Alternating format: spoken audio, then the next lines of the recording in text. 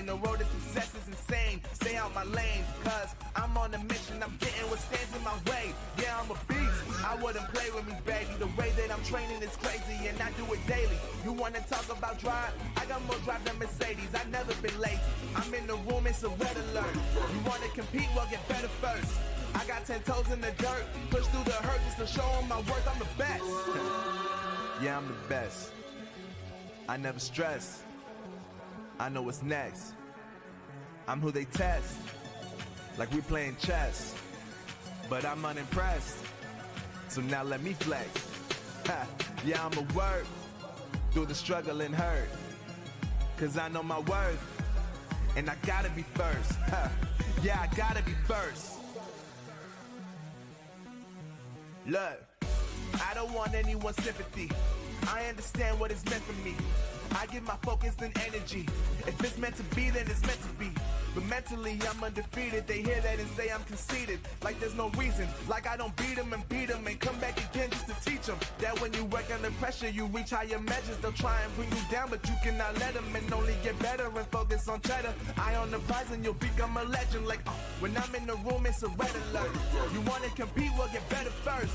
I got 10 toes in the dirt. Push through the hurt just to show them my worth. I'm the best. Yeah, I'm the best. I never stress. I know what's next. I'm who they test, like we playing chess. But I'm unimpressed, so now let me flex. Ha, yeah, I'ma work through the struggle and hurt, cause I know my worth, and I gotta be first. Ha, yeah, I gotta be first. They don't know what's gotten into me, how'd I turn pain into energy. Through all the struggle and hurt, remember my worth, and that's why I gotta be first.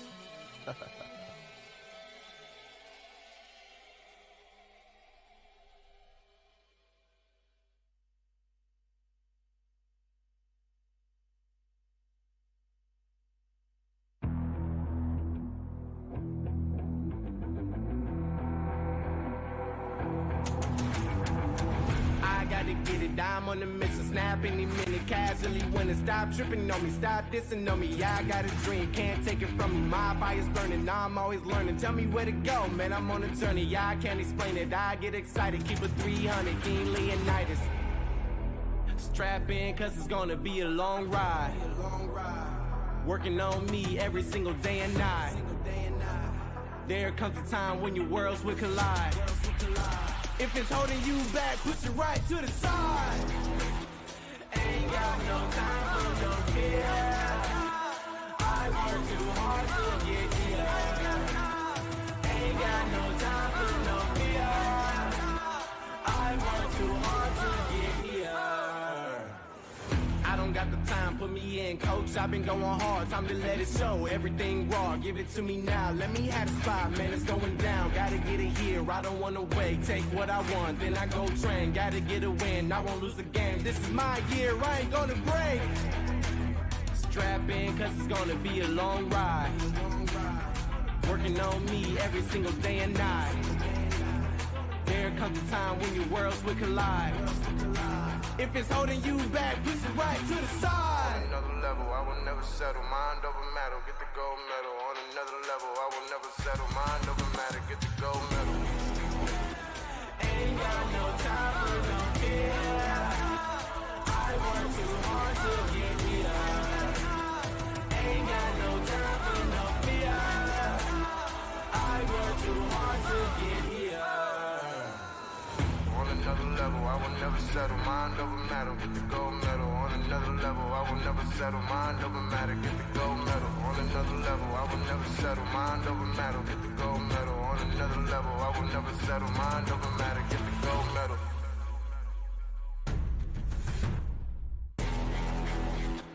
Ain't got no time for no fear. I work too hard to get here. Ain't got no time for no fear. I work too hard to get here. Ain't got no time for no fear. I work too hard to get here. Ain't got no time for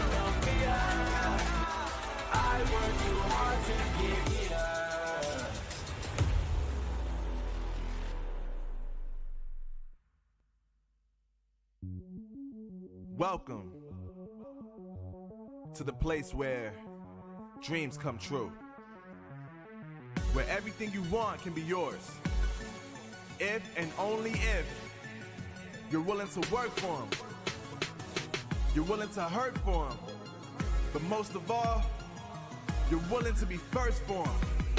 Ha! Look, I'm going straight to the top. I don't know how I would stop, like it or not. I got some goals that I'm hitting. You hear what I'm spitting? It's hot. Look what I got. Whole lot of passion and pain. The road to success is insane. Stay out my lane, cause I'm on a mission. I'm getting what stands in my way. Yeah, I'm a beast. I wouldn't play with me, baby. The way that I'm training is crazy, and I do it daily. You wanna talk about drive? I got more drive than Mercedes. I've never been lazy. I'm in the room, it's a red alert. You wanna compete? Well, get better first. I got 10 toes in the dirt, push through the hurt just to show them my worth. I'm the best. Yeah, I'm the best. I never stress. I know what's next. I'm who they test, like we playing chess. But I'm unimpressed, so now let me flex. Ha. Yeah, I'ma work through the struggle and hurt, cause I know my worth, and I gotta be first. Ha. Yeah, I gotta be first. Look, I don't want anyone's sympathy. I understand what is meant for me.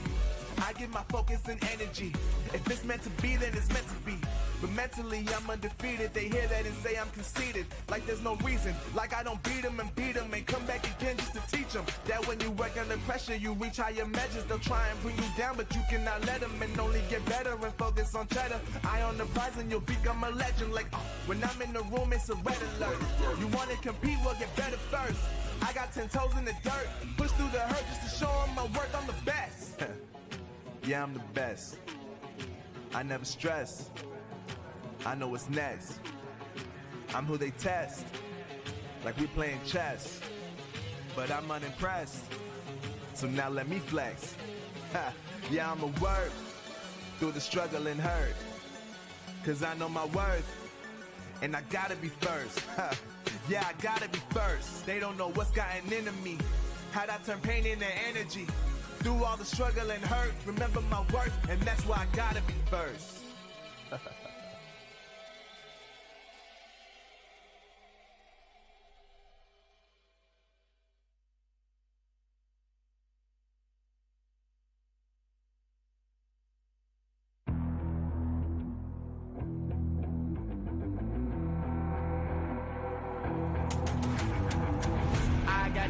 I'm on the mission, snap any minute, casually winning. Stop tripping on me, stop dissing on me. Yeah, I got a dream, can't take it from me. My fire's burning, now I'm always learning. Tell me where to go, man, I'm on a journey. Yeah, I can't explain it, I get excited. Keep a 300, King Leonidas. Strap in, cause it's gonna be a long ride. Working on me every single day and night. There comes a time when your worlds will collide. If it's holding you back, push it right to the side. Ain't got no time for no fear. I work too hard to get here. Ain't got no time for no fear. I work too hard to get here. I don't got the time, put me in, coach. I've been going hard, time to let it show. Everything raw, give it to me now. Let me have the spot, man, it's going down. Gotta get it here, I don't wanna wait. Take what I want, then I go train. Gotta get a win, I won't lose the game. This is my year, I ain't gonna break. Strap in, cause it's gonna be a long ride. Working on me every single day and night. There comes a time when your worlds will collide.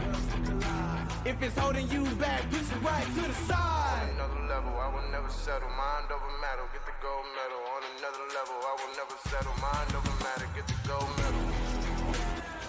Ain't got no time for no fear. I work too hard to get here. Ain't got no time for no fear. I work too hard to get here. On another level, I will never settle. Mind over matter, get the gold medal. On another level, I will never settle. Mind over matter, get the gold medal. On another level, I will never settle. Mind over matter, get the gold medal. On another level, I will never settle. Mind over matter, get the gold medal.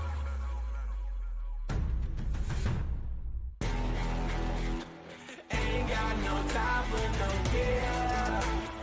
I work too hard to get here.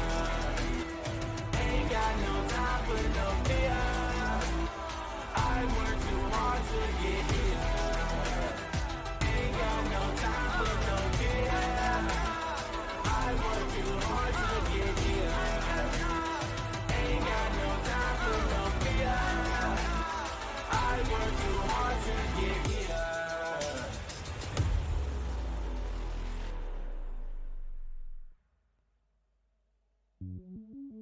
Welcome to the place where dreams come true, where everything you want can be yours, if and only if you're willing to work for them, you're willing to hurt for them, but most of all, you're willing to be first for them. Ha!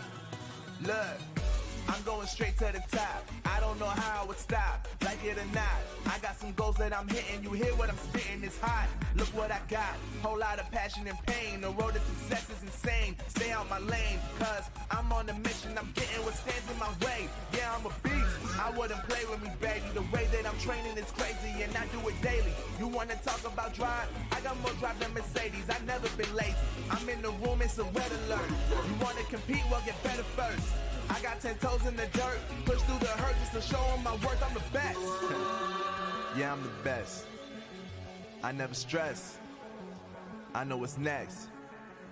I'm who they test, like we playing chess. But I'm unimpressed, so now let me flex. Yeah, I'ma work through the struggle and hurt, cause I know my worth, and I gotta be first. Yeah, I gotta be first. Look, I don't want anyone's sympathy. I understand what it's meant for me. I give my focus and energy. If it's meant to be, then it's meant to be. But mentally, I'm undefeated. They hear that and say I'm conceited. Like there's no reason. Like I don't beat them and come back again just to teach them that when you work under pressure, you reach higher measures. They'll try and bring you down, but you cannot let them, and only get better and focus on cheddar. Eye on the prize and you'll become a legend. Like, when I'm in the room, it's a red alert. You wanna compete, well get better first. I got 10 toes in the dirt, push through the hurt just to show them my worth. I'm the best. Yeah, I'm the best. I never stress. I know what's next. I'm who they test, like we playing chess. But I'm unimpressed, so now let me flex. Yeah, I'ma work through the struggle and hurt, cause I know my worth, and I gotta be first. Yeah, I gotta be first. They don't know what's gotten into me, how'd I turn pain into energy. Through all the struggle and hurt, remember my worth, and that's why I gotta be first.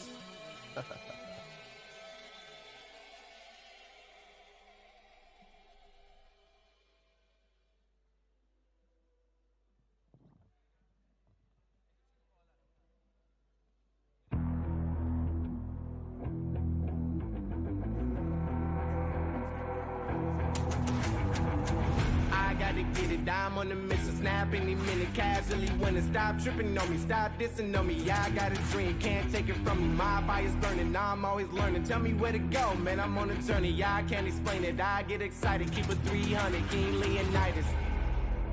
Strap in, cause it's gonna be a long ride. Working on me every single day and night. There comes a time when your worlds will collide. If it's holding you back, push it right to the side. Ain't got no time for no fear. I work too hard to get here. Ain't got no time for no fear. I work too hard to get here. I don't got the time, put me in, coach. I've been going hard, time to let it show. Everything raw, give it to me now. Let me have the spot, man, it's going down. Gotta get it here, I don't wanna wait. Take what I want, then I go train. Gotta get a win, I won't lose the game. This is my year, I ain't gonna break. Strap in, cause it's gonna be a long ride. Working on me every single day and night. There comes a time when your worlds will collide. If it's holding you back, push it right to the side. On another level, I will never settle. Mind over matter, get the gold medal. On another level, I will never settle. Mind over matter, get the gold medal. Ain't got no time for no fear. I work too hard to get here. Ain't got no time for no fear. I work too hard to get here.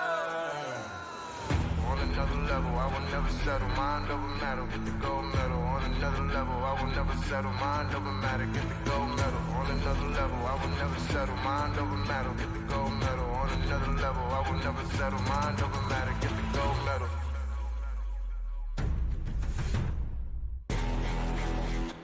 Ain't got no time for no fear. I work too hard to get here. Ain't got no time for no fear. I work too hard to get here. Ain't got no time for no fear. I work too hard to get here. Ain't got no time for no fear. I work too hard to get here.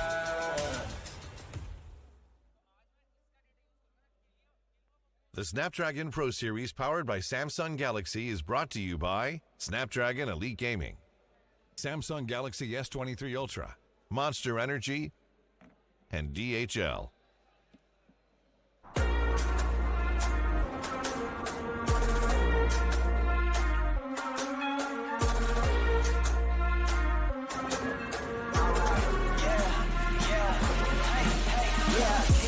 Won't stop going till a player on top know it. Rooftop, penthouse suite. If you really want it, gotta own it. Fly through it, we was at the lowest. Blood, sweat, tears, the components. Riding all year, now's the moment. We are not afraid, we are opponents. Yeah, I'm coming for mine. Yeah, I'm making a play, the game on the line. Yeah, I've been on the grind. Yeah, I jump in the spot, I made it my time. Yeah, look in the sky. Yeah, the stars align on stage. The shine can't stop it already. Emotional work and devotion. We put in this time. Look. You won't stop my stride. I'll just break your line. I don't tolerate wasted time. You take us down, keep fighting.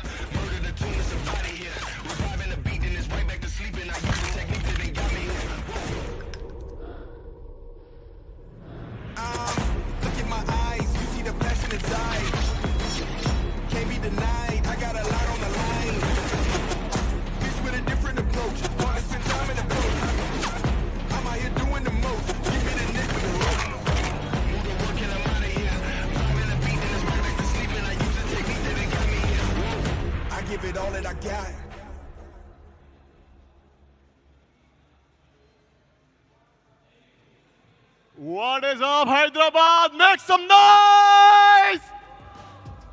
And welcome to Snapdragon Pro Series Call of Duty Mobile India Invitational. आज है day 2. मेरा नाम रहेगा major बीस और मैं रहने वाला हूं आपका आज का हिंदी होस्ट. जी हाँ, अगर हम बात करेंगे डे 1 की, डे 1 बहुत ही ज्यादा लाजवाब गया है. हम सब ने देखा किस तरीके से टीम्स ने अपना गेम प्ले, टीम्स ने अपना बहुत ज्यादा बेस्ट गेम प्ले यहाँ पे स्टेज पे दिखाया था. इस स्टेज की शोभा बढ़ाई थी. कहीं ना कहीं वही उसका लेवल आज एक लेवल और ऊपर होने वाला है. बिकॉज वही बात है, हम देख पा रहे हैं कि आज डे 2 रहने वाला है. लेवल इंक्रीज होगा, कंपटीशन का काफी कुछ चीजें हमें नई नई देखने को मिल रही है. लेकिन अगर हम बात करेंगे कल के मैचेस की, तो कल के मैचेस की अगर हम बात करें, मेरे पास यहाँ पे वाइटैलिटी एंड TWB के रिपोर्ट कार्ड्स, और मैं आपको बता रहा हूँ जो तगड़ा मैच किया उनका, वो आप लोगों ने भी विटनेस करा, हमने भी विटनेस करा.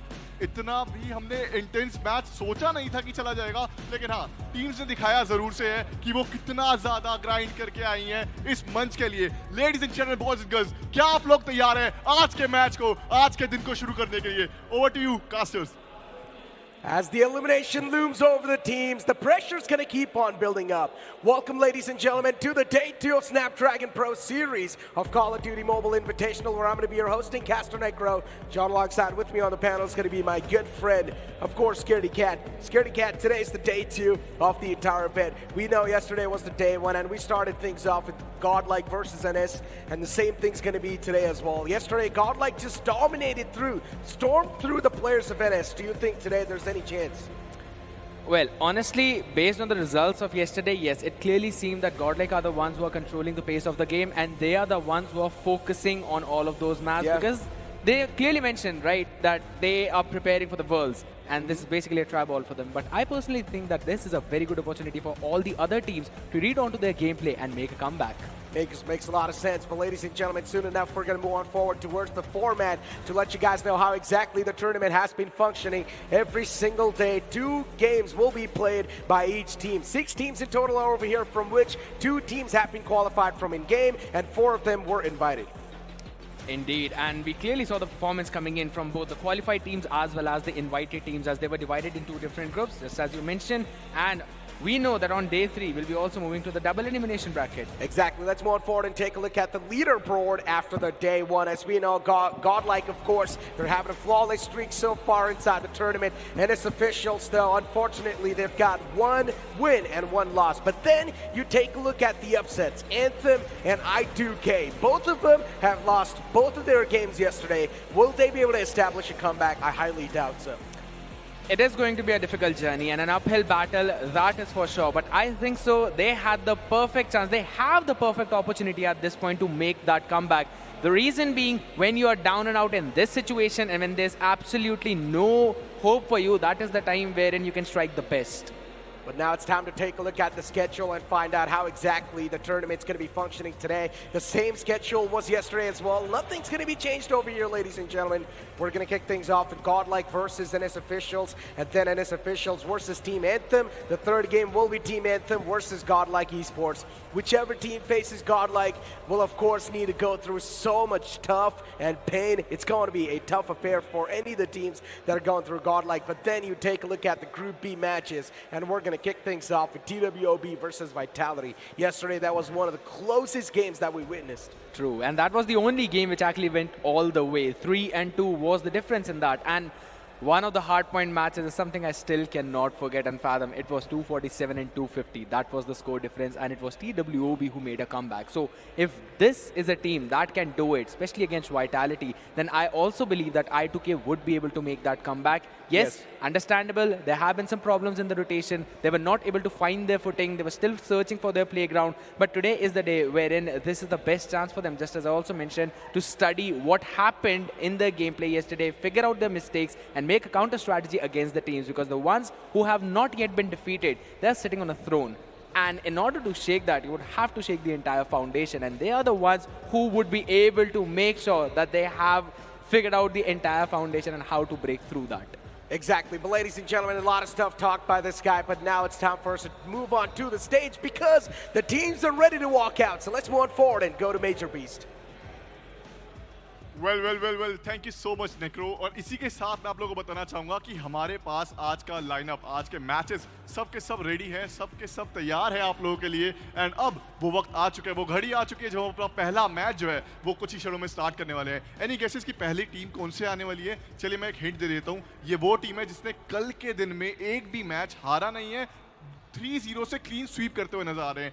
ऐसे खेलते हैं मानो भगवान हो, और अभी तक रीजनल चैंपियंस के नाम पे अपने आप को खरा उन्होंने साबित कर रखा है कि भाई हमसे बेहतर कौन है यहाँ पे. ये टीम कोई और नहीं रहने वाली, ये टीम कोई ऐसी वैसी टीम नहीं है, ये रहेगी टीम गॉडलाइक.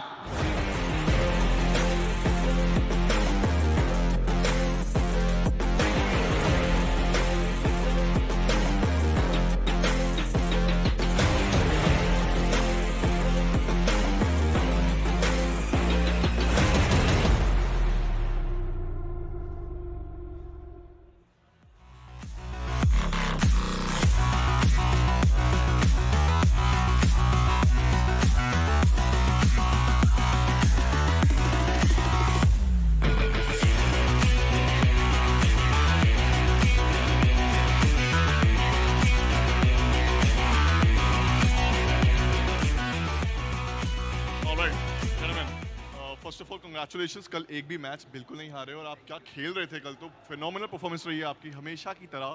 बट आज डे 2 है, कैसा फील कर रहे हो आप? आई थिंक फर्स्ट डे था तो हम लोग काफ़ी अभी मोमेंटम बना नहीं है और आज बस मोमेंटम बनाएंगे क्योंकि कल स्पेशल डे है। And also all the best to other teams because आज डू और डाई है काफ़ी टीम्स के लिए और कोई भी हेल्प चाहिए तो गॉडलाइक इज ऑलवेज अवेलेबल। कोई भी हेल्प चाहिए तो आप हेल्प करने वाले हैं? तो हम सबको टिप्स देते हैं क्योंकि ये लोग अच्छा खेलेंगे, ये लोग हमें कंपटीशन देंगे तो डेफिनेटली हम भी इम्प्रूव करेंगे। क्या बात है, क्या बात है, मतलब उनको भी समझा रहे हैं, बहुत बढ़िया बात है। लेकिन चलिए मैं अगर आपसे ये पूछना चाहूँ कि आज के दिन में ऐसी कोई टीम रहने वाली है जिससे आप कंपटीशन देखने की उम्मीद कर रहे हो कि हाँ ये टीम हमें कंपटीशन दे सकते हैं? बिकॉज कल आप सबने मैचेस देखे सारी टीम्स के। आई थिंक आज के दिन I expect Anthem to perform because काफ़ी क्लोज मैचेस थे जो जीत सकते थे but due to lack of experience I would say कि they couldn't perform. But all the best for this guys for today because it's a do or die as I said. I mean Anthem ने ये जरूर दिखाया कि same devices हो तो कितना ज्यादा बेहतरीन वो परफॉर्म कर सकते हैं, पोटेंशियल बहुत ज्यादा रखते हैं। लेकिन अभी बात करेंगे हम आप लोगों की गॉडलाइक मैं ये जानना चाहूंगा कि आज के मैच के लिए कितना तगड़ा जोश है? हाउ इज द जोश? I think जोश फुल आया है बट गेम प्ले बाकी बता देगा। गेम प्ले बता देगा। Thank you so much for the lovely interview. आप लोग अपनी सीट पे जा सकते हैं। Thank you so much. And ladies and gentleman, boys and girls, मैं आपको बताना चाहूंगा कि ये थी हमारी Godlike team. Thank you so much.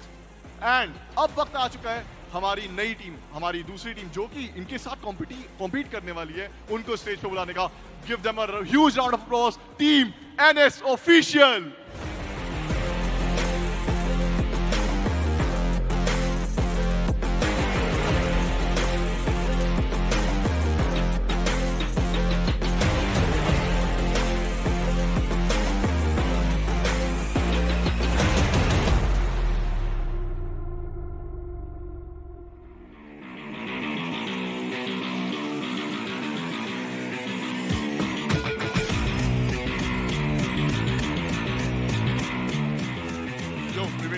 कल मैंने देखा था गॉडलाइक के साथ आपका मैच था, मैंने क्या सबने देखा था, उतना अच्छा आउट परफॉर्म नहीं कर पाए आप। आज के दिन में क्या प्लान है, क्या करने वाले हो? आज हमने सोचा है हम लोग को क्या करना है। कल हम लोग के जो स्टार्ट्स हम एग्जीक्यूट नहीं कर पाए उनको properly. As we know Godlike है वैसी टीम जिनके अगेंस्ट हो जाते हैं फेल, पर आज ज़रूर ट्राई करेंगे। आज जरूर ट्राई करने वाले हैं। एंड आज आपको अपनी टीम में से ऐसा कौन सा प्लेयर लग रहा है कि यार ये प्लेयर अलग फॉर्म में आज ये फोड़ने वाला है? पल्स आज मारेगा, मार देगा आज पल्स। ठीक है, पल्स पे जरूर से नजर रहने वाली है हम सबकी। लेकिन आज अगर हम बात करें, डे नंबर 2 है, पहला लैंड, डे नंबर 2, कितना ज्यादा बेहतरीन आप फील कर रहे हो इस टाइम पे? कैसा जोश है अभी? डे 2 पे हम लोग ज़्यादा कॉन्फिडेंट है क्योंकि डिवाइस पे ज़्यादा प्रैक्टिस हुई है हमारे अब, तो हम डे 2 पे ज़्यादा कॉन्फिडेंट है और हाँ आज ज़्यादा मारेंगे हम। आज ज्यादा मारेंगे, ये तो प्रॉमिस करते हो? डन है भाई, प्रॉमिस हो चुका है। चलिए thank you so much for the interview. आप लोग प्लीज अपनी सीट पे चले जाइए। And this was team NS official. दोनों की दोनों टीम्स जो है वो तैयार हो गई है। हम भी, आई थिंक आप लोगों को भी तैयार हो जाना चाहिए। So are you guys ready? Come on tell me, are you guys ready? मैंने सुना नहीं यार, क्या बोल रहे हो? ऑलराइट, सारे के सारे यहाँ पे रेडी है। तो चलिए बिना किसी वक्त को बिताए, बिना किसी टाइम को वेस्ट करे, अब चलते हैं हमारे लवली कास्टर्स की तरफ, बिकॉज कास्टर्स हमारा बेसब्री से इंतजार कर रहे हैं। Over to you.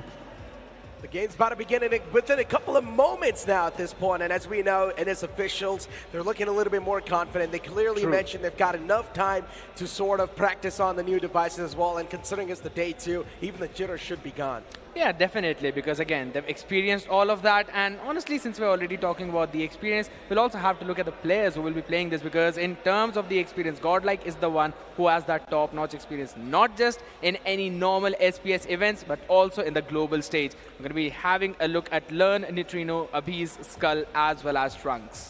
Exactly. All the players are, of course, phenomenal. I mean, what can you say? Learn, being the IGL, he does a fantastic job in holding the team together, ladies and gentlemen. And then, of course, Abhi's one of the best snipers that you can find inside the games, too. Even Suction was one of those guys that pulled off some incredible clutches yesterday. This sniper battle is going to be super crucial because we saw that it came out in front of each other in SND, right? We saw both of them going at it each other, and it was super interesting battle. Exactly. Now we've got the roster of NS officials in front of us, ladies and gentlemen. Pulse, Ghost, Prevail, Killua, and Saksham. As I mentioned, every single player, even from NS officials, especially against Anthem, these guys were able to perform phenomenally well compared to how they performed against GodLiKe, which was an unfortunate stuff, of course. But now if NS official isn't able to start things off on a great note, then it's going to be a massive problem for them. That is true, and since already you're talking about the performance, players have also mentioned that they will be outperforming GodLiKe today no matter what. And Pulse also mentioned he will be top fragging. Yes, we saw a great performance from him even yesterday. We saw all of those matches and he was doing wonders. But it's not just him, everyone else also need to step up their game. Exactly. I mean, as we do take a look at the highlights as well, the guys can clearly see with how GodLiKe was just dominating them, out-positioning, out-maneuvering the opponents, just in general, out-skilling them at this point. Straight up just proving the opponents in parallel. Saksham, though, is trying his best to pull things back, especially in Search and Destroy, but yeah, it still seems next to impossible. It does seem next to impossible, but then again, just as I mentioned, a Wounded Lion is one of the deadliest foe that you can ever face in the jungle because he is going to be hungry, and all of these players, especially when we are talking about NS, we are talking about Anthem, we are talking about I2K, TWOB, they are all hungry for revenge, and this is their best chance, their best opportunity to get that revenge against GodLiKe. That is true. Now, getting the revenge against GodLiKe, the only way you can try to catch him off guard is actually just select some weird maps over here. Maybe just throw him off guard that, okay, I did not really see this map coming your way. But you know what? Speaking about the maps, let's move on forward and take a look at the map Fido, because that's going to be a massive icebreaker. Let's find out what things are going to be kicked things off with as we do take a look at Hardpoint. Of course, speaking about the fans, Takeoff and Apocalypse have been banned, but we're going to kick things off with Arsenal. And that's going to be a GodLiKe pick, so we already have an idea how they want to play around that, right? Yeah, they've already mentioned they do not care about the map. They love to play on every map. They can win on every map. But I personally feel that this is a very good opportunity, especially for NS, because yesterday we saw them play on Summit, and it was not exactly the way they wanted it to go. Even they played against Anthem, and it did not end up in their favor. So I think so kicking things off at Arsenal will probably lead to a different result, and then again we'll be moving on to the Hacienda if it goes to map 4. So I feel that they might have an opportunity.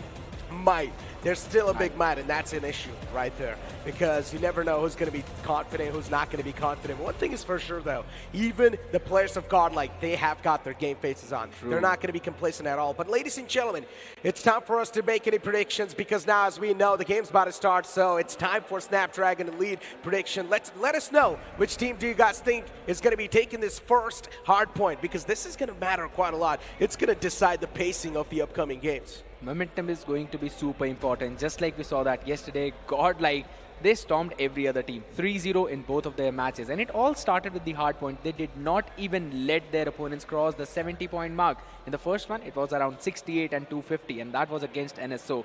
I personally feel they need to, again, stepping up their game is one thing, but also execute their strategies.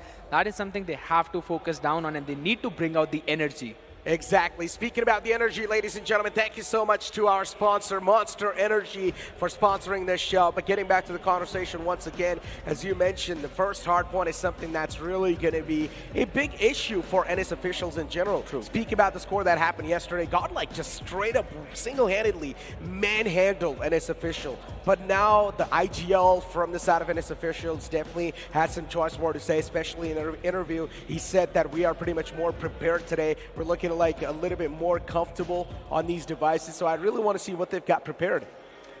Since you're already talking about preparations, he also mentioned that Pulse is the one who will storm. He said he will outperform almost every other guy out there. But again, the question is, will he be able to perform like Trunks or maybe like Abhiz? Abhiz on that sniper. Saksham needs to step up his game as well. Yes, he was doing really good in those maps, but he needs to do even better. He needs to stop him out, and that sniper duel is going to be super important when we'll be kicking things off in SND. But talking about kicking things off, here we go, ladies and gentlemen. We're going to start things off on Hardpoint. Arsenal's going to be on the way as these players have stepped their foot on the map. And stepped off as well. We're going to have a rehost coming in. Oh, no. Unfortunate stuff. It's complete fine, though.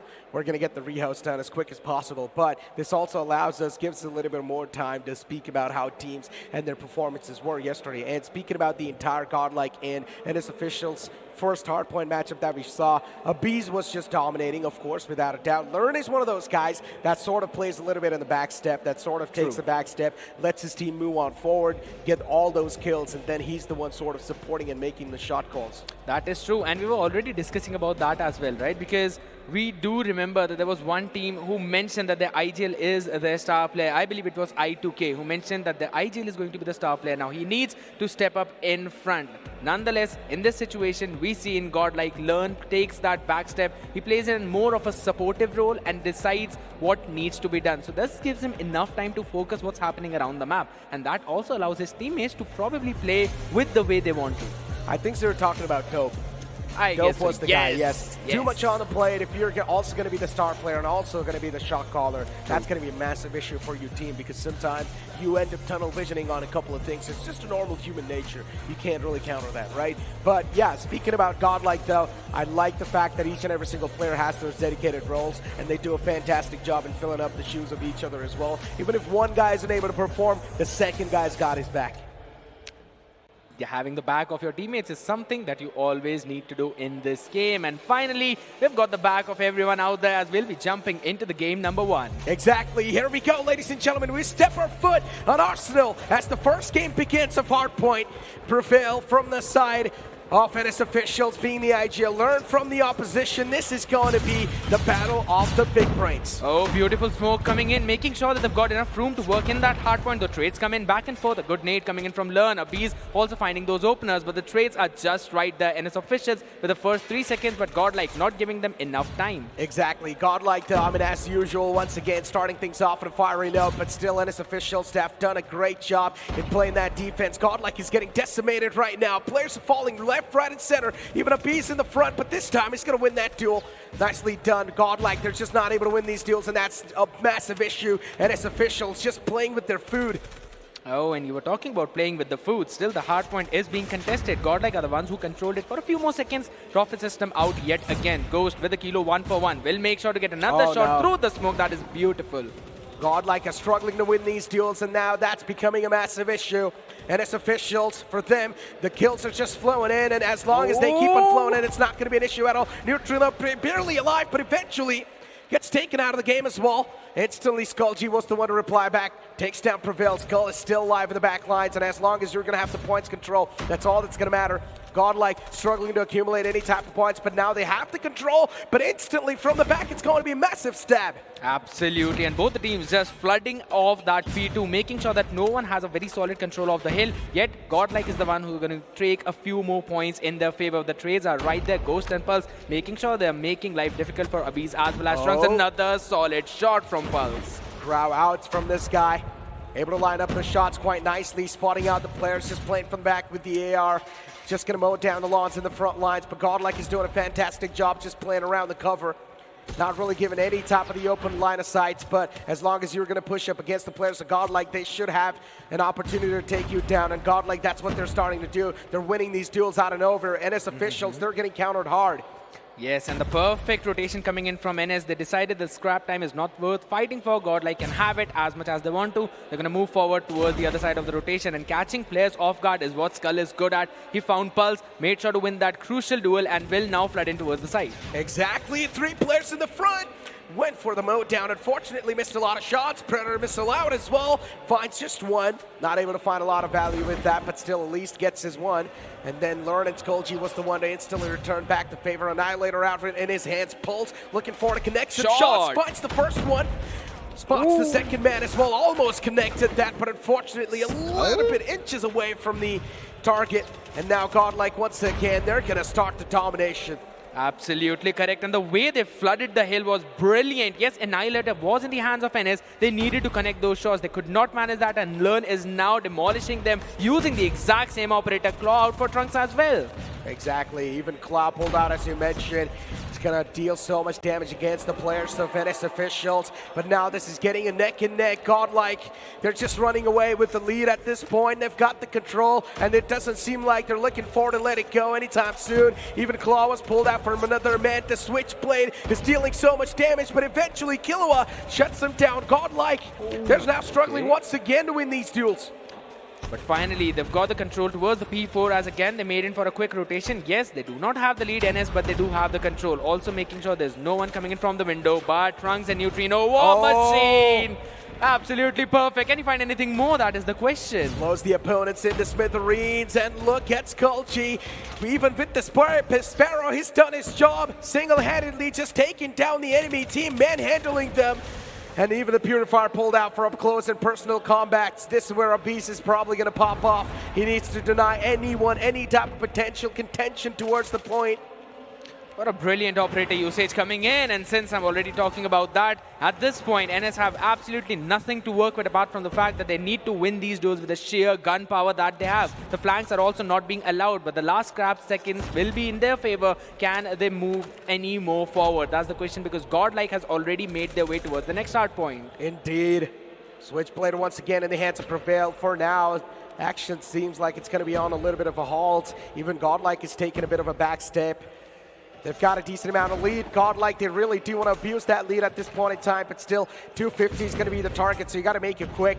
GodLiKe is one of those teams now out and over. They have started to win all their duels. They're doing a fantastic job in playing the rotations, even out positioning the players in the front. But NS officials, even they are doing a fantastic job in challenging the players of GodLiKe. Nicely done. Prevail with the Sparrow. It's just dealing so much damage.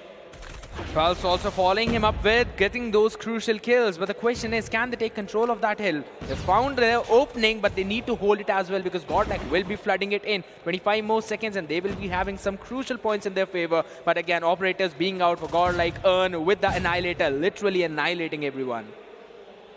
For now, as we do know, GodLiKe, they have managed to establish that lead. Trunks as well taking down Prevail. Ghost looking forward to catch at least one man off guard while they're trying to make it to the point, but highly doubt that's going to be the case. Even Skullji finds a 2K. Trunks returns one more. This is looking tough for the players of NS officials. They need to start winning a little bit more of the duels, but Neutrino is looking forward to get the control once again, and he's actually going to get that as well. GodLiKe, they've got the control established. NS officials, once again, they're starting to get obliterated. And it's just the rotation that comes in from GodLiKe. It's absolutely perfect, because we saw 3 crucial kills coming in from their side, and now they've also pulled out those operators. So you know that there's going to be no chance for NS whatsoever to try and enter through those main choke points. They need to enter either through vents or maybe through window, and even that is being denied. But at this point, as long as you're going to have the control, the boat's going to keep on rolling. Even the claw was pulled out a while ago, but look at Ghost. He gets the 2K. Even Neutrino shuts down to himself. A beast finds Killua. And it's officials. The team is getting manhandled at this point. But speak about getting manhandled, look at the Snapdragon performance meter. Snapdragon Elite Gaming getting back inside the game once again, though. The kill feed all across the board is just GodLiKe. That is true, but I still love the fact that NS, they've at least crossed the 100-point mark, right? So yes, a few more scrap time going in favor of GodLiKe, but the rotation is also coming in. Though the trades, Abyss catching both of the players in that flank is a very good opening for GodLiKe. However, NS, they were in the side, but it is going to be flooded yet again. So it's going to be GodLiKe controlling it. Indeed. Skullji holding a nice angle towards that area. But eventually now his teammates are starting to get picked off. And his officials, for a while, it felt like it's going to be their waves. Annihilator pulled out from Pulse. Once again, finds him. Good shot. Shuts the man down, puts him to sleep. And now also looking forward to contest the point. He has actually done that, but unfortunately instantly gets picked off and traded. Claw in the hands of Saksham too. And he's now going to find another man of GodLiKe. But still, GodLiKe has established such a massive lead. Superb lead, yes, just perfectly mentioned, because the cushioning is absolutely on point, and they do not mind giving the last few scrap seconds for NS, because now they'll be moving forward for the next rotation towards the next hill, and they're doing that perfectly. And I was already talking about letting a few scrap seconds go. They do not even want to do that, because they went for the contest, they won the contest, and they also have the next few players for the next start point.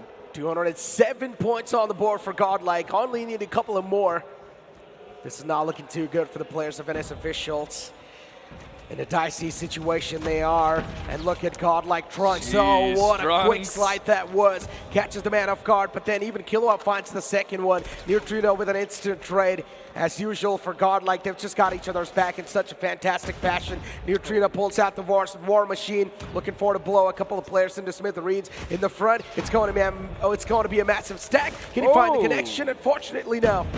That was a very good shot coming in. They found the opener, but they need to go in for a full-fledged contest because right now Hill is being contested. GodLiKe, they are the ones who are still controlling it, not letting it go whatsoever. Another few trades coming in. Pulse needs to win those massive trades, and he does that.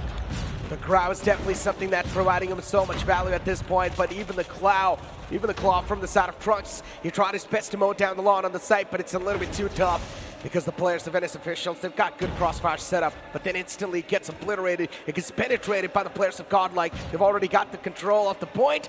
248 on the verge of winning this one. Just need the control for a couple of more seconds, and that might just be it. GodLiKe, once again, starting to win their duels. Yes, that is true, but again, the hill is being contested. NS are the ones who are finally controlling it. They've got the opening that they needed, got a couple of operators, but again, one of them is still in the spawning, but that is what's going to happen as GodLiKe again. They just needed 2 more seconds onto the point, and NS needed to do everything perfectly, but it just did not fall into their hands. Too easy for GodLiKe once again. At the start, they definitely struggled quite a lot. I mean, not exactly a lot, but a little bit just to understand the opponents, I guess. Just they wanted to get the lay of the land on Arsenal, on how exactly NS officials is going to play. But once they knew where the floodgates are going to be open from, GodLiKe knew exactly how to counter them. Well, there were counters and the rotations coming in, but the main part being the fact that Trunks, just being the anchor on those rotations, on those flanks, making sure that he's catching at least 2 or 3 people in those rotations, was the one who provided a lot of room to GodLiKe to go in, easily flood the site, take care of the 2 people who are probably trying to hold it, and then control the hill, make sure that no one makes a move on towards that. And what you need to add in the mixture is the operators, and we already know how well GodLiKe were using their operators. Yes, NS brought a few out. There were some Annihilators being brought in. Sparrow was used up, but we still did not see them finding that much amount of value, and it is just based on the positioning coming in from the members of GodLiKe. And my goodness, Learn?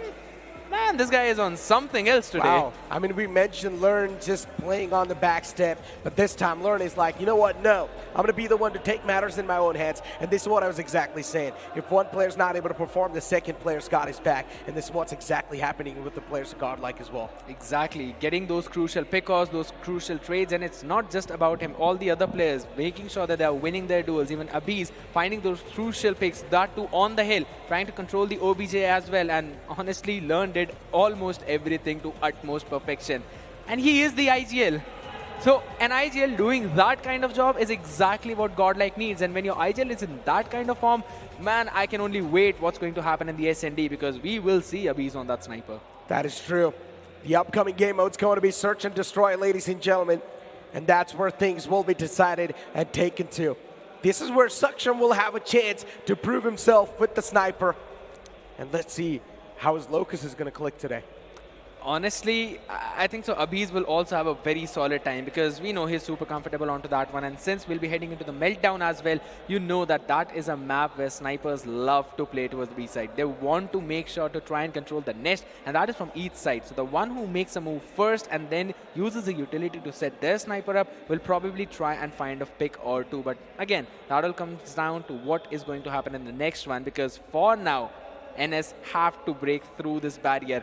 I like the fact that this time they were at least able to cross those 100-point markers. This clearly shows that, yes, they've made a lot of improvement, because they were able to grab a few more points onto those hard points, and they were able to control the first few hills. But yes, they need to keep the consistency up. Exactly. I mean, speaking about the consistency, right? I mean, there's a lot of the teams that likes to rely on the consistency. I think so one of those teams has to be Vitality as well. True. From Group B itself, and they have been consistent throughout the entire run. As I mentioned, the only kryptonite of Vitality is actually GodLiKe themselves. And speaking about GodLiKe, it's time to head on inside the matchup, ladies and gentlemen. Search and Destroy Meltdown is on the way, as we've got NS officials challenging the players of GodLiKe. Absolutely. First pick already falling in the hands of Prevail, so he's found the opener for his team, and this is exactly what they need. As GodLiKe are the ones who are attacking. A side is in their control. The question is, when will the bomb go down? As Skull now finally try and plant it. That's going to be another engagement. Maybe not. Oh no. The nade came in, blew the man up. That's quite unfortunate. GodLiKe, even they've lost out on the number. Now it's a 3v2. GodLiKe in a mantis advantage. You do not really see these type of moments that often. Ground in the hands of Pulse, definitely looking to find some connections. Spots a little bit of glimmer off Abiz from the back. Abiz has got no clue that Pulse has actually made it on the site. And look at the sniper from Abiz. Looking forward to at least find that one single connection. The rotation. GodLiKe. The problem is that they have given away the sight control, and this is where the players of NS officials might just have a big smile on their faces. Okay. Even from their back, they're trying to close on up. Abiz at least finds the connection, so that's going to be an even Steven trade. That is true. 1 for 1 coming in, and Abiz has got an R9 in the hand. That's not the range you want to be at when you're fighting with a shorty. He'll be able to take control of the bomb, and now can he go in for the rotation? Because the timing was brilliant and Pulse was not looking at the bomb. It's a 1v1. Grau versus a shotgun. God. This is getting a little bit too dicey. No way GodLiKe is taking it. No way. There's just a massive mistake from NS. They had 2 people, but no one was watching the bomb. Yeah, going for the plan. GodLiKe out of nowhere. Now they're going to spring back into life. As we know, this clutch situation is something that's going to set the tempo for the rest of the search and destroy. And already Abiz is just proning back. Abiz has got his position. He's going to play for the post place without a doubt. Oh. What a quick reflex from Pulse. Abiz misses that shot. Pulse punishes.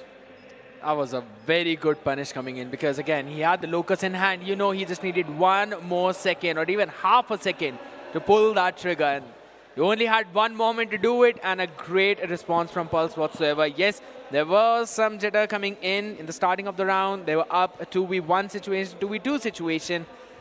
But still, this is the kind of thing that they need to avoid. It was really a cushioning coming in for them as soon as they started in the previous one. But this time around, they're doing a pretty solid job as, again, mid being contested and a very solid side control coming in for NS. Indeed, doing a solid job. GodLiKe playing a little bit on the back step, playing a little bit on passive mode. Even the locus in the hands of Abiz. Abiz is just looking forward to find at least 1 glimmer off the opponent. That's going to be spotted. Abiz will be connecting that shot against him. Another locus in the hands of Saksham. Oh, that's going to be a leg shot.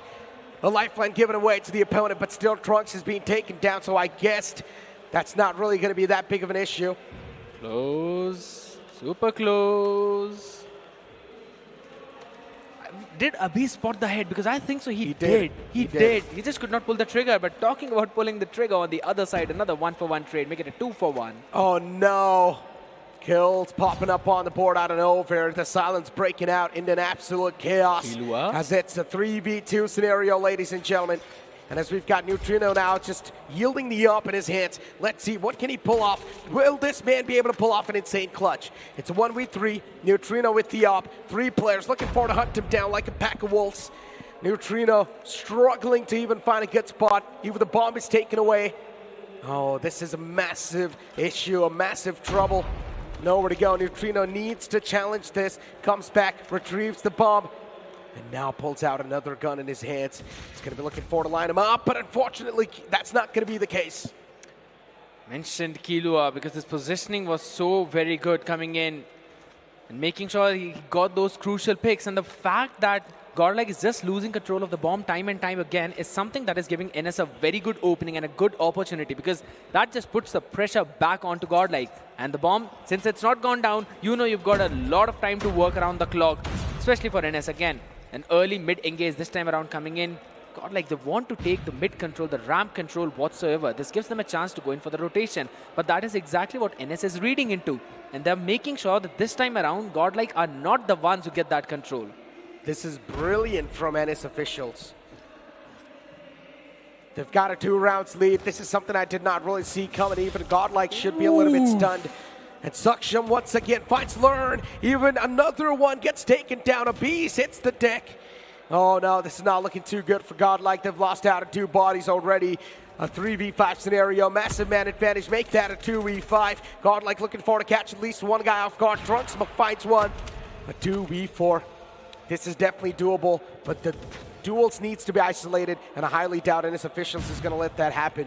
They should not. Again, it's a 1v4 situation, and as soon as I mentioned that, NS officials moving on to 3. So yes, that's a very solid lead, and it might be possible that we will probably see GodLiKe dropping the first map in the CODM LAN.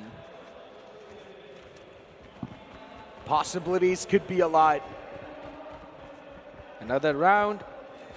Different approach this time around because GodLiKe want to move in around towards the end. Read is absolutely brilliant. Indeed it is. On the side, once again, it's going to be a little bit of a back and forth action, but in the favor of Venice officials. As GodLiKe, once again, they're just losing out on these duels, and now that's starting to be a big issue. But what a shot that was, a beast. Disgusting. That flick was so quick. And now still looking forward to get the second man down as well. He knows there's one more foe lying around in the front. Quick as lightning, this guy. That was literally perfect. But the problem again remains the same. He does not have the bomb. Every single time, NS is the one who figure out where the bomb is going and they take control of that. I think so it's going to be almost next to impossible clutch coming in from a base. Yes, he did make a 1v2 possible yesterday, but that was an entirely different scenario, entirely different setup, and an entirely different map. And when we're already talking about Meltdown, you know that there's just so many crossfires. Shock and welcome him on the site, and that's it. A point-blank shot to his chest. What can a man do when you've got so many pellets just hitting you on the chest? What can GodLiKe do at this point when they're down 4-0? This is the first time they're probably finding themselves in this kind of situation. So NS, they've definitely done their homework, and the thing that they mentioned that they are the ones who will make sure to prevail is what's happening right now. They did mention that they're going to try their best today, and that's what they're doing. They also mentioned that now they're more accustomed to the devices, considering they had a little bit of more time to practice with them. And look at this, goes. Cracky. Yeah, a little bit of a glimmer was spotted, went for the shots. But unfortunately, connections was something that we're missing. At least Learn was able to get one, though. So that's going to put the players of GodLiKe in a massive advantage situation. But as soon as I say that, it's going to be NS officials just down to a two-man squad. A 3v2 scenario. Post plant is just pretty solid whenever you're looking towards the A side, because flooding in, there are just a couple of choke points, and that's exactly what I'm talking about. You will be flooded in from both the angles. Not looking too good. Oh, there we go. Another one over here, ladies and gentlemen. But this time, GodLiKe's going to be the one to open their account with one round already. Maybe a comeback's on the horizon. Possible. It is possible because they were able to find the read where NS might be setting up into, and they were able to just go and quickly execute towards the A side. That was something that did not work out in one of the previous rounds, but still they're pulling off the exact same thing. But the difference was that first opening nade. It was brilliant. And talking about opening picks, they're going to open the skulls open off the opponents. 5v3 scenario. GodLiKe, I don't know if they're going to spring themselves back to life. Even the sniper in the back, Locust, has been causing so many issues. The pixel shot. Oh, it was visible, but unfortunately, it's really tough to connect shots like that. And still, Saksham now looking forward to get the revenge. At least looking forward to get a couple of more men down, a couple of more bodies from the side of GodLiKe. 4-1's the scoreline, 7's the target. It's a sprint. You need to be quick. And GodLiKe, they're already over here doing a fantastic job in playing the post plants. Nicely done. a good crossfire coming right in the mid in towards the ramp. They did not even let the entire team of NS take control of that side. They did not let them enter. So I like the adjustment from their side. This time around again, moving in towards the A for 2 consecutive rounds. Are they going to do the exact same thing? Because NS, they're not being able to break through that setup. Though the sides have been swapped, so maybe NS can try and find a page of the book of GodLiKe. And talking about finding a page, they already found a pick. Indeed they have. GodLiKe, unfortunately, once again losing out on that man number. This needs to be stopped. There's like a little bit of crack in the wall, and GodLiKe needs to fill that crack. But speaking of that, instantly things are now balled down to a 3v3, so at least both these teams are in an even-Steven situation. Bees with the snipers being a big pain in the foot for the players of NS officials. How can they counter this guy? That's the question these guys are wondering. Shotguns on the side as well. It's been something that's really tough to counter for the players of GodLiKe. And even for the players of NS officials. Prevail also has got a locus in hand, and so does Abiz. The question is which one of these sniper players pull the trigger first and get the opener. Because looking at where all these players are, I don't think so snipers are very good. Especially whenever you're talking about the A side. There's just so many close corners. You can't take any open fights, and at this point NS should not even give them that. They still have the bomb in hand and they can try and go in for the plant, but they're still waiting for GodLiKe to make a preemptive move. They will finally plant the bomb. 44 seconds on the clock. Now We're going to probably see GodLiKe going in for that retake attempt. They need to flood in towards the site, and slowly and steadily they will move. Indeed. Oh, Abiz. He's going to get welcomed by this guy, the Crosshairs trained Ghost. He's just waiting for him to peek out, and that's what happens. Extra Still going bullets. for the pre-fire, though. Thought maybe someone else is going to try to flood in, but no, that's not the case. Instead, the floodgates were closed. Tried his best to go for that punch, but Neutrino is the one to stop that. An instant blast on the face with the shotgun. Nothing can be done, and it's official. Another round on the board. What's going on? The lead slipping away. Slowly and steadily, it's NS officials finally getting back in their footing. And whenever we are talking about those attacking halves, you know that you can go in for some of those really quick and pacey hits towards the sides, and it can work out really well for you, because back when I was watching a different area, I also see some floody hits. And talking about floody hits, jeez, Skull blew himself up. Tough luck from these guys, and the shotgun once again strikes. This man is the shotgun criminal without a doubt. 1v3, what can GodLiKe do? Abiz with the sniper. I mean, of course, he's got the clutch genes, but activating those all the time sometimes can be next to impossible. And if NS officials wins this, they will be on the match point.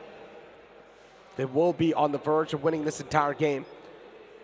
Bringing the clock down to the next 38 seconds. So that's definitely something in their own favor yet again. Lineup coming in to try and push someone off. Might be playing up close and personal, because again, he does not want to be welcomed with the R9 every single time. That's exactly what's been happening. Oh. Now the position's compromised. Went for the pre-fire. The man stepped away in the nick of time. Prevail's going to push up close and personal, and that's it. The shotgun, of course, it's going to deal so much damage to you. Oh. I think so. The unthinkable is about to happen. Just one round away, and NS can probably pull a first map away from GodLiKe in the Cordem land. One last push is something that they need, and on the attack they go. This time towards the B, setting everything up. Trophy system in the place, and their sniper posted up as well. This will be the biggest upset in the history. If NS officials make sure that GodLiKe is going to drop a bad map, at least on Meltdown. And GodLiKe Esports, for them, it's going to be a reality check. For them, it's going to be a call to wake up, because you can't be too complacent inside tournaments. Your opponents are always watching you, especially when you're at the top. Everyone wants to take you down. Everyone wants to drag you down. Oh! And it's a lesson. But speaking about a lesson, GodLiKe Esports, what a beautiful shot that was. A B is taken out of the contention. And now situation's down with 3v3 scenario. GodLiKe, they've got the equal fighting chance. They need to make sure that they need to stop the players of NS officials from winning this round. And now you've got Abiz playing much more in a confident position. A 1v2 scenario. GodLiKe needs to play together. They need to play for the trade. And Neutrino shuts Pulse down. He stepped up the moment his team needed him to step up. A brilliant performance, a 3K in this round. The positioning was great, and the rotation coming in from him. The flank was absolutely perfect and on point. NS did not anticipate that happening, and that is always on the back of that first opener that Abiz found, because they had to take care of the sniper early on. They could not have let him take control of that part of the map more than how much he already had. So this time around, changing the setup yet again, moving a quick and pacey hit towards the A. Oh, look at the shotgun stealing so much damage on the side. And GodLiKe learned this guy single-handedly takes matters in his own hands. He's like, I'm going to be the one to carry the torch. And then that's it. Learn brings him back in the race, and GodLiKe now looking forward to shift the momentum. If that is not the play, that's going to break the back of NS. I don't know what is going to be. That was just a brilliant single-man sight hold coming in. If he had fallen at that point, you already know that round was done and dusted by NS. This time around, Prevail taking control of the underpass, making sure that if there's anyone coming in from that position, he'll be welcomed with a shotgun right onto the head. TWOB is finding yet another opener onto the head of Kilua. Snipers are always something that are so much tough to deal with in Search and Destroy, because they are the one that can provide you the most value, and they can also be the one that can be punished quite easily if not used properly. What a flank that was. Prevail finds the sniper, but it's completely fine. GodLiKe, they're so aware of their opponent's positioning now. Out of nowhere, I guess GodLiKe are just playing with the opponent's feelings and also our feelings. Caster's curse, maybe? Right, of course, NS official right away. The moment I mentioned that maybe they'd pull the first map off. But still, they've got a chance to close it out. GodLiKe still need to win one more round to push it to overtime. It feels like this game is scripted. Literally. GodLiKe is like, you know what? We're winning the games too easily. We might as well try to take at least one series close. 1 for 1. Yeah. And then we'll make that a 2 for 1 now. A 2-on-4 or a 3-on-4 scenario. Unfortunately for NS, losing out on those trades, not being able to win those duels out and over. NS officials, they're starting to lose out on that confidence. And that's also now starting to be a massive issue for them. GodLiKe, all they needed was to get a little bit of the lay of the land, and now it seems like they're much more comfortable inside the search and destroy. This nade can be good. Prevail. Is he going to find the connection? No, he steps away in the nick of time. Good maneuver, good movement coming in from him, but they still have to take control of one of those sites at least. A is not an option at this point, so yes, rotating towards the B, it seems to be the best decision possible. But you have to watch out 3 different points. There's a threat coming in for a very long flank right in your backs. There is also a push down that would come in from mid, and then you also have to make sure that there's no one into the sniper's net where a Bees is just going to stand. So the read of GodLiKe is just on point and perfect. Indeed. 2v1, and now GodLiKe once again. All they need to do is isolate the duel against the sniper. He misses that opportunity to capitalize on, and Saksham, yep, disappointed in himself. 6-6 being the scoreline. Here we go, ladies and gentlemen, towards an overtime. Trunks, Learn, and Abiz. These 3 were the players who basically got GodLiKe's back in SND, and all of them are stepping up one after the other, even in this one. Gotta give it to Learns, man, especially. Even in hardpoint, this guy was doing fantastic. Even over here, this guy's just performing so well. Learn, being an IGL right now, just feels like this man is an all-rounder. He's able to do everything on the way, on the line, on the point, call it whatever you guys want to call it. But for now, as we have seen action kick off, and Ghost has lost out on his life. NS officials, if they lose out on this round, this is definitely going to be a big mental breaker. True, they got a hit marker into the control room, so had an idea there might be someone pushed up, but since we're talking about pushing up, Neutrino, Pulse did not expect him onto that angle, and that is a very good pick. It becomes even more difficult for NS to flood in the side. Indeed it does. Look at Trunks. He's holding quite an interesting angle, just head glitching his way around. And then Prevail too from the back lines, was trying his best to do something, was trying his best to pull off some shenanigans. A 1v3 on the way! The shot was missed! Oh, this could have been a little bit bad if Trunks wasn't able to take him down quickly enough. Could have been, but he needed to land some nasty flicks, and that is maybe asking too much from him. But at this point, GodLiKe, not in this manner, when NS was just one round away from victory. GodLiKe have stolen it all, and now they are the ones 1 round away from stealing this entire map up. And that's all on the back of Trunks, Abiz, both of them working perfectly fine. And talking about working perfectly fine, that's anything but NS. Their entire roster has fallen, and that's going to be the last man who would only stand for so long. Tough luck. GodLiKe Esports making a comeback out of nowhere, ladies and gentlemen. It felt like for a moment GodLiKe's going to lose out on things, but then they just make a comeback, a big bounce back, just playing with the viewers' feelings, playing with our feelings. For a moment we thought that, okay, maybe GodLiKe does actually have a big issue to deal with over here, but then no. They just clean sweep, return sweep the players of NS officials from this search and destroy, and now the upcoming map's going to be controlled, so even that's going to be interesting.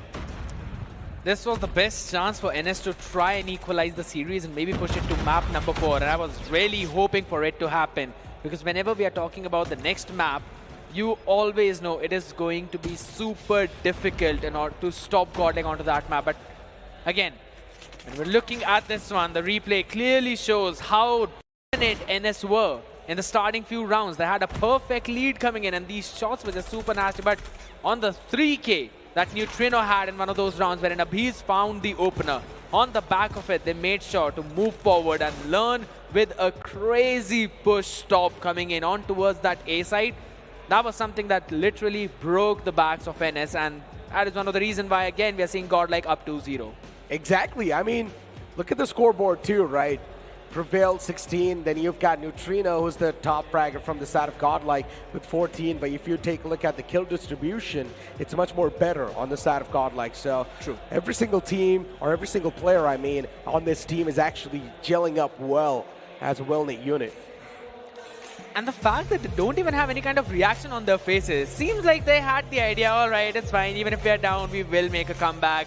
We know that we've got the fragging potential, and they got that on the back of those frags. Yes, you know the rotations were also good, the adjustments were good.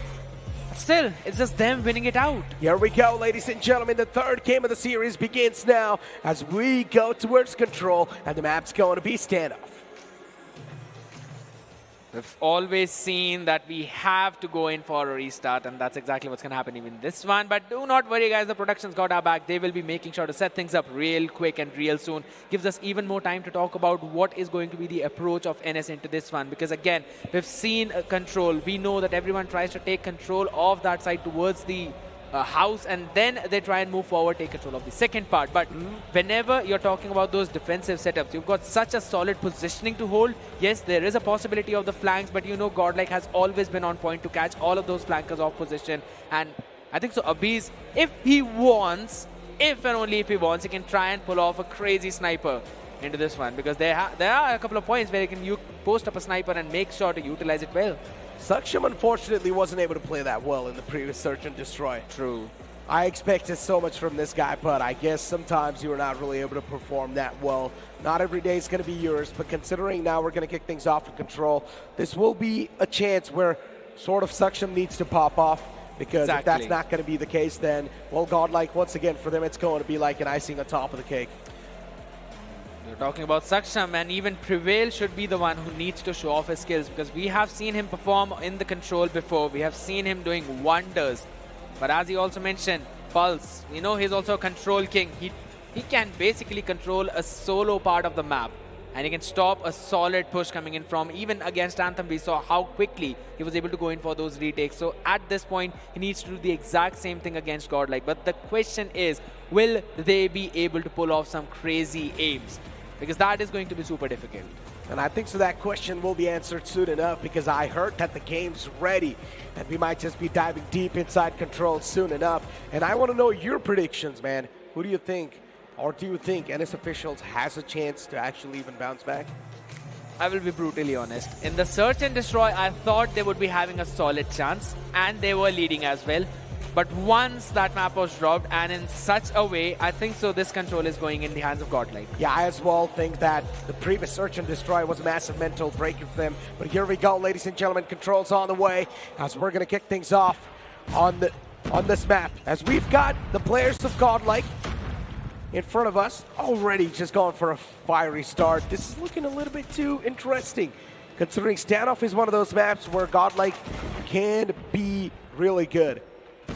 They have been absolutely perfect on all of those maps, and Meltdown was the one where I thought they were a little bit shaky, but still winning all those things out. And as of now, they're already making a second tick of progress towards the B, and we've seen everyone moving towards the A, but this time around, they've decided they're going to switch things up, and that too by a lot. And talking about switching things up, they've also made sure to change the gears, because 28 and 21 is the life count. Exactly. GodLiKe in a massive advantage now. They're just able to win those duels, and this is where the problem once again kicks in. And NS Officials not able to sort of find the bodies of the players of GodLiKe, but at least one of them was found just now a while ago. Prevail was able to get one, but then instantly Prevail gets shut down. Neutrino and Trunks, they return back with a really good duo combination. And look at this, NS Officials, they're running out of lives, and this is starting to be a massive problem. They've only been able to grab 6 kills at this point, while when we're looking at the other side, Neutrino is just popping off with 4 of his own. 24 and 14 is the life difference, and 1 minute 45 more seconds to work with another point. And they've also stopped the clock at that, working for the first tick of progress, winning the fights on every part of the map. Indeed. 8 to 22. Oh, this is looking tough, man. NS officials, the lifelines faded away from their eyes as GodLiKe Esports, they just keep on dominating. They just do not stop. 5 lives left, the final 5. Can they make it count? The answer's going to be no. GodLiKe, they just got too much of a lead at this point. It's next to impossible to stop these guys in their tracks. And that's it. NS officials, they're getting picked off. 1 more to go, and the last man gets found. Learn is the one to put the final lead into their bodies and win the first round in control. But again, GodLiKe starting the things in the exact same way which they ended yesterday. And it seems to be going into another 3-0. If this is the kind of performance we're witnessing from them, I'm only waiting to see what's going to happen in the playoffs, because just one more win and they will be moving into the playoffs. That will be a 100% qualification. Nonetheless, we're going to see yet again. What? GodLiKe, what's going on? Just look at the kill feed. GodLiKe's just all over the place, all across the board. Oh, Brady. Even a Predator missile's out. It's going to hunt down that player. I feel so bad for him. Another Pred as well in the meantime, because Learn, Neutrino, both of them got 1 from each. And Claw pulled out by Trunks. You already know you can't move in from that side angle. Fights being taken, fights being won. What a shot that was. A quick flick towards the window. Spawn Even trap. the claw being pulled out from the side of GodLiKe. As you mentioned, a spawn trap being executed by these guys. And even the Annihilator's now starting to be such a big problem. He tried his luck, but they're losing out on the lives, and that's an issue. What's going on? And it's officials, they're getting grinded hard. GodLiKe was like, yeah, you guys try to challenge us in search and destroy. We're going to decimate you. We're going to dismantle you on control, and that's what is happening. It's a single-handed domination. GodLiKe is manhandling their opponents like they do not even mean anything. They don't care about anything. I still like the idea coming in from Prevail. He wants to waste the time because 10 more seconds to work. But the question is, will they find him? Yes, they will. He's literally left the device. That's going to be a knife. We're probably going to see a knife. Wait. 2 more seconds. They need to stop the clock. They need to stop the clock. Oh my goodness. No way. Well, that's it. 2-0. We're now going to be switching sides. One last chance for NS officials to establish a comeback. And I highly doubt that's going to be happening anytime soon. That's literally not going to happen. It seems nigh impossible at this point because the spawn trap was just outworldly and they still have 2 operators in the hand. Starting with Sparrow. Already? I mean, GodLiKe, come on, have some mercy on your opponents. Stop using the operator skills. You guys are already winning the game. No, Neutrino, no. With another war machine out. This guy is just a beast. With how good GodLiKe is, these guys need to play on a handicap, literally. Someone needs to give these guys a handicap because it's just unfair to the other teams. They're just straight up dominating. Even a Purifier pulled out by a Beast. Stop it, GodLiKe. They're not stopping it, and they're not going to listen to anyone out there because, again, 25 and 17. There's no strategy coming into this match. There is absolutely just no way they're thinking things through. They have just decided they're going to take control of all the parts of the map and they are going to go for a spawn trap. They don't want to waste any kind of time, and look at that. Some bullets being fired onto the body yet again. And they are taking control of the B, though. Wait a second. A few trades coming for them to the favor of NS, but 12 and 20 is the difference, and progress being made on both the control points. This is what you call the final execution, my friend. GodLiKe, they've played with their food, they've played with their toys, but now they're done. They're here to execute them and exterminate them out of the game. And GodLiKe Esports, as they keep on moving up, they keep on preaching up. How are they even winning these duels at this point? As I told you, man, these guys should play on a handicap. They're winning some impossible duels. It's something that's really just boggling my mind at this point. 3 more lives to go, and it's officials looking like they have got no chance, and they've also lost on the mental of even playing. And also the objective B. It's going to be adding on to the list of losing things, though still they're trying to grab something. Claw in the hands of Trunks. Can he find that final 2 picks? He gets 1. Where's the second one? They're going to just hunt him down and ghost. Trying to make something happen. War machine out in the hands. Long range claw coming in. I just hope it's not a knife. Oh. Now finally pulls out that kilo. Not a knife. Oh my God, he's getting chased down. It's a run. Even he's laughing. He knows there's a chance he might just be knifed. Oh God, my goodness. Salt on top of the wounds. And it's officials. They get dismantled from this series. once again, they get exterminated as GodLiKe, they dominate easily. Ladies and gentlemen, we need to head onto the stage and see what's exactly the weather looking like over there. That last kill was phenomenal. मैं बताना चाहूँगा आप लोगों को कि इन्होंने अभी तक अपना मोमेंटम बरकरार रखा है, वो पेस बरकरार रखा है, कंपोजर बरकरार रखा है, एंड इसी के साथ लर्न। मैं आपसे जानना चाहूँगा यार, क्या खा के खेल रहे हो आप? क्या सॉरी? क्या खा के खेलते हो? एक्चुअली मैंने इडली खाई थी ब्रेकफास्ट में अभी। अच्छा, अभी यहाँ घर में इडली खाई है, यहाँ के टीम्स को खा रहे हैं? नहीं, एक्चुअली काफ़ी अच्छा खेला एनएस ने। हम लोग प्रिपेयर नहीं थे इसके लिए। उन्होंने शायद हम लोग के मैचेस देखे कल के। आई थिंक हम लोग को भी इनसे सीखना चाहिए कि how to read your opponents. So I would say they did really good and definitely as IGL I had to step up somewhere, क्योंकि हारना थोड़ा अच्छी बात नहीं लगती मुझे।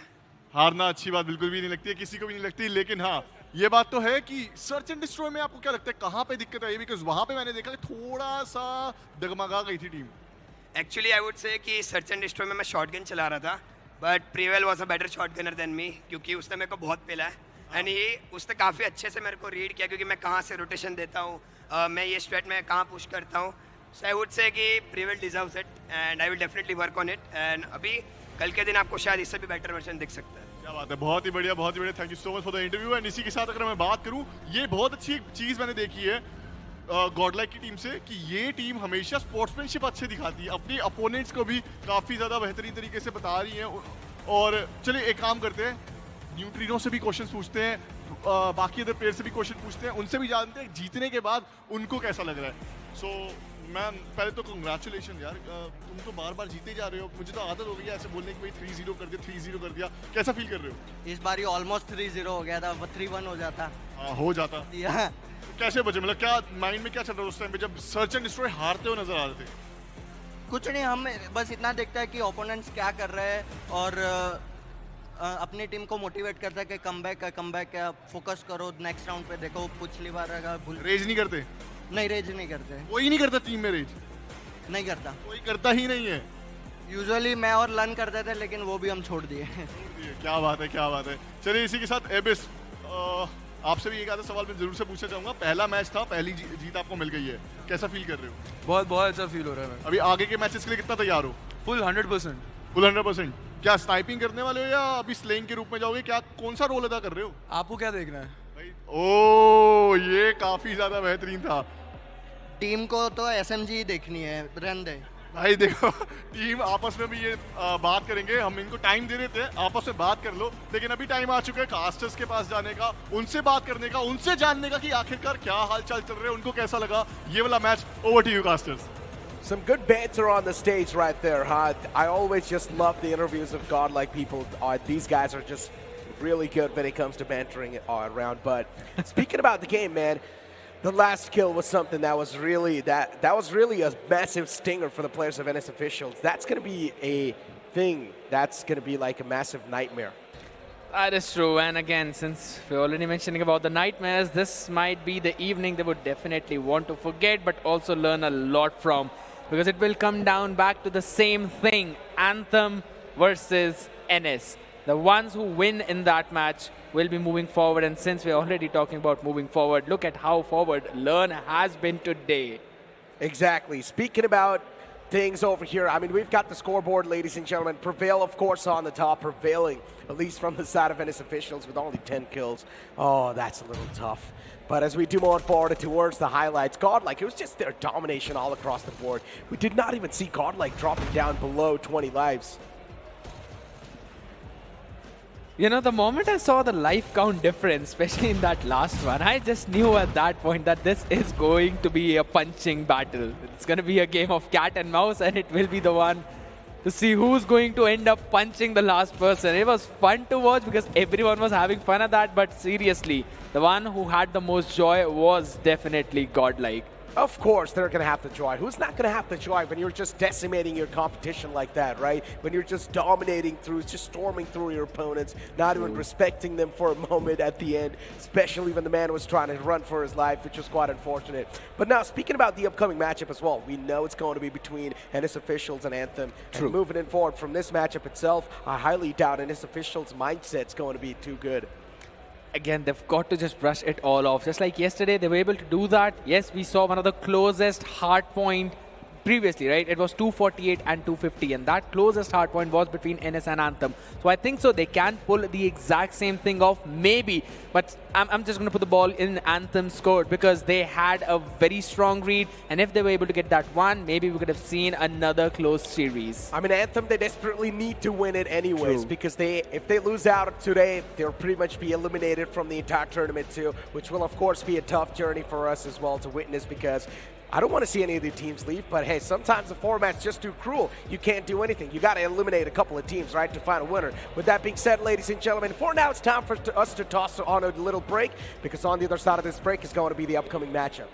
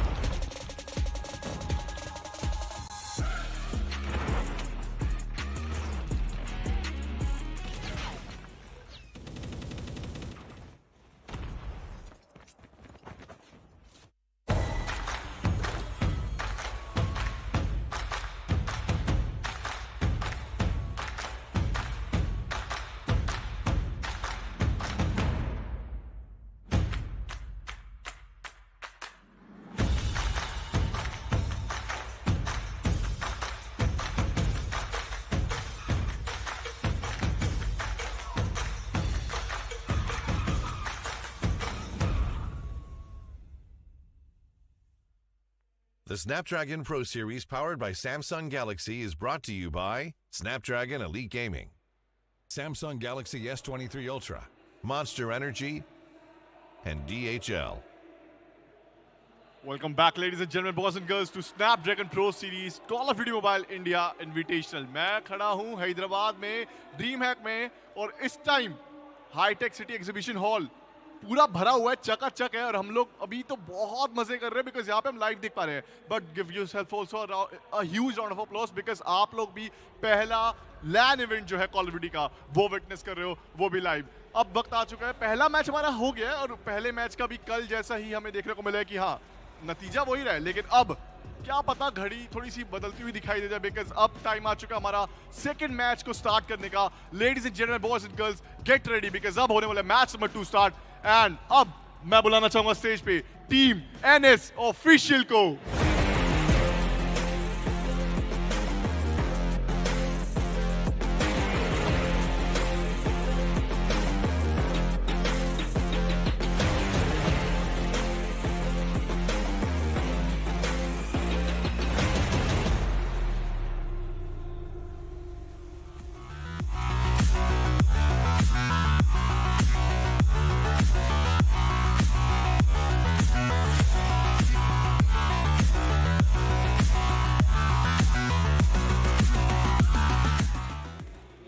Let's go prevail. पहला मैच कोशिश बहुत बढ़िया थी, मैंने बैक से भी आपको बोला कि नाइस ट्राई, लेकिन कमियां रही है वो हम सबको पता लग रहा है. आई थिंक आपको बिल्कुल से पता लगा है.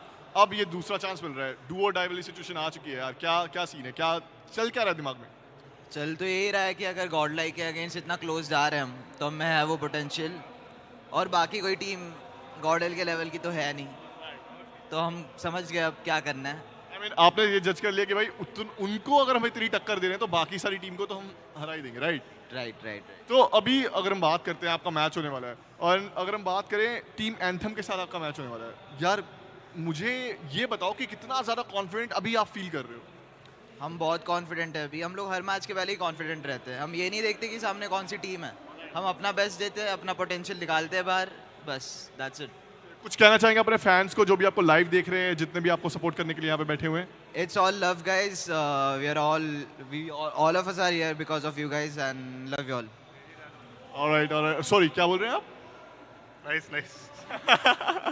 ठीक है. All right, thank you so much for the interview. आप अपनी सीट पे जा सकते हैं. एंड इसी के साथ ladies and gentleman, boys and girls, team NS official तैयार हो चुकी हैं. वो बिल्कुल ही मैं बोलना चाहूँगा बढ़िया तरीके से दिखाई दे रही कि कॉन्फिडेंट है. अब बात होती है हमारी सेकंड टीम को बुलाने की. अब बारी आ चुकी है सेकंड टीम को बुलाने की, एंड टीम रहेंगी टीम एंथम.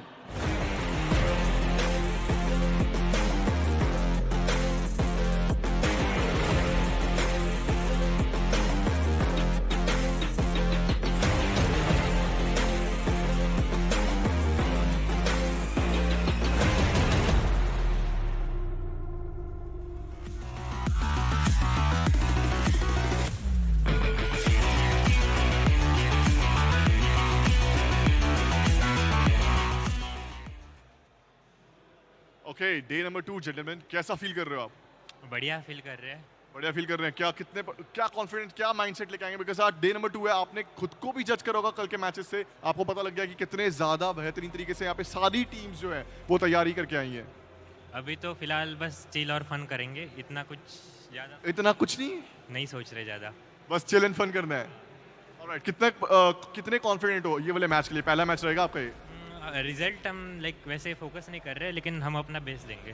आप अपना बेस्ट देने वाले हैं. आई मीन वही मैटर करता है, अपना बेस्ट देना है, बिकॉज यही वही बात है कि अगर आपने अपना बेस्ट दिया और अगर आपने एंजॉय करा तो आप जीत चुके हो. हाँ, of course. Thank you so much for the interview यार, and I wish you all the very best. एंड इसी के साथ आप प्लीज अपनी सीट पे चले जाइए. And ladies and gentleman, boys and girls, मैं आपको बताना चाहूँगा कि ये टाइम आ चुका है जब हम स्टार्ट करने वाले हमारा सेकेंड मैच डे नंबर 2 का. बहुत ज़्यादा इंटेंसिटी बढ़ चुकी है, कंपटीशन भी बढ़ चुका है, एंड ये कंपटीशन अब अपने पीओवी से दिखाने के लिए हमारा इंतजार कर रहे हैं हमारे casters. Over to you. Man, I just love it when Major Beast keeps on saying, ladies and gentlemen, boys and girls. It just always gives me those vibes where I was back in the day on those beaches and just enjoying my life. But over here as well, I'm enjoying my life, ladies and gentlemen, because these teams are definitely ready. We saw Anthem and its officials. Both these teams are on the struggling phase, especially Anthem. Yesterday, they lost both of their fights. Exactly. And one was against NS officials as well. And it was the exact same scenario, right? So you already know that they are super prepared. But talking about being prepared, we're going to see NS officials first with a superb roster. We saw it in the previous game. Yes, did not work out really well for them. But again, Pulse, Ghost, Prevail, Kilua, and Saksham. We know all of them are just super people with super potential. So I am expecting them to step up today in this one as well. Exactly. And they're definitely going to step up because one thing is for sure, they step things up massively against GodLiKe too. The GodLiKe themselves mentioned this, that they have done a fantastic job in reading us. But now we need to speak about Anthem as well because this is going to be their first ever matchup on day 2. And speaking about Anthem, as I mentioned yesterday, it was like a nightmare for them, but I hope they've gotten over that nightmare. I hope they have researched as well. Well, getting over the previous day is something that is super important whenever you are going forward in the next day. But we're going to have a quick look at the highlights as well as to what happened yesterday and why is the reason where Anthem is where they are right now. I mean, they did lose out. It was a 3-1 situation though, but again, I love the fact that NS were able to take the first hard point, but it was Summit. And I'm really excited to see what's going to happen today. But I loved their performance into that one. And also the second hard point was super close. So the main thing is going to be how well can they convert their hard point win into the search and destroy and then control. Exactly. I mean, speaking about controlling things, right, especially over towards control, we saw so many things getting way too up close and personal. Even hardpoint was so close between these two teams. But I genuinely think so with how I've seen NS officials play things in the previous game. I think so NS officials, they're much more prepared today compared to yesterday. Yes, that is true. But then again, it all comes down to which team have they prepared against. GodLiKe, yes, I can definitely agree. They were doing a phenomenal job, especially in the first hard point at least. And yes, in the search and destroy, they almost got that map. It was super close. But Anthem has the chance to do that. Exactly. Ladies and gentlemen, let's move forward and take a look at the icebreaker. Let's move forward and take a look at the map veto because that's going to be telling us a lot of new things as we've got the map veto in front of us and we're going to kick things off on Hacienda. Oh, Hacienda is one of my favorite maps. I know, and I know the reason why you love that as well. It's a super open map with a great fountain in between, and I love the vibe that you're sharing right now. Superb summer vibes. You want to have a monster in your hand and chill down at the side of beach. So exactly, Hacienda, a perfect map for that as well. Again, we'll be moving forward to the takeoff if things push comes to a shove. And then we also have the Meltdown Search and Destroy on which we just saw NS performing such a great way. Exactly, but you know what? Now it's time for Snapdragon Elite Gaming Predictions, and we need to know what you guys are thinking as well on YouTube chat. Let us know which team do you think will be winning this series down on the YouTube chat because we will be reading all of those, and we might just point at least one of you guys out. So make sure to let us know which team do you guys think will be winning it. But now I want to know your prediction. Which team do you think can actually take the cake? Just looking at the map video that was in front of us, I still feel that in terms of search and destroy and control, it is favoring NS. But when it comes to those hard points, I personally feel Anthem has got that ice and they can easily break that as well. So I honestly think if I have to pick a team at this point, I am again going to be a devil's advocate. And I will think it's going to be Anthem. Exactly. But ladies and gentlemen, before we move on towards the game, we need to thank our sponsor, which is the Samsung Galaxy S23 Ultra. It's our official smartphone partner. So thank you so much for sponsoring this entire event. But now as we move on forward towards the conversation that we were having, and speaking about all the stuff that's been happening so far between Anthem and even their opponents and its officials, we know Anthem is one of those teams that has been working hard, that has been trying. They have came in over here through a lot of thick and thins. They have came in over here from the depths of hell. They have got so much to live up to. But even if they do get eliminated today, in the worst case scenario, they should always look at the positive side. They should always look at the brighter side. And that is that they have got so much experience from this land. Exactly. You either win or you learn. And that is the mentality all of these players have. But still, when you're at this stage and at this point, I do not feel that you want to lose, especially when you know that your opponent is just as good as you, if not better. So you definitely can make things happen and make wonders happen. And Anthem is probably what they've got this in mind already. And again, when we are talking about those maps and those picks and the studies that they've been able to do, I've been mentioning NS, yes, they were able to do a great study onto GodLiKe, but Anthem had the opportunity to do it against both GodLiKe as well as NS. And everything's going to start off at Hacienda, and that is the first hardpoint map. I still feel that as soon as I see the hardpoint, I kind of fall into Anthem's side because they have been super solid on the rotations. They've been super solid on the picks, but it always comes down as to how quickly can you catch those flankers, because GodLiKe has been super prepared onto that one. Can Anthem do the same thing? But I mean, once again, Prevail clearly mentioned he knows what he needs to do now. True. Especially facing off against the players of GodLiKe, he knows what he needs to do. He's mentioned this, that I have done enough research on my opponent team as well. So I guess today, maybe NS officials will have a little bit of a more dominating side, at least on the first map, which is going to be played on hardpoint. Exactly. And since we're already mentioning about the research, I was the one who was doing the exact same thing. I mean, you were watching me. So when we were talking about hardpoint and we were seeing who were the impact players onto that map, we quickly saw that Prevail, the guy who is the IGL, was the one who was literally top fragging at that point. And honestly, when we were looking towards the side of Anthem, it was Starboy who was stepping things up. But since we are talking about stepping things up, we will also be moving forward into the map, ladies and gentlemen. Yeah, we're going to be stepping in hardpoint, ladies and gentlemen. This is going to be an interesting game. Absolutely, and it's going to be super fun to watch whatsoever. Anthem up against NS officials. Are we going to see the same result on a different day, or will we see a change story as the first few picks coming in favor of NS, but the trades are back and forth. Anthem as well, winning on a few one, getting the hard point control and getting the first early points on. Now, I really love this approach, but honestly, they also have to maintain the control over these upper floors. Oh, speaking about having the control, 13-5, NS officials. I mean, at the start, losing out on those duels. It's complete fine, though. NS official now playing a little bit more on the back step, but still, you've got things under control. Team Anthem isn't really able to establish that much of a lead just yet, considering it's just the start, so nothing much can be said for now. But Saksham is definitely doing a fantastic job in dropping down the bodies inside this map. Hacienda is one of those things, if you're going to have the control of the upper floor, you will be able to control the map pretty much most of the time, because hard point is something that really does matter. And especially when you're going to be having the high ground control, you will be having so much visual information. Predator missile was locked in, and Starboy was taken out. Death from above, Saksham brings it towards Starboy, and that is the P1. Just in favor of NS officials, 29-18, not a huge difference, though still fights being taken. Pulse trying to finish off the people who are making those rotations in towards the stairs as well. Starboy getting those few pickoffs as well, but again, NS just come out on top with those trades every single time. You know that this garage had been really perfect for them, but perfect is the spray coming in from Wiz. The grab 5.56 finds a 2K, and still this man's on a prowl. He's on a chase. Goes, turns around though, shuts him down. Nicely done. Takes care of his opponent, gets rid of him. NS officials so far, they've done a fantastic job in controlling the points, but Team Anthem is trying their best to fight back. But the question is, will they be able to get those picks that they need? Because right now, Pulse is the one who is controlling the hill, yet Anthem continuously going in for those contests, and finally they found the picks that they needed. 15 more seconds of scrap time. It will go in the Anthem's way. I think so. NS are going to try and take control of the next P3. Because again, we can see all 5 of them just moving forward. Now, here is something that Anthem can try to do, right? They can definitely try and make sure to get 1 or 2 people preemptively rotate towards the next one, maybe at the 20-second mark, to try and catch them off guard. Because as of now, NS have got every single pick they needed. They've got the numbers on the map, and they've got the hill under control. I mean, look at the kill feed. A while ago, it was just the players of NS all across the board, but now the claw being pulled out. He's doing so much damage.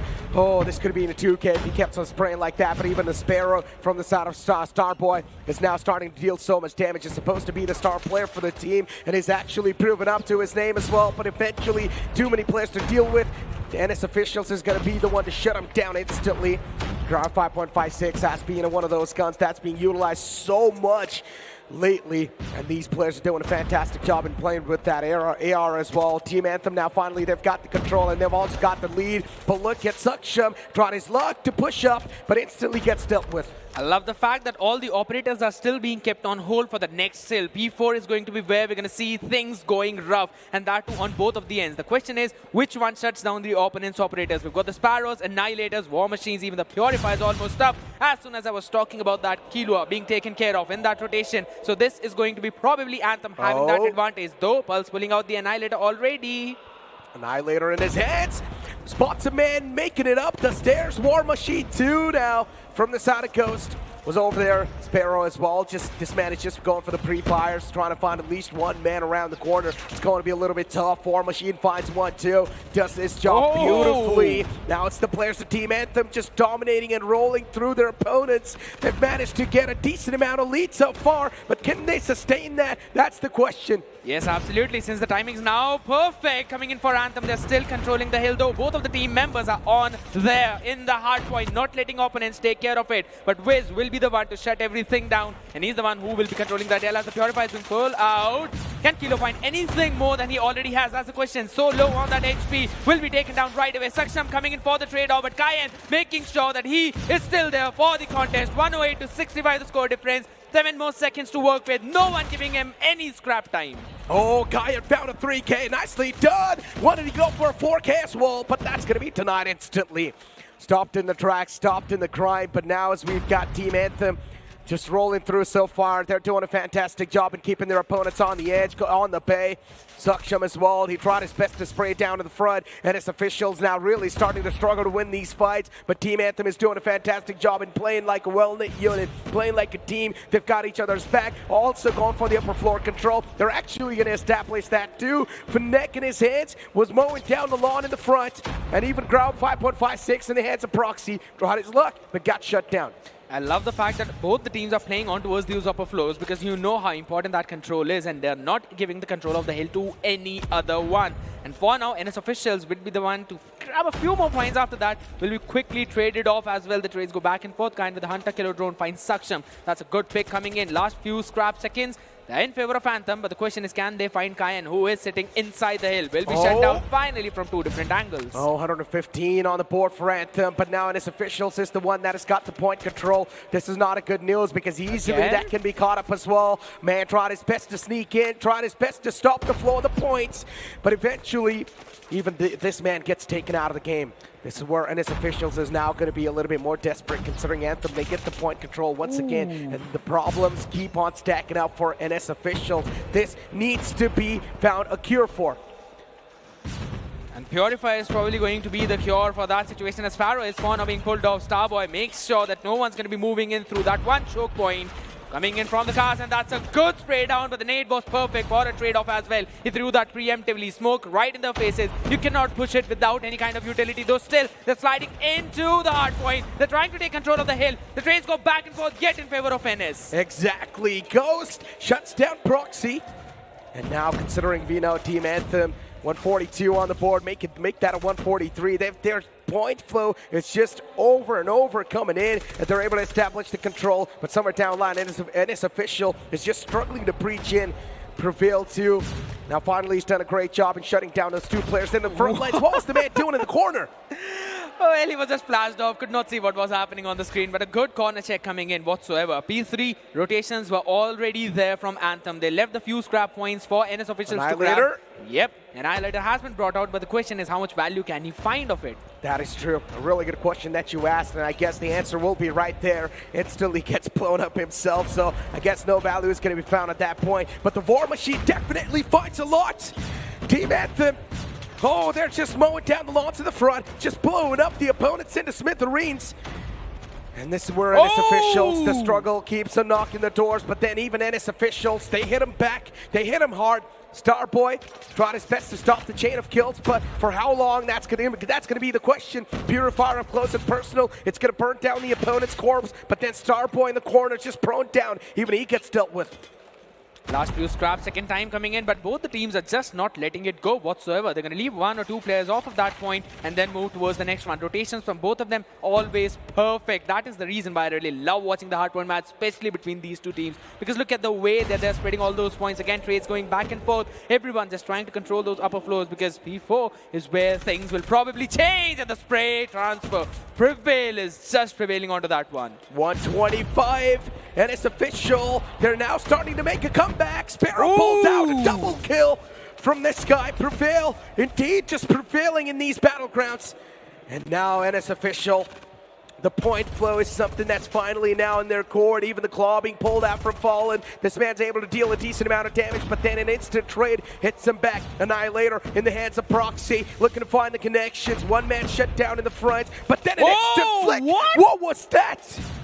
My goodness, that was just outworldly and crazy as it sounds. Annihilator being pulled out for Proxy again, just as you mentioned. You got one, but can you find anything more? Nothing of value, but the teams definitely do find the trade as he still control the upper floors and make sure that there's no push coming in for the trade for so long as Saksham tries to make in their way. Will be traded quickly. Kayan shuts everything down and the hill is still in control of Anthem, but only 5 seconds remaining for the rotation. Tried his luck, but did not really get anything done. Now we've got Kilowatt 2 in the pack, looking for to make it close. The nade was tossed in. Could have found the connection actually, but unfortunately no, it wasn't really able to do so. Pulsiness in front of us with a ground 5.56 in his hands. He tried his best, he got one, but then an instant trade always just hits him back. Team Anthem, they've got each other's back. They're also always able to return back with the trades, and that's something that's actually keeping them in the race as well, and also keeping them on the lead. Sparrow was pulled out, instant shutdown on the Sparrow. Starboy AFK was the one to pull it out. Absolutely, and the Annihilator! Oh, my goodness! He just found a slither of that head and was able to hit that out perfectly. 4 bullets in the Annihilator. Can he get something more? That's the question, because he will control it, and the answer is just yes. This man indeed is bloodthirsty at this point. He's hunting down the players in the front. He's an apex predator. Just looking forward to find the praise. But the control is something that's now in the hands of Team Anthem once again. And it's official. They're just not able to find that crack in the defense. They're not able to breach in that defense. But now the kill feed and its officials is all the way, all over the place. That is true. Playing in for those exit frags, perfect opportunity for them to make sure that they've got the control of the garage. And this is where they have been looking super solid. But Anthem's retake was so perfect back in the previous P4. We'll have to see if they can pull something off right now, right here, because the trades, just as you mentioned, back and forth, but the hill is being controlled by NS officials. So this T2 is going to be the key. If it's NS who will win this one, then they will have a chance of comeback. Otherwise, Anthem will probably be able to take it down. Purified in the hand, up close and personally, he gets the one towards the stairs, not allowing them to come in. Oh, Purifier's definitely finding so much damage. Whoa. And then Starboy, through the smoke, actually shuts him down. Beautiful spam from Starboy. That's something that's going to help him out. Predator Missile was out as well, and I think so. He just found a triple kill with that, if I'm not wrong. Oh, man. Kilowatt definitely doing a lot of damage inside the fray, but now NS officials out and over. I guess they're going to be looking for to bounce back. They're just winning all the gunfights. Fallen, trying his best to stop the chain of kills, but for how long? Whoa. That's my question. Even Kant's going to follow it up instantly, but then Pulse NS replies back. That is true. I believe Anthem has decided that they will only try and get those scrap points in and get the remaining players to go in for another rotation towards the P4, because another pretty being called in. Can it get something? Yes, it will get, but only one. That is it. Trades going in favor of Anthem. Yet again, they can try and find some value, but the value is being found by Prevail with that Sparrow, and they will still control the hill. Sparrow was there, but eventually, instantly, that man being shut down. Unfortunate stuff. Claw in the hands of Saksham. This man's operator skill usage has been quite good. Saksham was trying his best to mow it down, but eventually was only able to find a two-piece with that. But then look at this guy. Fallen lines up the players through the walls, and he's able to find the connections. The penetration is definitely on the point, but then the War Machine being pulled out from the side of Ghost was looking pretty dominant. Instantly, though, a return nade from Kain's going to be the one to shut it down. 216, 234. Team Anthem, they're doing a fantastic job making this one competitive, but Team NS, now they're starting to break a sweat. This is exactly what happened yesterday as well, but in the second hardpoint matchup when we were on the takeoff, Anthem had a perfect lead, but NS on those last few hardpoints were able to just control the hill and stop everyone from Anthem on those choke points. They're doing the exact same thing right now, and at the next hardpoint, we will be moving in just a few more seconds, and it opens up in 2. No more operators to work with for the side of NS, but Anthem has got a great opening and a great opportunity at this point to end it right now. Annihilator's being pulled out by Pulse, and this man is able to find the connection. Beautifully done. A frenzy kill by him, and even finds the 5th one. Oh, indeed, just annihilating the lobby. Even the Predator Missile to back it up. This man has went humongous with that play. War Machine from Wiz now, looking forward to retaliate, looking forward to make his team a comeback, but I guess even that's going to be denied, and his officials ever so close to that victory. They can feel it. 249, just need one more point. They just need to control it for one more second. But if Team Anthem, if they run away with the control, that means there's a chance still Team Anthem can bounce back. But no, it gets denied by NS. Just what happened yesterday is exactly what happened right now in front of us. NS winning it out, making a great comeback in the entire hard point. You just saw Anthem looking so perfect with those rotations, with those controls, making sure that they're able to catch everyone who are on the rotation off guard and finish them off in all those awkward positions in which they do not expect the other members out there. But nonetheless, NS pulling things off in those last few seconds, and it was just the cycling in the operator usage, and it all came down to who would find more value. And I would have to say, hands down, it was the Annihilator in that last play, getting 5. Oh my god. And then the 6th with the Pretty. Oh, that was just nasty. I just want to take a look at that in replay once again. That Annihilator play. This man justified that gun. This man justified that name. It's called Annihilator, and he actually annihilated the lobby as well. Just look at this. We saw so many of these Annihilator kills, and a couple of them were quite impressive too. Just beautiful. Those flicks always on point, and every single time whenever it came down to the garage hard points, you knew that yes, Anthem might be the ones who are starting on the hill, but NS will be going in for those retakes, because the way they were using... Oh, this one right here? Yeah, this is the exact one. This is the exact one. Getting every single person out of it. Oh my god. What a crazy shot that was. He just saw that hit, small part of the head, and that's all he needed. Landed it perfectly, because we've still seen people missing Annihilator shots, but this guy, he just decided he's not going to do that. 54 from Pulse. That's a nuclear performance. Ghost NS with 42. Indeed, NS officials at the start, they like to give the lead away, but then later on, they just steal that lead away from the opponents. It's like giving your opponent a false hope that they're going to win, but then in the end, you just steal the trophy. Probably what GodLiKe did against them in Search and Destroy? Probably, but yeah. GodLiKe, they legitimately, when I had a talk with them backstage, they said that no, the opponents actually surprised us, and we're lucky to win that Search and Destroy. That is true. That was really a valid effort coming in, but either ways, this time around, Anthem trying to bring forward their own strategies, almost moving up till the finish line, but in that last sprint dash, that is where something they need to brush a lot of things up, because yes, they have been doing a very solid job after that till the starting few points and till the mid game, but closing things out is something that they still need to focus on, because that is where they lose their focus. And in terms of those operator skills, yes, they try and find some value out of it, but they still need one of those people, just like Pulse with that operator. He was able to annihilate everyone. They need something of that kind of performance, right? Because every single time you look at Anthem, they have got the talent. They have got the idea. They also have got the entire strategy in place, but they just cannot finish things up. Maybe the upcoming game of Search and Destroy can be a bit of a glimmer for the players of Anthem. Because one thing is for sure, at the start, Anthem was doing a great job in winning those duels. That is true. So there's a chance if they are able to win those duels, because Search and Destroy is all about winning the duels, right? Playing it patiently, playing it tactically, especially when you're on the defending side. All you need to do is play patient, play it tactically, and just wait for your opponents to flood in. Just hold the site. That is true, but again, since we're already hitting on the topic of Search and Destroy, you know that the preferred map of Anthem, when I was having a talk with them, they mentioned that they like to play it on firing range, right? And the one that we have right now is Meltdown. We had that in previous one, and GodLiKe were also surprised with the strategies that were being pulled off by NS officials. Now the question is, did Anthem have enough time to realize what they were trying to do and figure out what is the counter strategy for that? Because if that is not the case, then I am still feeling that this might be a 3-0 in favor of NS. Maybe this time around we might not even see a 3-1. Still though, when you say might, there's a doubt. And that doubt is something that's actually there for both these teams, I'm not going to lie. You can never just make a stark statement and say that, okay, yeah, this team's actually going to dominate. But for now, here we go, ladies and gentlemen. Search and Destroy begins now as Meltdown is the game, or Meltdown is the map where we're going to start things off with.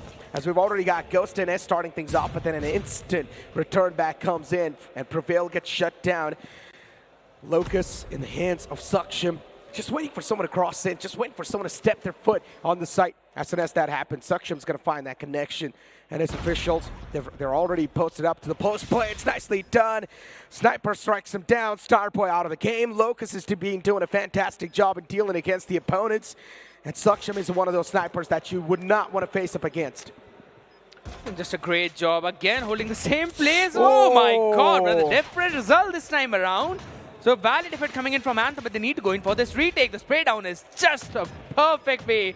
And they've still got enough time to go in for that defuse. I told you, Anthem is someone that has been winning their duels in hard points. So, yeah, inside Search and Destroy, there's a valiant chance. There's a fair shot for the players of Anthems to actually take it home.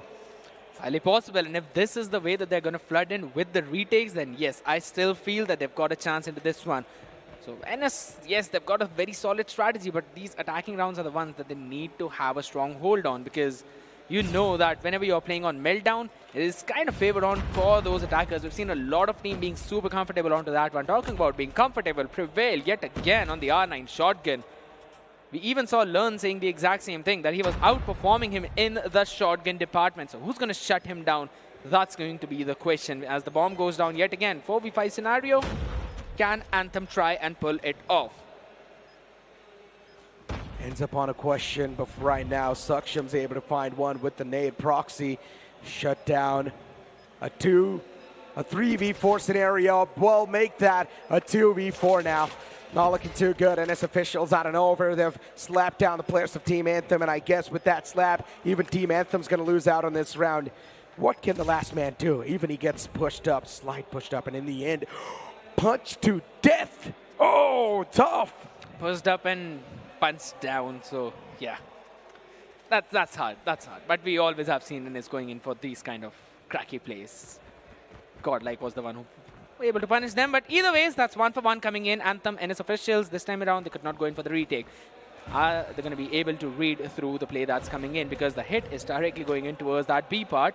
And Viz is pushed up towards the A side. And you already know that the sniper in the hand is not that great for a retake, as Ron's probably going to go down in the next few seconds as well. Anthem needs to flood in, but it's a 5v5. But yeah, the bullet just going to touch through the leg, could not finish him off. Unfortunately, but it's fine though. Starboy returns with 2. And I don't know, over you blink it and you miss it. And this official is down to just one last guy. But now it's going to make it down to a 1v2. So this is now out and over, a possibility of winning the round as well. Oh, this is tough. A 1v3 scenario. Proxy was taken down solo.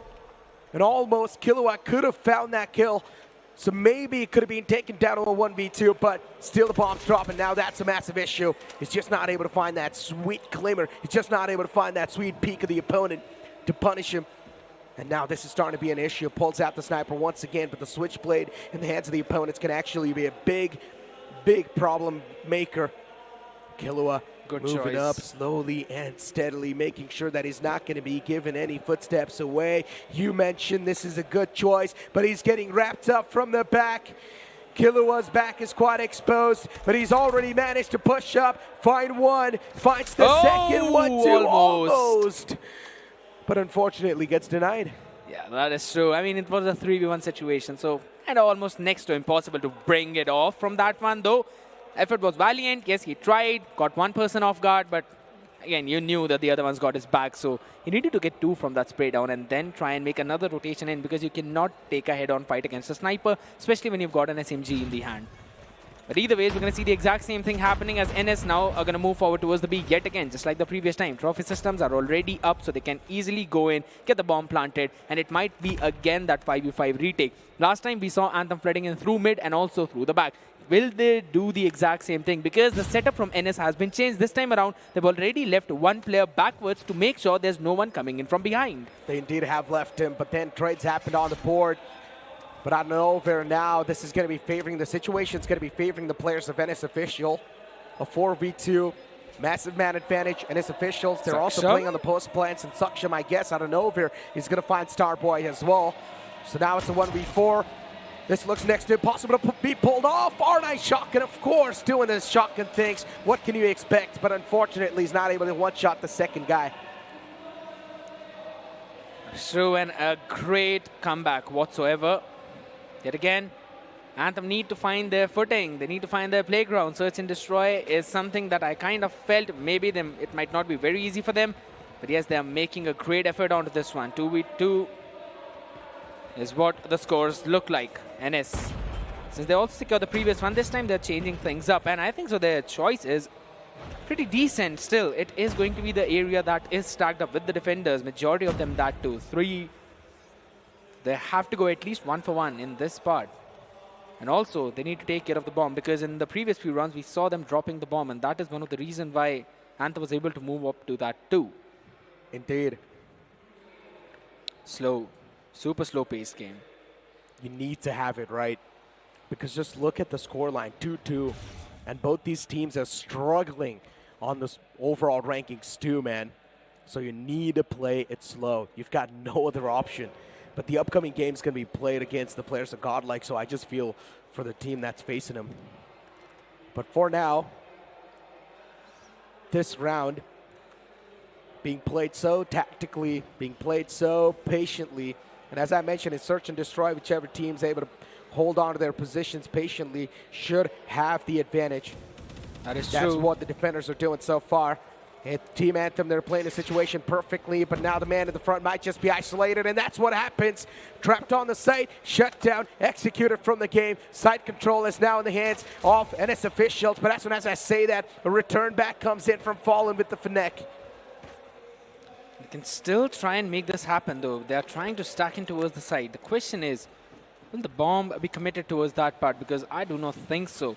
NS officials are going in for a very long and hefty rotation towards A part, and what I was thinking is going to happen is exactly happening.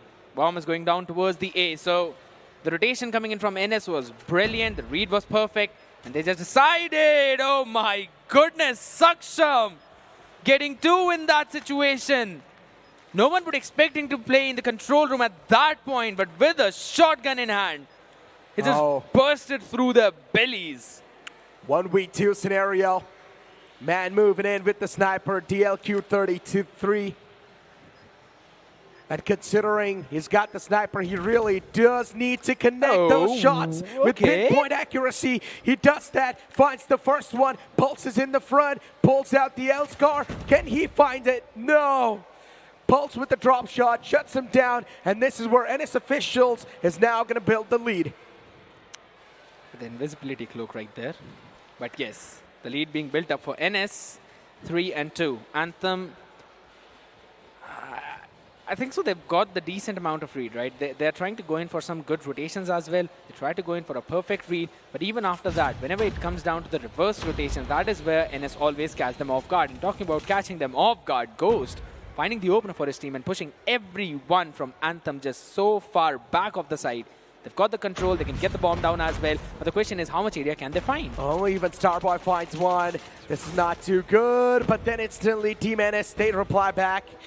Another one with the sniper in the close range was something that was quite impressive, but then instant steal back comes into play. Team Anthem, it's a 2-on-1. Team Anthem on the advantage, but the shotgun in the hands of Prevail can actually prevail to on top. The man pulls up way too close. Second shot missed, and that's going to be the penalty that he would need to pay with the round. You can see the perks as well as the disadvantage of a shotgun in that one play. You hit the first one, you get the pick. You miss that one, and you lose the round. That was as close as it could get. And I mean, every single round that these two teams are playing at this point are just going super close. Again, control room is where they're going to go in, try and go for that aggression. While on the other side, Anthem still going in with the defensive setup, not changing a lot of things out there, controlling the mid part. So that one thing is pretty good. Indeed it is. Look at the players now in the positions, just holding the close angles. I like the fact that the shotgun is just holding the entrance. Imagine, right? It's like a present box that you open and out and over a clown appears. It's worse than a clown. This is going to take your life in the game. Even the snipers are ready. The man was over there for a while. Kane's taken down solo. All he needs to do is just find one single bullet connection onto Kane, and he will be taken out of the game. And search and destroy, these type of moments really do matter. But Prevail's going to find the second. This man with the shotgun's now starting to be a menace for the players off Team Anthem. Starboy taken down, but then once again, Prevail looking forward to Prevail inside this situation too, but the man in the front just runs away from this situation. Wiz is not going to be stopping anytime soon. With how fast Wiz ran away from Prevail, it's just impressive. Indeed it is. He will be able to get the bomb planted. But I don't think so he's going to get anything apart from just a couple of kills. He gets one. Can he get the second? He does! And that is just a crazy adjustment, catching Kayan while he was just jumping onto that.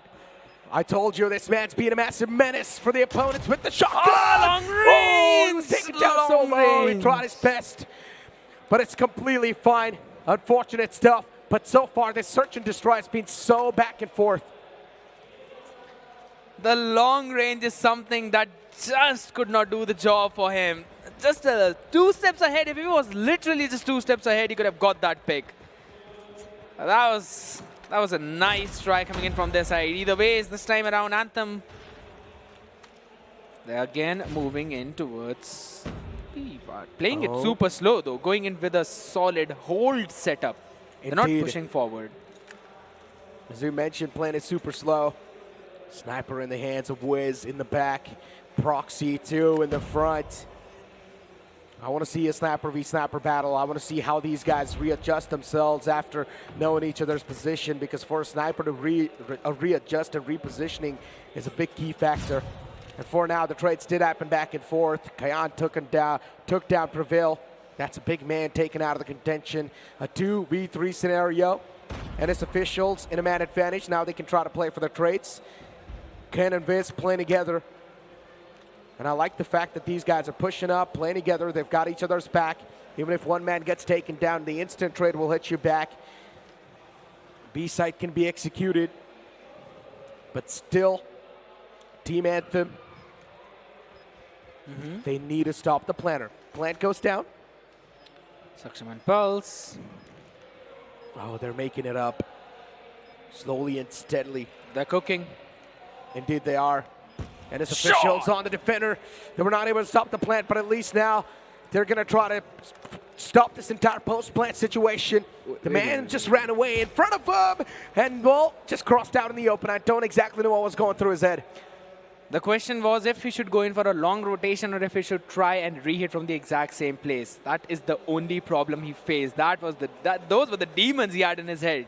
Because again, it just takes only 4 seconds to get that defuse in on time. So he did not had enough time to go in for a full flank because no one was there to watch the bomb. And had he gone to do that, Saksham would have just given the information to his teammate and they would have gone in for a sticking defuse.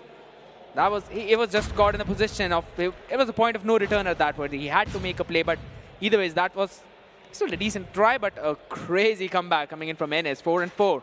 Dead even yet again. Trophy system deployed in the front. But then look at this, Saksham. Oh, instantly as the round starts, Saksham just rains down terror once again against the opponent. And this shotgun's being a big pain in the foot for the opponents, but eventually Kane's going to be the one to shut down Killua. And still Kane keeps on moving up, but the nade from Saksham fights him. Saksham is just doing such a fantastic job firing on all the cylinders. So far, this man has managed to secure a 3K in this round. One more to go in the name of Starboy, and his position's compromised too. Saksham knows exactly where Starboy is, pulls out the sniper, and now Saksham will at least try to get a 4K and things on a great note. Fnatic being pulled out in the hand as the secondary weapon. Can Starboy survive this entire situation? Can Starboy survive this entire wrath against the players of NS official? It seems next to impossible. Well, he's got to get all 4 of them, and he needs to isolate those fights, and that is something that's not going to happen whatsoever. Plus, he needs to pick up the bomb as well, which is right in the middle of the setup coming in towards the boilers. Is where he wants to play, finds Prevail, but the shots are just perfect. 2 bullets flying away, but again, it's a shotgun shell. Most of it flying through the belly. NS finally having another lead, and this is the problem whenever Anthem is trying to play in towards the B side. I personally think they need to try and switch up their speed, maybe going for a pacey hit towards the A, or again go up for a pacey hit towards the B. Oh my goodness, they're going for A, and NS has the exact same idea. Trophy systems are already up and they're just super ready to receive the hit. They will be welcoming them with just barrages of bullets. Oh, 2 more rounds needed on the board, and speak of this, Saksham tried his best to connect the shots with the Locust, but out of nowhere, it's going to be a flood on the side. The attackers are flooding in and shutting down all the defenders. It's now going to be a 1v3, but even that gets taken care of. The reposition with the slide was just brilliant. And on the back of those 2 bodies that were sent in first, everyone just flooding back in and making sure that they were getting the picks that they needed. Especially Kyan with a shotgun in the hand was able to get those openers. I mean, using your 2 teammates, making sure that even when they die, they provide you a lot of information. And then on the back of it, you get the round. Anthem, that was a crazy adjustment. I thought it was an NS round as soon as it started, but I mean, you can never make a guess whatsoever. Indeed. And still, once again, the dust is now going to start to settle. As every single player still just holding the corners, holding the angles. 5-5 being the scoreline. You can feel the intensity in the arena too. Everyone's just dead quiet at this point because it's just such a focusing game. You need to put all of your mind into it, and I mean, these 2 players, it's time to find the boilers. They're doing a lot of things. Kyan again with the R9 shotgun. Wants to play, try for an opening, find a pick or 2. But they can go for a plant in towards the B because it is entirely empty. Though NS have been going in for those retakes towards the side time and time again. So 5v5 is the situation. And what Anthem needs to worry about right now is the fact that there could be someone going in for a very long rotation. With the fact that they've still got a sniper hole coming in. Oh my goodness, Pulse being welcomed with a few warning shots. Tries to go in for the reposition, but they've got to find it, because if he still stays in that situation, you know it's going to be a problem, and he has been taken care of. 3v5. This is not looking too good for the players of NS officials. Make that a 2v4. Make that a 2v3. A chance to make a comeback in this round. Anthem. But even now, that's starting to fade away. Anthem with the man advantage, looking so comfortable. All they need to do is just stick to that comfort zone. Matt taking down way too low. Fallen found that glimmer, and that's going to be more than enough to seal the deal. Had he got 1 more bullet onto the head, it could have been doable. He would have had time to reposition, maybe going for a reload as well. But time was not his best friend at all. He needed to get the defuse in. Now, NS gave away the site for free. I still feel that they can try and play in a split of 1-1-3 if they want to. Leave 1% towards the mid to make sure that there's no kind of flank happening from the mid whatsoever, or no cross hits coming in. Either ways, they're just going in for another pacey play. Another pacey play indeed. But this time the floodgates aren't really open that easily. So that's why the attackers are being held off at bay. Team Anthem not able to find that sweet spot to just make it towards the site. But even the players of NS officials are doing a fantastic job in playing as safe as possible. Saksham in the back. This man with the sniper has been such a big problem for Team Anthem, but even Team Anthem has done a great job in dealing against Saksham. Ghost, Prevail. Everything's going to be on these guys' back, especially Prevail. Being the IGL, he needs to prevail in these type of situations. Wiz, he's so lucky. But as soon as I say that, eventually gets strike down. Yeah, that's a really big mistake to peek an angle like that, especially when you do not know the exact position of the opponent's sniper. Getting restless. They needed the information. They needed to find where the people were. But Saksham is just rotating off perfectly, because on the back of it now, he's directly going towards the B as well. Hit is there. Bomb will be planted. But how will the planter get out of that situation? That's the question, because look at the position. Kyan is just going to be taken down. 24 more seconds. Clock rises up to 40 seconds as the bomb has been planted. Now Fallen gets 1 pick, but the retake is going to hit in now. It's a 5v3, man. But Fallen found Prevail, as you mentioned. Make that a 3v3. Out of nowhere now, it's pulled down to a 2v3. The opponents are trying their best to bounce back, but now it's a 1v2 out of nowhere. Team Anthem in a big disadvantage, and both the players peek out at the same time, and that's it. The defuse is going to happen too. And also a little bit of crowd check. They're just checking if the player is for sure dead and not just pretending. Yeah. If his crouch button works properly. True. Yeah. one thing that's working properly for them is that retake attempt because it was so perfect. Threading in from two different angles and just making their way through, brute forcing, to be honest. And again, I feel since there was a lack of smoke coming in from Anthem, that was one of the reasons they could not even bait out Cayenne out of that bomb planting situation. But a very pacey hit towards A. And its officials go. They will be able to plant the bomb quickly. But they've got to wait for those frag lineups, otherwise it could be deadly. And also detrimental into their hand. Kilo 1 for 1. Ghost finally will be lying down to plant the bomb quickly. It's again a 5v5 retake, but this time for Anthem. 5v5 retake, as you mentioned. And its officials find the side control so easily, so effortlessly. And as you mentioned, retaking now is going to be really tough because all the gates are being watched by the players of Team NS officials. But Anthem still managed to open the floodgates, and they flood on the site. And out of nowhere, you blink it and you miss it. The entirety of NS officials, they drop dead. Wiped out of the floor just as quickly as they started off the attack. Again, Anthem have been leaving the A side open time and time again. And NS, they try and go in for those hits, but whenever they set up for that post plant, they do not try and take space preemptively. When they did, when they took the mid control, Anthem was caught off guard and NS were the ones who won the round. But in this one as well, we just did not see them taking that space proactively. And that is one of the reasons that Anthem gets the time to flood in through different angles. However, onto this one, as Anthem are going in for those attacks, we've seen them going in for, again, this default setup, wherein everyone just take the space and hold it. They do not push forward. We're going to see snipers playing in the cubbies as well, just like a daily routine. Every single time we see them playing in the exact same place, but the timing could be everything. Indeed, it could be. Both the snipers over here, ladies and gentlemen. And look at this, 7-6 being the scoreline. All Team Anthem needs to do is win one more. But if they drop this one, well, I guess we're going to go to another OT.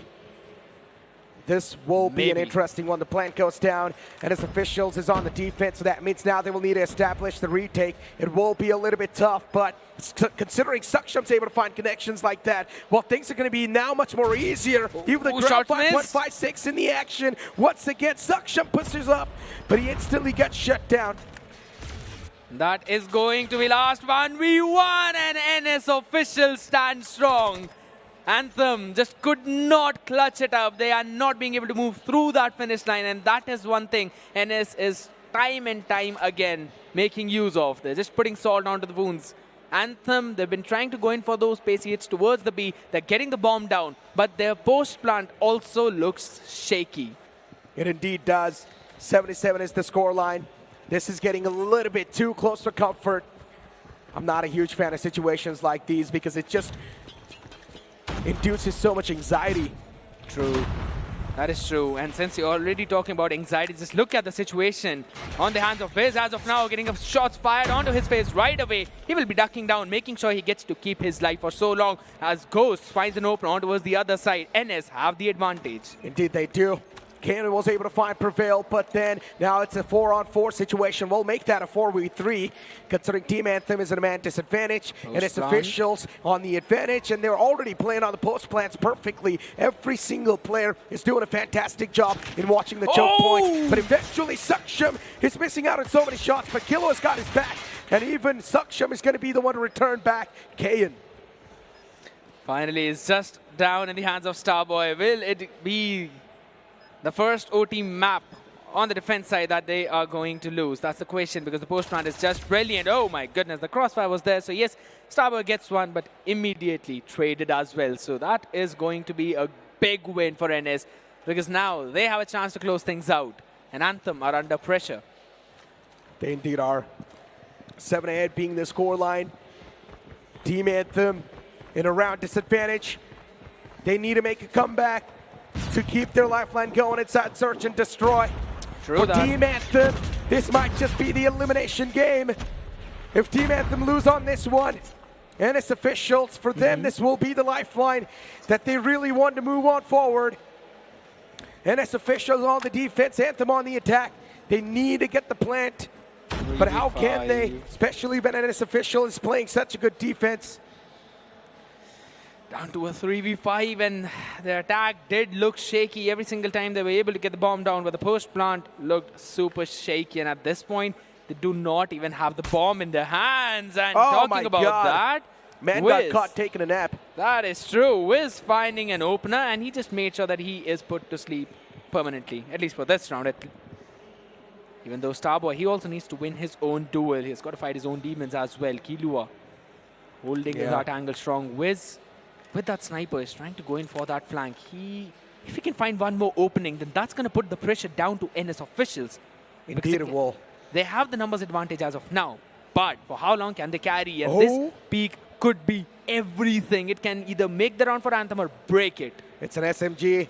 It's not going to work that well that far away, so he needs to get up close and personal against the sniper for Wiz. All he needs to do is play on quick reflex, but no, that gets denied. Team NS officials is going to be the one to take the cake even on the second game of the series. And it could get as close as it was, but nothing more than that's going to happen. Yet again, NS officials just standing strong. OTs after OTs is what we saw, but 97. NS officials moving forward now. Yet again, we're going to have a quick look at the replay, because all the trades that came back and forth, they were just super good. That punch was just onto the ego. Not onto the ego as well, but that's going to hurt a lot. Giving some bandage maybe, but at this point, whenever you're playing inside the boilers, you know that there's going to be a guy with the shotgun in hand, and Kayan has been doing an amazing job even in every single round. We saw him getting a couple of frags out of it, but finally, when he was shut down, no one on the side of Anthem could step up. They were playing really good as a team. They were getting in those good pacey hits as well. They were getting the bomb downs. Their retakes when they were on the defense side was just brilliant. But everything could be said exactly in the same way for NS officials as well, because they did just as good, if not better. Winning it out, closing things at the last minute, making sure that they still keep their lead. 2-0 is the scoreline. And we're going to quickly have a look as well over who prevailed in the search and destroy, and Saksham unshaken 19-13. You can just name him the king of snipers at this point. There are only a few people who can compete against his sniping. One definitely is going to be Abiz. But they all surprise us. Wiz also doing a great job onto that one, but still he needs to hit some crazy flicks as well if he wants to shut Saksham down, or also if he wants to try and perform on the exact same page. And as officials winning 2-0, so they have got a decent amount of cushioning, and also if they win this one, then they would also solidify their qualification. NS, this is a do-or-die situation for them. They cannot let loose of this map, because standoff is where we're going to kick things forward. In the control, Rico, ladies and gentlemen. It's going to be Anthem up against NS officials. Let's see which one gets the win. Prevail will be making sure that there's no kind of push coming in towards the side whatsoever. Starboy low on that HP still will keep his life. 29-28. Early picks going back and forth. Still Anthem losing onto that one. There's only 1 minute, 5 more seconds to work with. They've got to get the control of either the A or the B, and we've seen both of these teams previously, even yesterday, doing the exact same thing, trying to take control of the A first and then moving towards the B. And the read has been perfect. NS have done their homework. They're not letting them move towards the A whatsoever. So Anthem just changing their decision, moving behind the tank, going in towards the B just as quickly as possible. And that's going to be a trade. Kayan caught off guard. Goes quickly, winning his trade out only to be traded by Vez and Proxy, standing strong. Making sure that they've still got lives in check, only for so long as it's 22-19, knifed up in between. Prevail, that is dirty, will be shut down by Starboy. 25 more seconds remaining only, and can they stop the clock? That is the question, because do not even talk about the site as of now. They cannot move out of their spawns that well. They cannot. And NS officials once again losing out on that life. That was such a crucial one too. Oh, nice 18-17, NS officials out of nowhere. Now the kills are flowing into them. But still, the disadvantage keeps them continuing for Team Anthem. They cannot afford to have any type of disadvantage, especially at this point in time. Going for the control on the point, but it's not going to matter because NS officials, they're slapping them hard. Clock has been stopped at 12 seconds, so yes, it seems like NS have just given up on towards the A, but still, it's going to take real soon if in case everyone's been taken care of in the side, but no. They're going to deplete the progress on the T2, and that's a nice long-range shot, but only 4 seconds. Proxy takes down Prevail. The big man's now out of contention, but still, the fight keeps it continuing.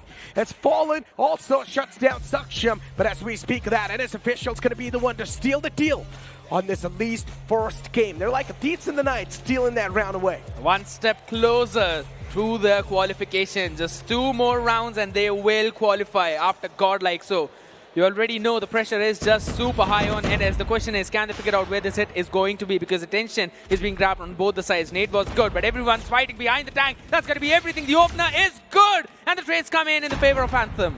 Indeed they do. Look at the kill feed now, just starting to dance back and forth, but at least for the first time, we're seeing NS Officials in the disadvantage with the life count. Even Fallen's able to find Saksham out of nowhere. The players are hitting them hard. And NS Officials isn't even able to find a single one. They're just stopped in that 28 marker. But eventually NS, they managed to find that one. Prevail's going to be the one to take matters in his own hands. Oh, what a spray down coming in. 1-for-1 trade quickly going back and forth. Anthem are still the ones who've got the life advantage. They have not let NS move on to those control points whatsoever. Clock finally stopped at 36, and A is where the contest is going to come in. Yet again, Viz taking care of Pulse. And a Starboy shuts himself down. Oh, that's tough. But it's completely fine, though, as long as you're going to have the advantage. Team Anthem right now, they definitely do have a massive advantage that they can keep on moving up with. And this advantage is something that's really stinging the players of NS Officials. If the scoreline gets 1-1, then maybe NS Officials can't start to feel the heat. But Claw being pulled out by Saksham. This can be the game changer. And also, the meta-defining move by this guy.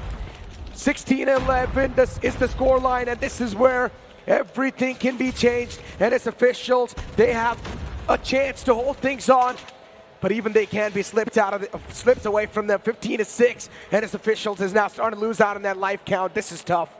5 and 15, and again operators for Kayan as well with the Purifier. Could not find anything as Ghost. Just doing a perfect job.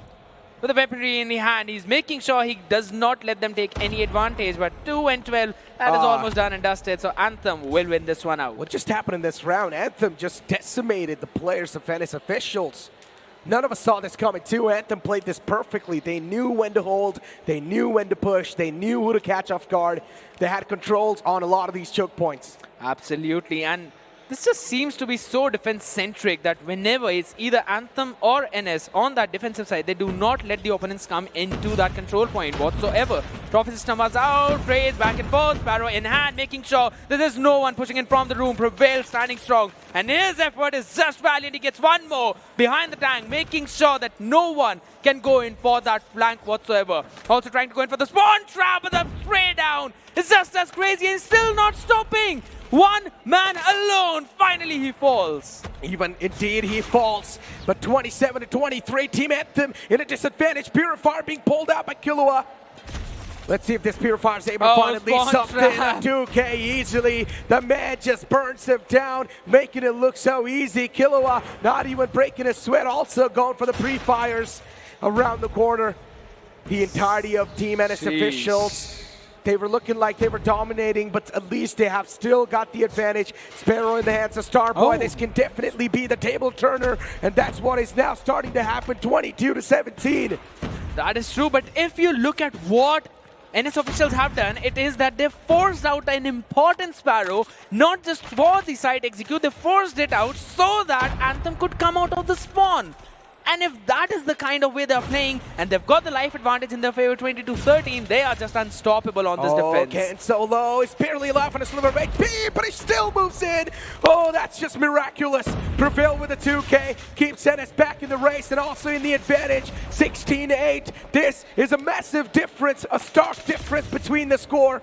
And now it just keeps on dropping low. Team Anthem, they're dropping down on the bodies. This is not too good. NS Officials looking like an unstoppable freak of nature. Whoa, wait a minute. All right, it's finally almost done and dusted. Maybe not, it was 0 seconds on the clock. Still, for a few more seconds, Anthem tried to show signs of life, but only for so long. They did not have the life count in their favor. And as Officials just getting a perfect spawn trap in play with the Sparrow, with the Purifier, they made sure that Anthem would need to use their own operators to come out of the spawn, and I mean, that was one of the craziest play. It seems like NS Officials is looking forward to make this series a 3-0 as well. Maybe. Just like how GodLiKe did it to them. NS Officials want to do it to the players of Team Anthem, but still Team Anthem have made it real up close.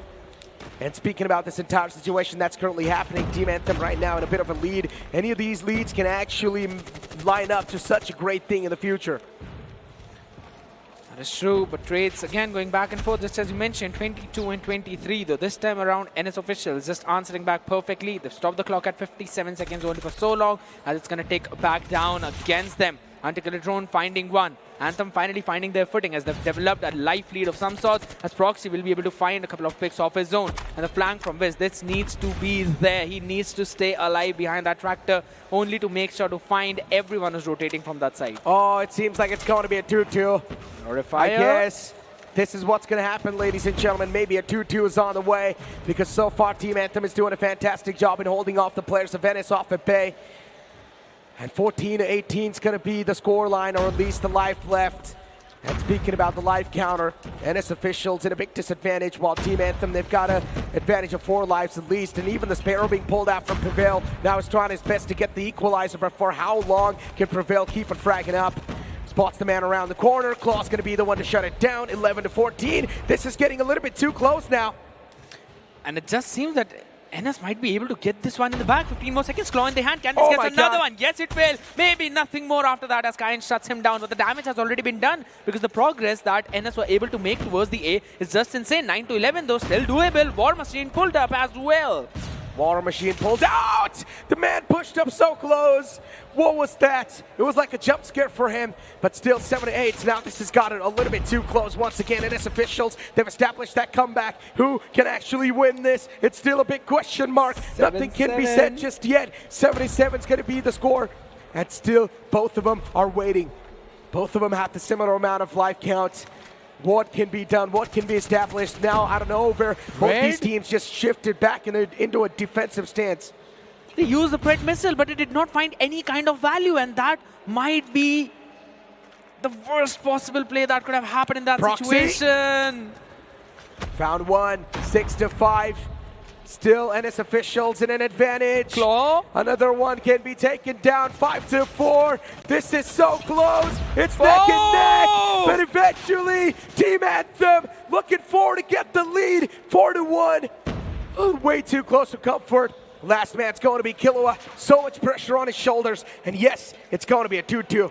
What a clutch Claw being brought out in that situation. That was just what Anthem needed at that point. But again, in terms of NS Officials, that is a very important utility, very important operator that was used up in the previous one. Yes, they would be still happy with a macro win, because again, no one has been able to execute those control points perfectly, and NS have been looking flawless whenever they're on that defense, and they will be having their operators up in just a few more seconds, maybe, if not minute or so.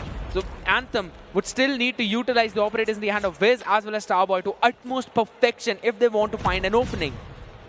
Speak about using stuff to utmost perfection. NS Officials 28-25.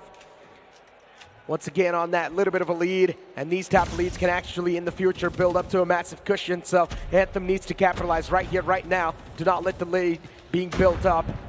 Fallen spotted in the front. The man's hands were busy, and that's why Fallen's now alive.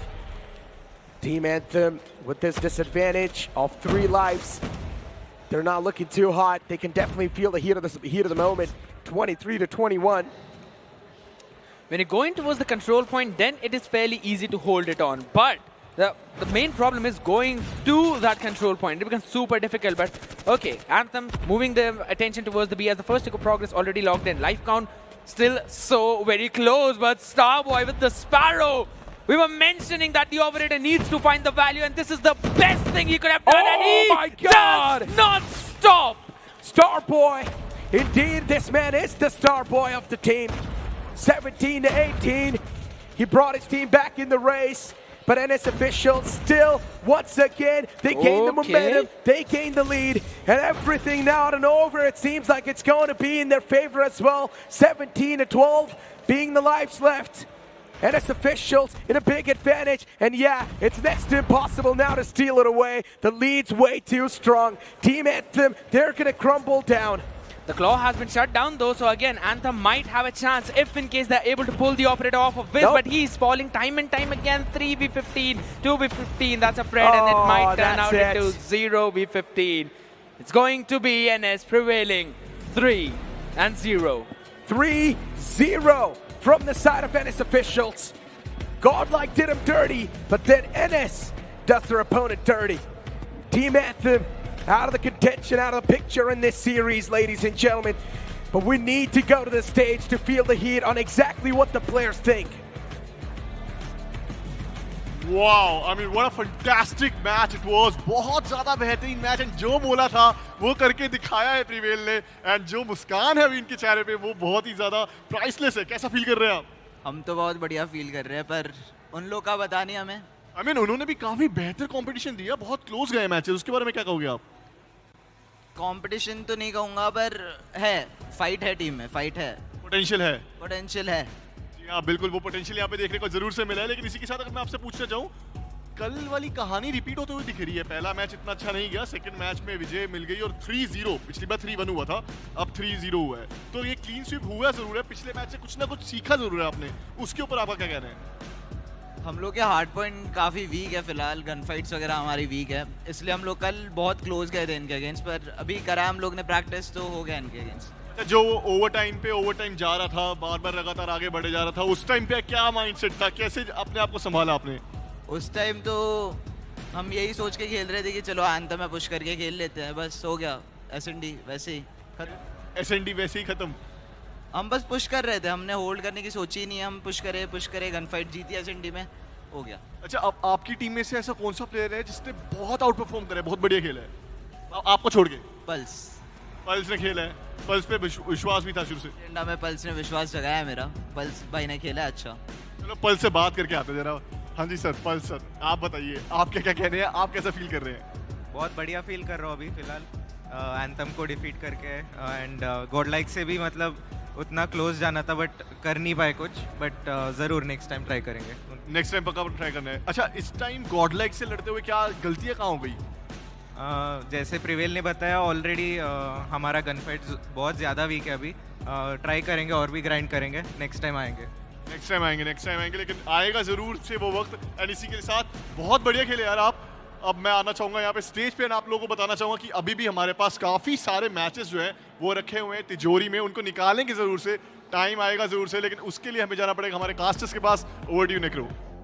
4 more games still left over, ladies and gentlemen, from which 2 of them have already been concluded, and those are also 3-0. Maybe the upcoming game as well can be a 3-0, considering it's going to be GodLiKe versus Anthem. I don't want to sound mean while I'm saying it, but as an analyst, as a caster, I need to stick to the stats, and that's what the stats say.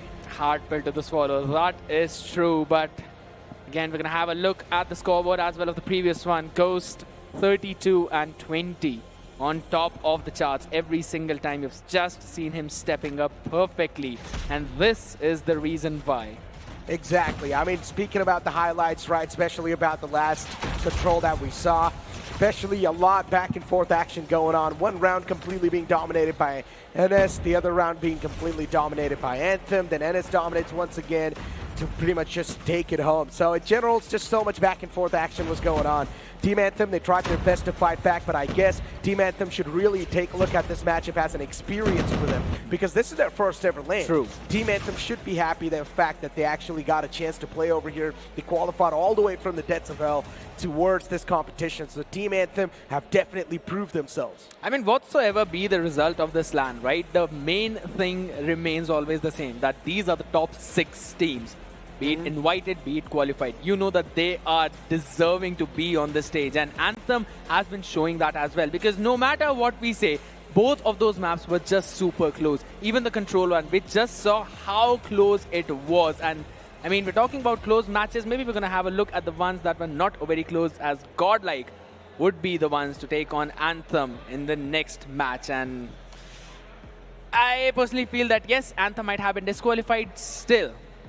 you need to end things on a very good note. And if you're able to end the show well, even if they're able to grab a few wins against GodLiKe, maybe at least a map, that is a big win for them. It feels like you're hesitating to talk over here. You really want to say something that might just sound harsh, but you're still holding yourself back. You might as well just say it. I mean, yes, we know that it's a very hard pill to swallow, especially for Anthem and also for all of their fans out there. But yes, there needs to be a lot of brushing up done. Maybe. I still think that since they were also able to get one map at least from GodLiKe in the previous SPS, they might be able to do that here as well. One thing is for sure, these guys are going to learn after this experience and they're going to come back even more stronger in the future. So all the Anthem fans that are out there in the chat currently, do not hate these guys because they're going through a tough time right now inside the tournament. They need your support. They need your love. Just keep on supporting your favorite teams. But with that being said, ladies and gentlemen, now it's time for us to toss to a short break because on the other side is going to be the upcoming game.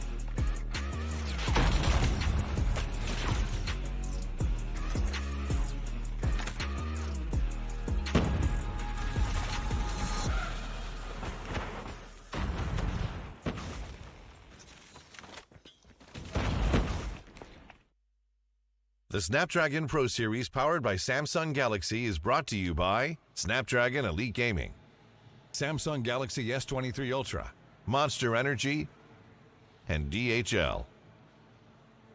Welcome back ladies and gentleman, boys and girls, आप लोगों का बहुत बहुत स्वागत है हमारे दोबारा से इस मंच पे। और इस मंच पे बहुत सारी चीज़ें ऐसी हो रही है जो किसी ने एक्सपेक्ट नहीं करा होता।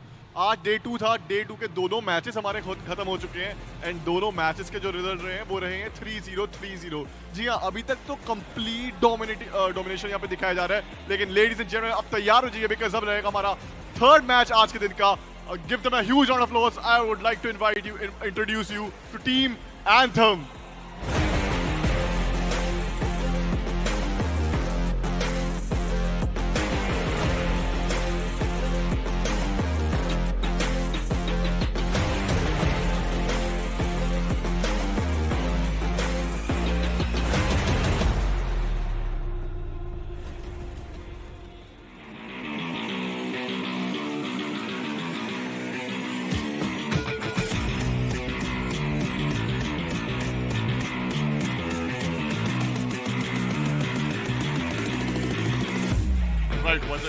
मैं ये जानना चाहूंगा आप क्या खेल रहे हैं आज क्या परफॉर्मेंस दिखा रहे हैं? इतना ज्यादा नजदीकी मामला चल रहा है, कंपटीशन तो आप दे रहे हो लेकिन अब आपको दूसरा चांस मिला है, क्या लगता है अब इस बार फोड़ोगे?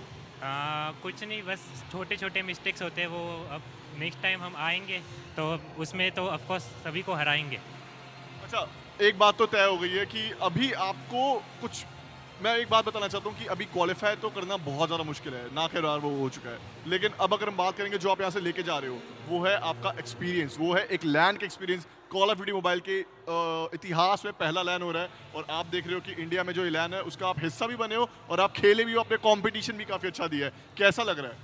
अरे फर्स्ट लाइन में ऑफकोर्स हम खेले हैं तो भाई बहुत बढ़िया लग रहा है। अभी हार के भी गए तो कोई ना, एक्सपीरियंस हम गेन किया है। नेक्स्ट टाइम जब भी सेकंड लाइन होगा, अभी मास्टर्स भी होने वाला है, तो हम उसमें ऑफ कोर्स बेटर परफॉर्मेंस करेंगे। बेटर परफॉर्मेंस करेंगे, हम भी इंतजार रहेगा आपकी बेटर परफॉर्मेंस का। और अभी ज़रूर तरीके से आपने एक्सपीरियंस बहुत ज़्यादा गेन करा है and I wish you all the very best for this match. आप प्लीज़ अपनी स्टेज पे जाइए, अपनी सीट्स पे जाइए एंड मैं आपसे मिलूंगा अभी कास्टिंग डिस्क पे, नेक्रो वगैरह सब आपसे मिलेंगे। लेकिन अगर बात करते हैं, अभी बात करते हैं हम अपने दूसरी टीम की, तो दूसरी टीम भी कुछ कम नहीं है। दूसरी टीम ने भी 4 चांद लगा रखे हैं एंड वो टीम ऐसी टीम है जो हारने का नाम नहीं ले रही है। उनको हार शब्द का मतलब पता ही नहीं है कि हार होती क्या है। कोई भी टाइम यहाँ पे गवाए बिना हमें इंट्रोड्यूस करते हैं। Give it up for team Godlike.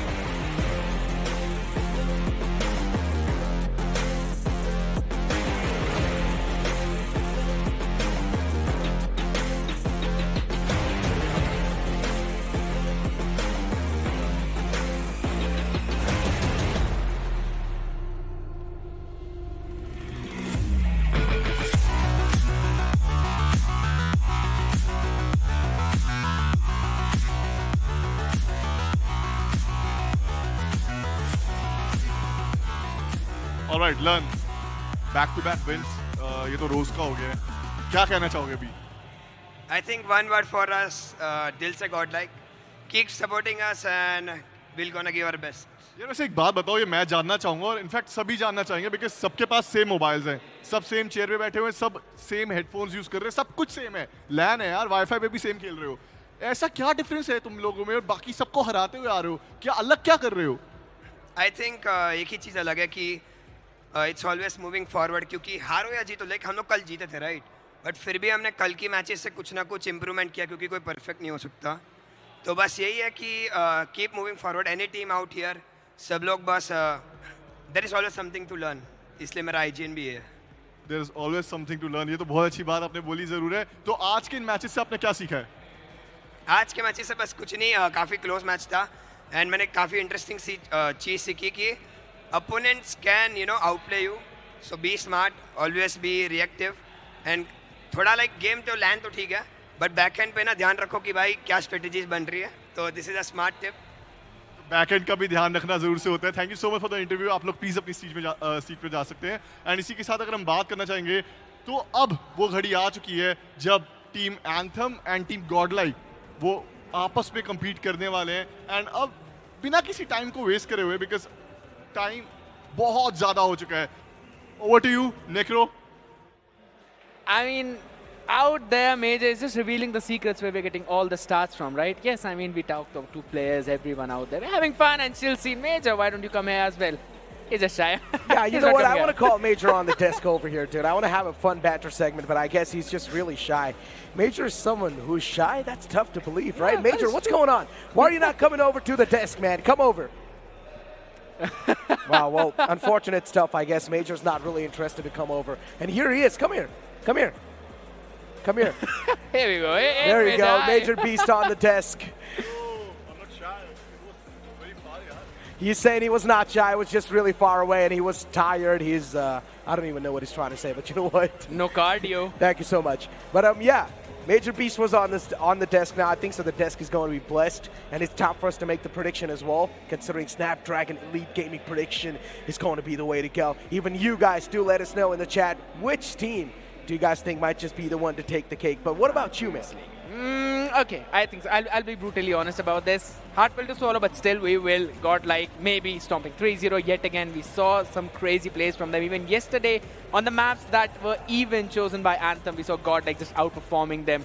And with the day that's been started today, especially for them, not being able to win even a single map against NS, which they were able to pull off yesterday, by the way, on the hard point, it just seems super difficult. Exactly. Ladies and gentlemen, speaking about the teams, we've got the Anthem roster in front of us. We saw them perform a while ago too. Wiz, Kane, Starboy, Fallen, Proxy. One thing is for sure, Fallen and Proxy are struggling to make a comeback inside the scoreboard. These guys need to step things up. That is true. They need to make sure to get those frags, because once they do, only then will the team move forward as one, as a whole. We've seen how GodLiKe has been performing perfectly in unison. And we also saw in the first best of 5 matchup today that, yes, there were trades going back and forth, but it was still GodLiKe somewhere or the other having the backs of their own teammates. Exactly. I mean, speaking about having the back of your own teammates, right? Let's move on forward and take a look at Team GodLiKe, because this team has been having each other's back since a long time. And even Learn mentioned one thing. You always get to learn a lot of new things every day, and that's why his IGN is Learn. What are your thoughts on that? I just love the fact that everyone's written GodL Neutrino, GodL Abyss. He's written GodL Earn. So GodL Learn, combining it more or less like a fun, but either way, that's a fun thing to know. Yes, but one thing that I really want to commend him for is the fact that we have seen a lot of banter from GodLiKe. We have seen so much, I wouldn't even say trash talking, but yes, we've seen so much spill of confidence out there. But he gave the respect where it was due. In that SND, he gave that respect. And since we're already talking about SND, why not let's have a look at the hardpoint highlights of yesterday. Exactly. We've got the day one highlights in front of us, ladies and gentlemen. And with how things really look like on day one, it was just GodLiKe dominating through, stomping atop the players of Team Anthem. One-sided affair. I hope that's not going to be the case today as well. And I think so for Team Anthem, the best shot that they can have has to be in Search and Destroy. True. That is true. We saw them going in for that overtime as well in that SND. Could not close things out, and we've seen it time and time again that Anthem needs to brush up their closing game. They start good, their mid is good, but ending is where they face a lot of problems. So yes, some brushing up is needed to be done. But looking at this matchup, again, it just seems inevitable that GodLiKe is probably going to win this one. So the main thing that Anthem needs to focus on is the next map. Forget about the best of 5. Just focus on the next one. One map at a time is what they need to do. Listen, as I mentioned, Fallen and Proxy really do need to step things up. But speaking about stepping things up, it's time for us to step things up and move on forward and take a look at the map, Vito, because this is something that's going to be the icebreaker once again. Hardpoint is, of course, something we're going to kick things off with. Takeoff is going to be the map. We're going to step our foot in soon enough. But then you speak about the second map, it's going to be Slums in Search and Destroy. The third one, of course, will be Raid in Control. I'm really excited to see how Raid's going to be played off. Yesterday we clearly saw how well GodLiKe was dominating onto that map when we saw the spawn trap coming in, as well as a perfect way to just stop everything around. We have seen that they are just a super aggressive raid team. In that control map, they just do not care about those objectives, just as you said. Go on for the kills, finish off the life count, and we will just stomp everyone forward. And that is their way. As of now, Takeoff, since it's going to be a hardpoint map for Anthem, we did see them play it against NS yesterday. NS clutched it out, 248 to 250. But I still feel Anthem might have a solid chance of that, because again, just a couple of seconds here and there, they still would be able to win the round. But against GodLiKe, it seems difficult, but that's my prediction though. I mean, you made your prediction, but I heard that the audience hasn't really made their prediction. Ladies and gentlemen, now it's time for us to move on towards the Snapdragon Elite Gaming prediction. Do let us know in the chat which team do you think is going to be taking this one, and also do let us know the scoreline. Do you think it's going to be a 3-0? Do you think so? It's going to be a really close matchup? Let us know in the YouTube chat. But getting back to the conversation once again, right? The predictions can be whatever. From me, it's going to be 3-0 as well, at least from GodLiKe. That's what the scoreline was yesterday, and we need to stick to the facts. Now, considering we're going to start things off on takeoff on hardpoint, it's going to be an interesting affair. But before we move on towards the game, we need to thank our sponsor. Thank you so much, Snapdragon Elite Gaming, for sponsoring this event. And again, the mobile phones that are running onto the exact same processor shows a flawless performance. We even see those Snapdragon performance meters, right? In the FPS, it always reaches 120, and that is exactly what you need, because every time when we have a conversation with the players, they just seem to be super happy about the performance of the phone. So yes, thank you so much, Snapdragon Elite Gaming, for that one. I also want to thank Monster, because that's been providing us a lot of energy for the continuous casting, especially you, Nick, bro. I mean, you've been chunking up a lot of Monsters out here. I mean, of course, it's something that I love to drink, man. So you guys as well should definitely go ahead and give it a shot, because I love Monster Energy, especially when you feel like, oh, you're a little bit down low. Just have one can. Good to go. Back in the game, baby. Absolutely. Major Beast, here's one for you as well. And in the meantime, coming back to the game as well, we mentioned that takeoff is going to be the first one for that hard point, but the second one, again, we'll have to focus on that too as well. Apocalypse, we saw how well GodLiKe was able to outperform Anthem into that one, not even allowing them to reach those 100 points. So if it goes to map number 4, I think so it's going to be GodLiKe for a 3-1. That is one of the reasons why I said it could be 3-1 possibility. So the best scenario in this case would be for Anthem to get the first 2 maps from GodLiKe. Maybe it's asking way too much, but still starting things off from slow, step by step, is where they have to look things at. Takeoff, it's a pretty large map. You know it is an AR dominant map, and you know that we have seen a very good performance from Anthem in there. So, I mean, if there's any possibility for them to win a map, this is going to be the one. Have you seen one thing? We aren't really seeing any HBK 30s. And we generally thought we might just be able to see that gun quite a lot, but this AR is not being used. Instead, we're seeing a lot of Switchblade, which is the SMG, of course, for the close range. Then we're also seeing the R9 shotgun. We're also seeing Locust being used, but HBK 30 is a weapon that I genuinely thought we might just see used so much, but no, that's not the case. Here we go, ladies and gentlemen, though. The first game is going to be beginning of the series as we take off. On takeoff. Yeah. Perfect way to play in again. First hard point, gonna open up in the next few seconds as we can see smokes coming in, and you push the smoke, dry peaks, you'll be finished off by Trunks right away. Raw 5.56 in his hand, Skull making sure he's using the best possible way that gun again in the upper floors. He would not be able to survive that. Trades back and forth, but GodLiKe is the one who's controlling the hill. GodLiKe indeed, trying to be the king of the hills at this moment, but still, I mean, off the bat, they're just starting things with quite a fiery way. Team Anthem getting the control as well. Just for a couple of seconds, instantly they get denied. Just look at the way GodLiKe is playing. Neutrino getting these kills in the hands, and also just keeps on pushing up. Doesn't seem like this man's going to be stopping anytime soon. Neutrino's just able to find the angles.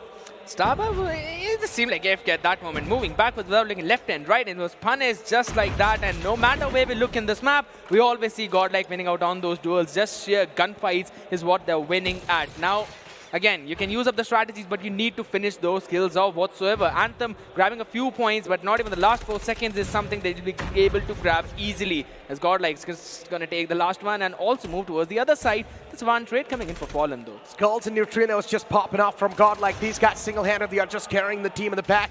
On the kill feed, you're just going to see Skulls and Neutrino just going at it against the players of Team Anthem. And definitely Team Anthem are struggling massively to win these fights. 26-9, that's a huge and a stark difference off the bat. This is something that you really do not expect. And GodLiKe, they're just always denying the players of Team Anthem the point control. Eventually, though, Anthem, they're looking for to bounce back inside the series, and that's why they do start to win a lot of these fights too. Now they're playing together. Look at them. Whoa, all right. No one expected 3 to 4 people to be out there, but still it's GodLiKe coming back on top. 35 and still counting. Yes, hardpoint's been contested. Oh no, looked away. Well, that was something I did not expect it to land in that situation, but still a good contest coming in from Anthem whatsoever. Trying to control this P2, they have to take care of the spawn. Yeah, well, I mean, GodLiKe's got the control. The points are flooding in, while Team Anthem's just not able to do anything at this point. 39-40. I mean, GodLiKe just accumulating them back to back and also winning the majority of the fights. The communication flow, one thing is for sure, it's quite quick and it's quite on point. Sparrow pulled out, turns around, slaps the man down in the back, and Lurid is going to be in the front. That is true. He can still find more value out of that. Yes, gets a couple of them as well. Skull single-handedly handling entire team of Anthem and making sure they do not let go of the hardpoint. Claw pulled out from Trunks as well. This is just assault to the wounds. Yeah, exactly. Claw's going to be damaging the opponent so much. Was also able to find the connection through the wall, but then there was a man in close lines. Did not check the corner. Gets punished instantly. Starboy FK was able to find two, but still GodLiKe, they just keep on returning the favor back. The points are flowing in. GodLiKe, they're really in a rush to win this game. This is seriously looking rushed at this point because 74 and 16. Finally, Anthem finding some kind of value, trying to take control of the hardpoint. Last few seconds of the scrap, Abiz also wants to deny that was shut down. So yes, they'll try to get some points out of nothing at least, but you can already see the rotation coming in. GodLiKe is just so in position for the next hardpoint as it's going to be opened up in the next 10 seconds. You already know it's going to be, again, Anthem trying to pull out their own operators. They've still got 3 in hand, though, but when you look at GodLiKe, they also have 3, and they're seeing Purify in the hands of Abiz. It's just going to welcome them with a burn. 78-32. GodLiKe, once again, the domination keeps on going. Annihilator pulled out the crosses train, but unfortunately, no one's going to peek out at the right time. GodLiKe, look at the amount of kills, look at the kill feed. It seems like it's a complete halt. It's a complete stop for Team Anthem's momentum inside the game. They're not even able to get any type of kills flowing up in their court, but as soon as I say that, Fallen and Proxy, they returned with 1 each. Needs definitely is the case, but they need something more than that because again, Skull good for 1. Finally some trades happening in favor of Anthem, but it is every time GodLiKe just controlling the hill at every single point and only Anthem getting the last few points of the chunk. And those 10-15 points is not going to help you out close the gap. Yes, slow and steady always wins the race, but at this point you need to just hit them hard. You indeed need to hit them hard, and that's what's happening. 102.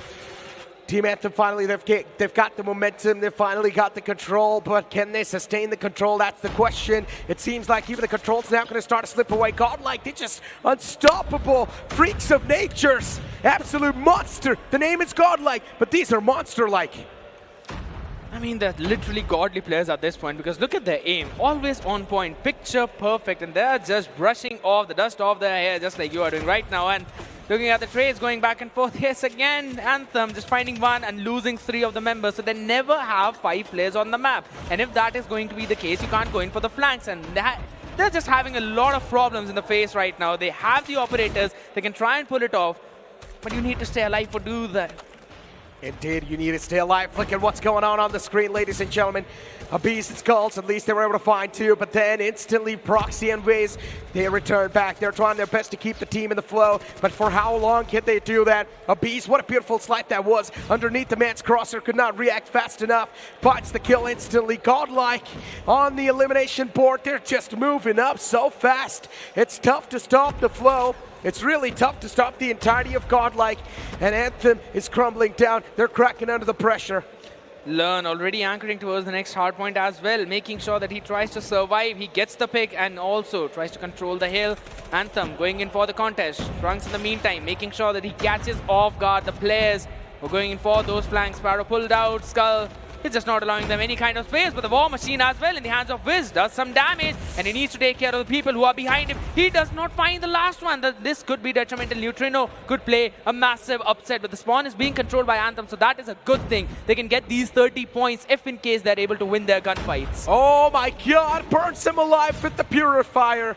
Indeed, just purifying them at this point, sending them back to heaven or hell. I guess hell, probably. Annihilator in the hands, but it's not going to matter. The Predator missile is going to catch that man. Shuts him down. 161, GodLiKe. The points flow is just not being stopped anytime soon. It just keeps on moving up. And this is where Team Anthem, they can feel the heat, they can feel the pressure, and they're starting to crack once again. Team Anthem, they haven't been able to find the momentum even once inside this entire hard point because GodLiKe just keeps on hammering them with nails back and forth. Talking about hammering them with nails, we can see Learn with 92 seconds onto the hill. So he is just not stopping at all. 1 minute 30 already. And talking about not stopping, pulls out the Annihilator. This is finish off those targets. Another good flick coming in from him. And he can get the third one. Misses the shot. And that is a good slide coming in from Cayenne. But he needs to do more than what is done right now in order to find some more openings. 186 to 86. A 100-point gap increasing further as the seconds pass. Oh, whenever I see Purifier, my anxiety just induces. This is not too good. I already feel so bad for the players of Team Anthem. Being matched up against a team like GodLiKe is just unfair for you. The man just waited for the Purifier to strike at the right moment. Now spots 3 players to the front, takes them down both. Oh, the double kill was something that really just now caught the players of Anthem off guard. GodLiKe, they are indeed on a GodLiKe streak at this point. And it just increased further. Yes, we are seeing Anthem finding some trades here and there, but over 200 points, GodLiKe Esports to 1-8 to be exact, 86 for Anthem, and they also control the next tail. Their rotations are just always on point, not giving them any kind of opening. Their operator usage are perfect, as War Machine was also pulled out. Just a couple of people in the hill, only 2. And we're not seeing Anthem even getting close to that hill, because... It's done. Yeah, it's almost done and dusted at this point. It's done.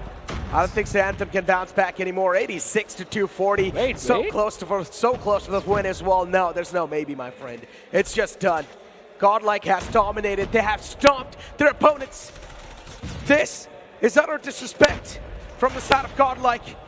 You cannot even call it disrespect at this point. They're just proving the opponents unparalleled. Team Anthem has been punished so hard.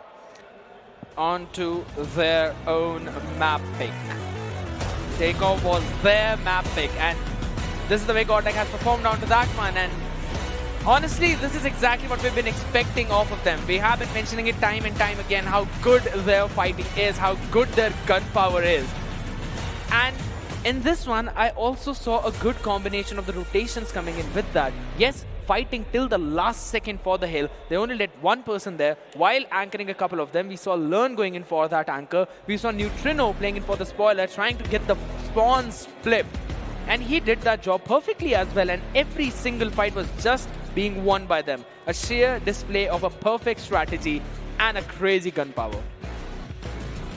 GodLiKe is just way too polished. Just way too polished. They're on a whole another league. And they're being matched up in a wrong league. That's what it seems like at this point. They're preparing for the Worlds after all. They've already mentioned it. They did mention it. They're preparing for the Worlds. Preparing for the Global. But still, I guess, GodLiKe, they would need a try and sort of just bounce back. Because once again, we know today it's going to be an elimination, right? At least one of the teams going to be eliminated. And for Anthem to bounce back at this point in time, it's next to impossible. So, yeah, GodLiKe, they're pretty much going to be taking the cake whatsoever. That is absolutely true. And again, if you're looking at the scoreboard as well, Skullji, 38 to 27. Just a crazy play coming in from him. Also spending 54 seconds. The hard point, while Learn 21-21 with 1 minute and 19 seconds. He was playing the OBJ, he was playing the anchor as well, and this is what they have mentioned time and time again, that they can swap up those roles, they can change things. Wiz, Cayenne, yes, everyone trying to do those things. In the gun power, you can definitely see the differences in the kill, but still I would say that they had the firepower. It was possible for them if and only if they were able to compose themselves in the chaos that GodLiKe always likes to play. At this point, whenever you see GodLiKe on the desk, it's going to be chaos. You just cannot deny that chaos. It's so chaotic, my pen fell down. Yeah. Seriously. Even on the desk, I guess. It's just the GodLiKe aura shaking the desk, shaking the entire DreamHack arena. Hockey. All the One Piece fans will get it out there. But yes, as we're going to move on to the next map, that is going to be the Search and Destroy. We have to focus down on how Anthem are going to strategize in the slums, because yesterday we saw the exact same thing happen and it was a 7-0. And that is something they would not want to repeat. So yes, of course, brushing off what happened in the first one, focusing on the next one is going to be the key for them to move forward and take a step. Yes, as soon as we... You're speculating a lot of things over here. You're saying a lot of things over here. Your realistic expectations, everyone knows. Even the audience knows the realistic expectations. But as I mentioned, as a human being, you always got to stay positive and look at the positive side of things, right? At least Team Anthem is getting so much experience. They faced up against the best team in India. And they're happy for that, right? They're on the topmost stage, and even if you're eliminated at 5th and 6th place, you still get something, some chunk of that prize pool for yourself. Yes, not the entry to the playoffs, but definitely an entry in a Hall of Famers. And Anthem, since we know that this is one of the only team that is not with an organization, this band of 5 people just playing together, making up to this LAN stage, playing off their first LAN. It is absolutely mind-blowing. So yes, being positive is the key, as now we'll be moving into the slums. Search and destroy. We go, ladies and gents. GodLiKe up against Anthem. Moving in the slums. But these players are not poor because they've got good skins. Very good skins. Yeah. And already, I guess, off to a fiery start, huh? The first round might just be concluded soon enough if this just keeps it going like that. But GodLiKe at a man disadvantage. Team Anthem learned from their mistakes. Definitely did, because right now they seem to be the ones in control. As it's at least not a lot of man down. They are a man up, if anything. 2 people from GodLiKe taken out. So that's a good piece of aggression that they were able to hold off from GodLiKe, because we've seen how quickly they can turn things around and be in a way, hey, okay. That's another couple of picks coming in for their own favor. Yeah. Down to a 3v1 and make it a 3v0. So first round going in favor of Anthem. Oh, do not fall for this trap, ladies and gentlemen. Every single person watching us on YouTube, do not fall for this trap. Yes, Anthem won that first round. GodLiKe will probably give like the first 2 or 3 rounds away. And once they get the lay of the land, once they know how things are going to be looking like, once they adjust to that tempo, they will start hammering down the opponent team. That's how GodLiKe likes to play their search and destroy. Once again, though, Sniper being pulled out by Vuiz, the DL. Let's see how much value this man can provide to the team, because at this point, Team Anthem, if they do gain a good momentum at the start, then maybe that can keep on carrying forward. But still, you're going up against a team like GodLiKe, whose mentality has been looking at peak. Definitely, as they've also got the side control, so bomb has also been planted. Last 40 seconds. Clock is ticking. Anthem needs to make a comeback. And Trunks' position not anticipated. Is he going to keep his life? Yes, he will. He gets more out of that. And he's still alive, running, kicking, making sure he fires those bullets perfectly on the skulls. Indeed, and look at Trunks. In the end, he just takes him down. I told you guys, do not fall for this trap. GodLiKe, they always just like to drop down like that on that first round. It's sort of like a sacrifice that you make to have a smooth sailing in the upcoming rounds.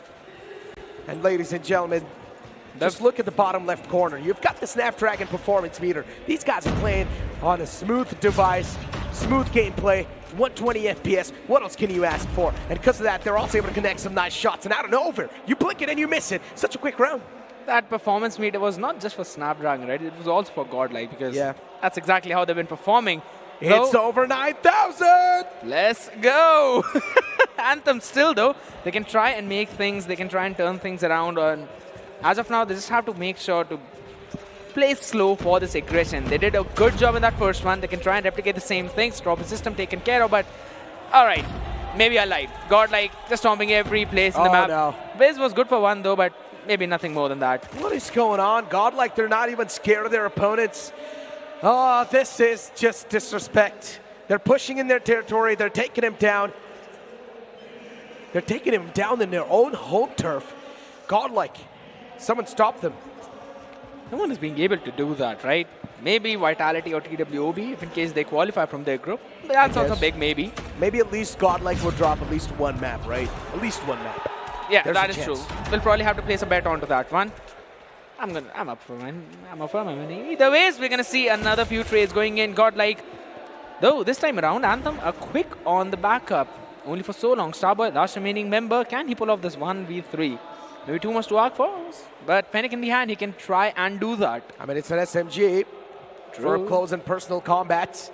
Starboy needs to get up close and personal first, though. It's quite far away from the foes. And that's the issue. Bomb planting. Yeah, GodLiKe. Ball in their court. Everything's in their court at this point.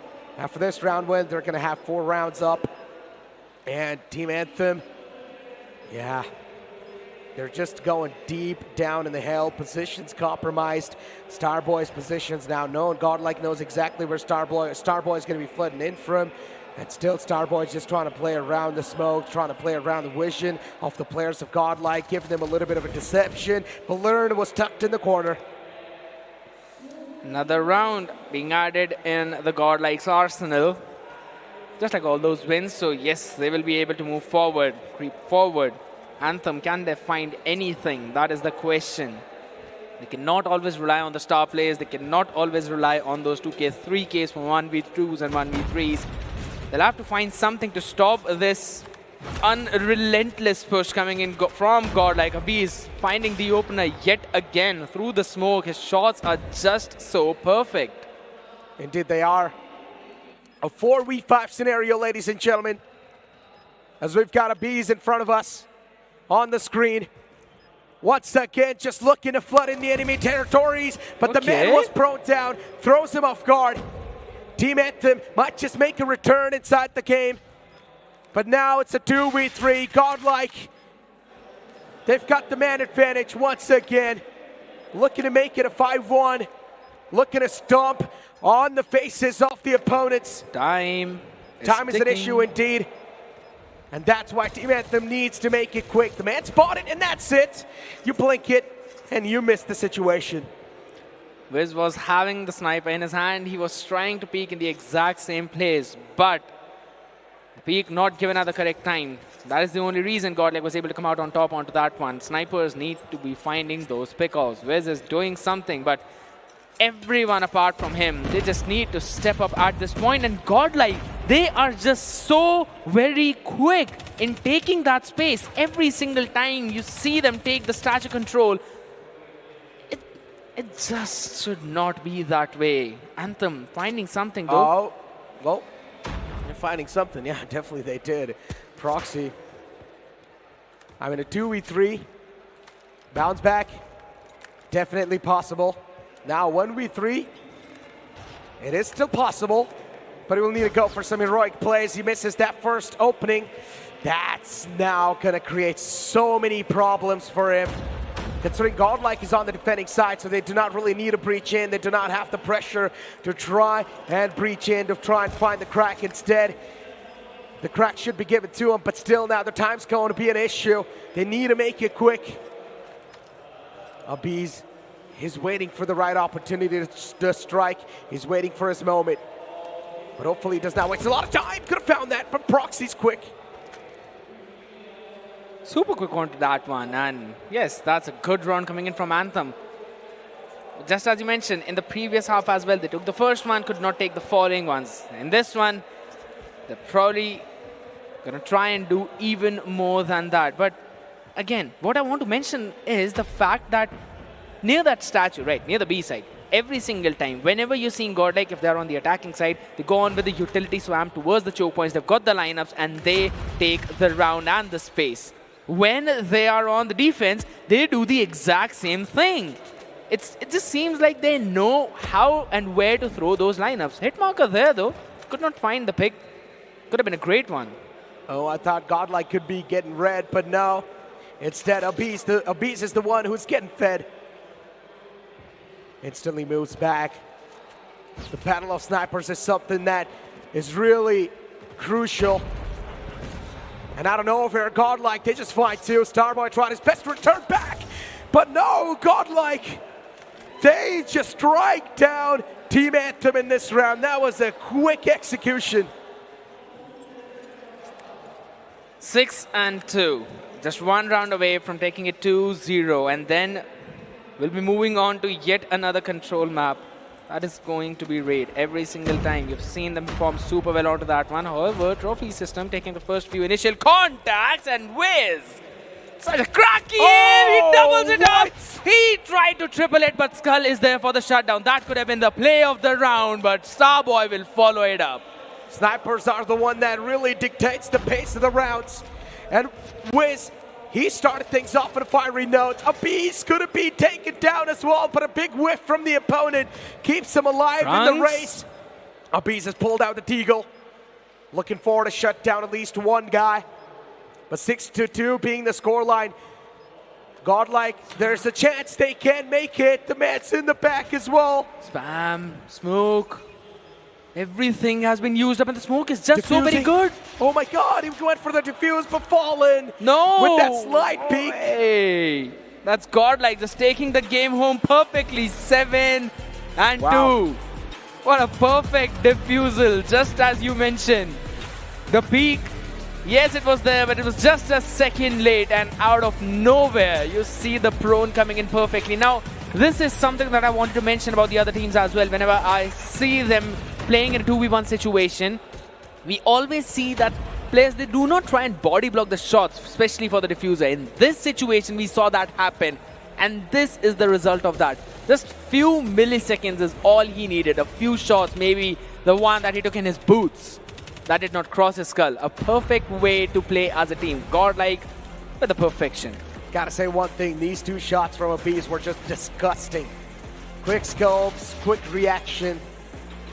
Just making it look so easy, not even breaking a sweat in those situations. GodLiKe as usual, the domination keeps on continuing.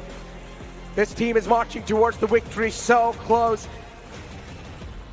One more round is needed, ladies and gentlemen. One more matchup is needed for GodLiKe to win, and the upcoming one's going to be played on Control. Kyan needs to step up at this point. For the side of Anthem, we saw him perform yesterday on multiple maps in multiple modes. But today, it just seems that it's not his day. He has to try and pull something off. Yes, maybe not a map-winning play out of nowhere, but even in terms of the strategy and fragging potential, they have to focus down, right? They've got to brush everything off, everything aside if they want to take this map away from GodLiKe, on which they have looked flawless. I mean, I can say that for every single map out there, though. GodLiKe in general, at this point, whenever you just hear GodLiKe in Call of Duty Mobile, the first thing that's going to pop up in your mind is domination. At peak of domination, here we go, ladies and gentlemen, towards the last map, or towards the last game of the series. Control's going to be where we're going to step things in, and Raid's going to be the map.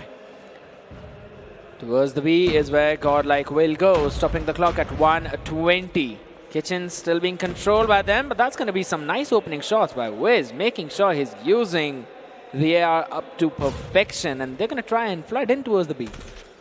And that's what they're doing, ladies and gentlemen. Ken and Starboy, though, actually returning in a really good fashion, doing a fantastic job in that situation. 27-24, being the lifelines left over. GodLiKe in a bit of a disadvantage, but Team Anthem, they're just pressuring the players of GodLiKe over and over again. But I don't know, GodLiKe is now starting to make it a little bit closer. Slowly creeping ahead. Abiz again back onto the sniper though, so you already know he'll be hitting some of those shots coming in, and not just with the sniper, maybe with the pistol as well. As the second tick of progress is also being worked in towards the B, and it will be logged in without any major difficulties. You thought 1 minute 9 seconds is high. Maybe they're also trying to get the third logged in, so it's going to be a minute added. Not just yet though, because Team Anthem are slowly creeping up and ahead, and in terms of life count, they're actually winning it. But maybe I've said it way too early, as it's down to 1 life yet again. Indeed. 3-4. And this is where 18-18 sort of things being tied up. GodLiKe. This control map is actually getting a little bit too close. Even GodLiKe is playing too safe at this point in time. The sniper was there. First man is found. Looking for to find the second connection too, but Abiz instead gets shut down in return. Anthem is doing a fantastic job, at least inside this control game, but now GodLiKe, they've got the lead off at least 1 lifeline. You need someone to step up. Starboy is doing a great job onto that one, but still he needs to find a more. Kyan finally stepping up on that 7-kill mark. He needs to get a few more out of that. Fallen for somehow finding the trade. Proxy as well, but Neutrino. Can he get the third one? That's the question. Ducks in, make sure he keeps his life only for so long. Will be taken down by Proxy, but the trades are there, back and forth. Second take of progress, worked up. Third was being worked up, but will be depleted now. So Anthem are trying to flood in. 7-8, that is super close. That is indeed really close. Still do not know who's going to be the one to take the cake inside this game of Control. Raid is definitely proven out to be a big pain for the players of GodLiKe, and they're not able to secure anything. 6-6 left over. way too close for comfort. GodLiKe did not really see this coming. One thing is for sure, Team Anthem, they've done their research when it comes to 5v5. playing it on control. Now situation's gonna boil down to 5v5. Both the teams playing it so safe. Make it a 5v4. Oh! Team GodLiKe as well lose out in that one player. No advantage for them whatsoever as again the trades go back and forth. Proxy trying to take control. Everyone inside the bedroom as well. They need to take care of them. But GodLiKe finally trying to get a pick of his own and stops the clock at 51 seconds. 1v4. How much can Starboy do? Apparently maybe nothing. Tries to get one. But himself has been taken down and the objective has been taken care of. Oh no. GodLiKe's going to be the one to take it in the first game, but still it was way too close to comfort. Team Anthem not exactly getting rolled in that first map, in that first round, but still it was way too close, and that's something GodLiKe really did not see coming. Maybe this time GodLiKe will try to sort of make it one-sided and just try to dominate the opponents. Neutrino's going to be the one to kick things off inside this one, but Annihilator being pulled out, and of course Lauren is now going to start to stack up these bodies. Even a Sparrow being pulled out. It's going to be kills flying across the board.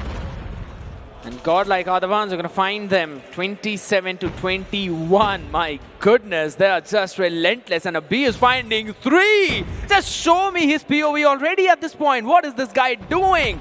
Unstoppable as Claw in the hands of Trunks. Make sure that there's no one coming in his way from the bottom. Spawn trapping. Everything is working perfectly for GodLiKe. Just look at the kill difference at this point. I mean, look at the War Machine being pulled out as well. Finds one. Unfortunately, not able to find a lot of value, but it's completely fine when you're going to get a 3K. Neutrino, solid stuff. Proxy returns back, shuts down Neutrino, puts him back to sleep.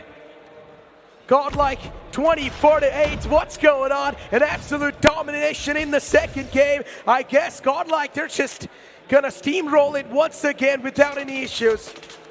Another 3-0 is potentially what we are looking at if you look at the life count and also at the time. First stick of progress being worked in towards the B. Clock has been stopped for a few more seconds, but how are you gonna take care of those 17 lives that are in the hand of GodLiKe with only 4? GodLiKe should be easily able to win this one. 3 more to go. Team Anthem, they're on a countdown. One more and out and over. Team Anthem, they crumble down against the Goliaths, against the gods. One more to go though. We're gonna be switching sides. On the defense side, GodLiKe just seem relentless. And I think so Anthem can try and take a page off of their book only if they're able to land in those shots just like the way GodLiKe are doing it. But yes, when Anthem were on the defense, they brought it way too close. So I'm still optimistic about that shot not landing. Abhi's has also got the Purifier in hand though, so he definitely didn't try and make a play out of it, but whenever he wants to pull it off. GodLiKe, they've only got one utility, one operator to work with, while on the other hand, you have 4 in hand for Anthem. So you already know the shots might get landed on the perfect time, though. Disgusting. Absolutely. 25 to 28. And look at this, GodLiKe, once again with the advantage now, just moving up. Momentum up with them. Predator Missile was out as well. A beast finds Starboy. Not a lot of value, just getting one for that, but still, for how long can this keep on continuing? 22 to 27, GodLiKe with the advantage. These guys are just dominating. No one can stop him. Someone needs to put a full stop because GodLiKe, the confidence is all-time high. It's a good thing for them. And it always comes down to the confidence at this point, and just as you mentioned, they are not going down on it whatsoever. As again, look at the trades back and forth, yes, but only in favor of 3v1, that too for GodLiKe. Every single time they're getting Ks, they will maybe lose one member, but that's all they're going to lose. Hunter, killers, spread missiles, everything finding just so much value. Claw 2 in the bushes. No one saw this coming. Man's one with the nature. GodLiKe, they're using all the tactics that they can to win this game. At this point, they're not going to go easy on their opponents anyways. I mean, they weren't to. Only 3 lifeline left. Now the countdown begins. 3, 2. Now just soon enough, it's going to be a 1. The one's going to be hitting the deck, and yeah, there we go. Neutrino with a 2K and the final one to close it off. GodLiKe, smooth sailing, hot knife through butter. It's literally seems like it's a molten knife. Through anything that they pass through. They're literally lava at this point. Burning through the layers of steel. No matter how tenacious you are, you would not be able to break through this hold of GodLiKe that they have on you. Be it in terms of pressure, be it in terms of gun power, be it in terms of strategy. It has just been awesome. Exactly, ladies and gentlemen, we need to move to the stage and see what the players of GodLiKe have got to say. Team Godlike क्या खेल रहे हैं, मतलब मजा आ गया. ये I think चौथी बार आपका गया 3-0, राइट? कैसा फील कर रहे हो? I mean, मैं अभी काफ़ी एक्साइटेड हूँ कल के लिए, क्योंकि आई थिंक हम लोग क्वालिफाई हो चुके हैं 100% यार, 100%. हाँ, तो बस मैं चाहता हूँ कि अभी कल फुल कॉन्फिडेंट ये मोमेंटम हम कंटिन्यू करें. बाकी keep supporting us. It's always दिल से गॉडलाइक. इट्स ऑलवेज दिल से गॉडलाइक. एंड आपको बताना चाहूंगा, आप एक मैच पहले ही क्वालिफाई हो चुके हैं और इस मैच के बाद 100% आप क्वालिफाई हो चुके हैं. लेकिन लर्न मैं ये जानना चाहूंगा, अभी प्लेयर्स जो आपके टीममेट्स हैं उनके अंदर क्या एक मैं बोलूंगा भावना उमड़ रही है, किस तरीके से कल का दिन जाने वाला है? बिकॉज कल फाइनल डे है, कल होने वाला है लैन का फिनाले. कल आपको पता लग जाएगा किसकी होने वाली है वो ट्रॉफी. क्या एक स्ट्रेटेजी है, क्या माइंडसेट अभी? वैसे ट्रॉफी तो मैंने अभी तक देखी नहीं है, बट मैं तो ट्रॉफी देखना चाहता हूँ फिलहाल. कोई नहीं दिखाता आपको बैक से. आई थिंक टीम भी यही चाहती है अभी, क्योंकि मोटिवेशन तो एक्चुअली ट्रॉफी है. देखो कितना भी कर लो, लैंड पे आके ट्रॉफी उठाना भाई टीम के लिए एक लाइफ लॉन्ग मेमोरी है. तो आई थिंक टीम काफ़ी एक्साइटेड है फुल कल के लिए. टीम काफी एक्साइटेड है. मैं देख रहा हूँ, मैं जरा ट्रंक से बात करके आया यहाँ पे. वो आप बताइए, आप कितने एक्साइटेड? बिकॉज मैंने देखा था आपने अभी एक्शन तो करा है, कितना ज़्यादा एक्साइटेड हो कल के लिए? बिकॉज फिनाले है कल, तो बहुत ज़्यादा एक्साइटेड है कल के लिए. कल बिल्कुल फाड़ देना है. मैंने यार एक बात देखी है, आपका गेम प्ले बोलता है. आप बहुत कम बोलते हैं बट आपका गेम प्ले बहुत ज़्यादा ही बोलता है. तो ये जानना चाहता हूँ कि कैसे इतना ज़्यादा आपने अपने आप को परिपूर्ण बना रखा है, इतना ज़्यादा आपने अपने आप को सक्षम बना रखा है कि आपके आगे कोई टिक ही नहीं पा रहा इस टाइम पे. वो बस मेहनत क्या, वो बोलते हैं ना कि मुंह से नहीं बोलना चाहिए, दिखा के करना चाहिए गेम प्ले से. क्या बात है, क्या बात है, क्या बात है. Give it up for team Godlike. Ladies and gentleman, boys and girls, this is your team. अभी जीत के आए हैं ये और लगातार जीते ही जा रहे हैं, जीते ही जा रहे हैं, जीते ही जा रहे हैं. ये जीत इनकी खत्म नहीं होने वाली है ऐसा लग रहा है. लेकिन क्या पता, ग्रुप बी में हमारे पास कुछ अदर टीम्स हैं जो कि एक ए नंबर गेम प्ले दिखाए और इनको भी कंपटीशन दे पाए. क्या पता, क्या पता. लेकिन उसके लिए हमें बात करनी पड़ेगी हमारी कास्टर से. Over to you Necro. Well, ladies and gentlemen, those were the games just for Group A, I mean. And then soon enough, we're going to be deep diving into Group B as well. Yesterday, we saw the matchup between TWOB and also Vitality, which was super close.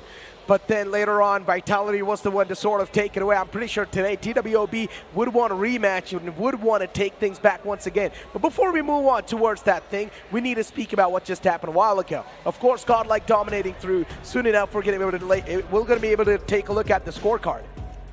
You can clearly look at that as well. Trunks with 20. The only one who's coming close to him is his own teammate with SkullG, 19. Learn, 16. Neutrino Beast tying it up with 17. Don't know who's going to buy who. Monster. But on the other side, Cayenne with 11. Yes, he was stepping up on this one, but not enough. Exactly. I mean, look at the highlights, right? Speaking about how the action really kicked off on Raid, especially even these type of moments where Abiz was utilizing the sniper. Abiz did not even really need to step up because Neutrino and Skulls, these guys were on fire. They were on cloud 9, and they have been on since yesterday. Every single game has been a 3-0, not dropping a single map. And again, even yesterday we saw them perform just like this on Raid, if not better.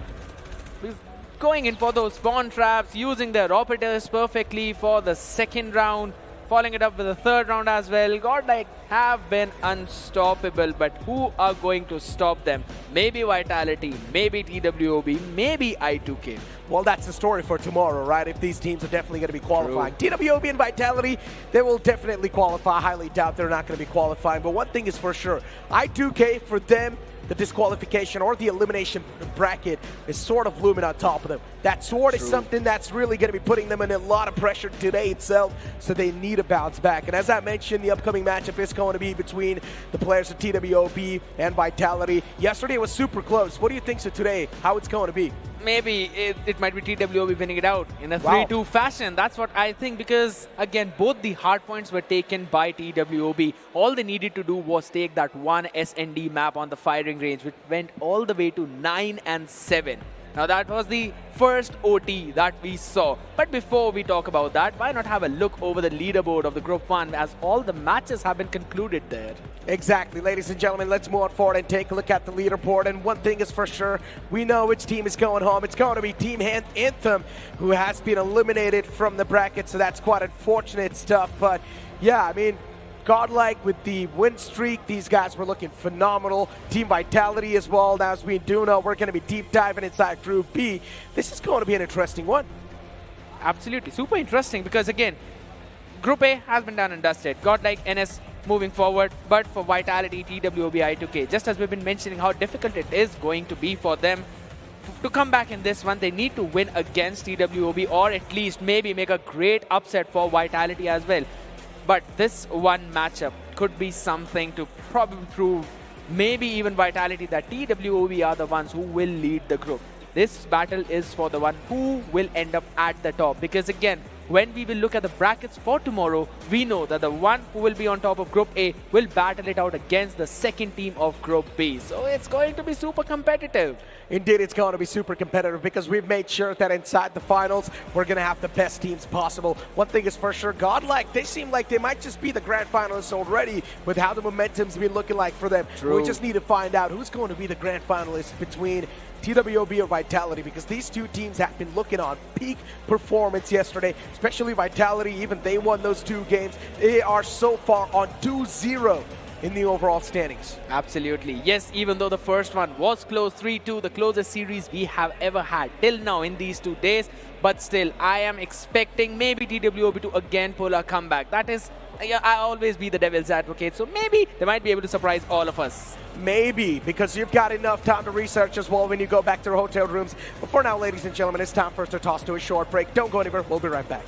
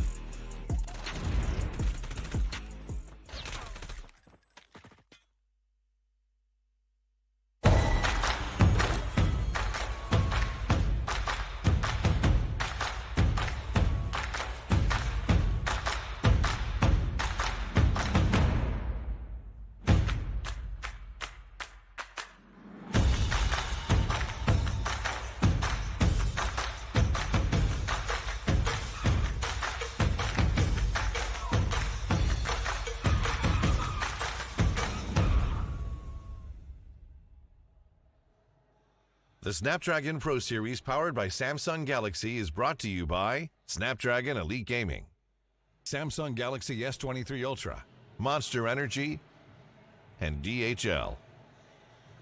Welcome back, ladies and gentlemen, boys and girls, to Snapdragon Pro Series Call of Duty Mobile Invitational. जी हाँ, powered by Samsung Galaxy, and इसी के साथ अगर हम बात करेंगे, हमारा day number 2 चल रहा है आज का, और डे नंबर 2 में सारे ही मैचेस ग्रुप ए के 3-0 जाते हुए दिखाई दे रहे हैं. लेकिन अब ग्रुप बी की शुरुआत होती दिखाई देने वाली है. एंड अब अगर हम बात करेंगे ग्रुप बी में, तो हमारे पास 2 टीम्स आते हुए दिखाई देंगी जो कि आपस में compete करेंगी. And ladies and gentleman, boys and girls, let me tell you one thing very clear. ये टीम जो आने वाली है अभी स्टेज पे, ये एक ऐसी टीम है जो बहुत ही ज्यादा डोमिनेटिंग है कम्युनिटी में. एंड ये जिनके साथ अभी compete करेंगी, उनके भी क्या ही कहने. चलिए पहली टीम को अपने स्टेज पे बुलाते हैं और उनसे वार्तालाप करते हैं, उनसे बातें करते हैं. तो इसी के साथ I would like to introduce you to Team Vitality.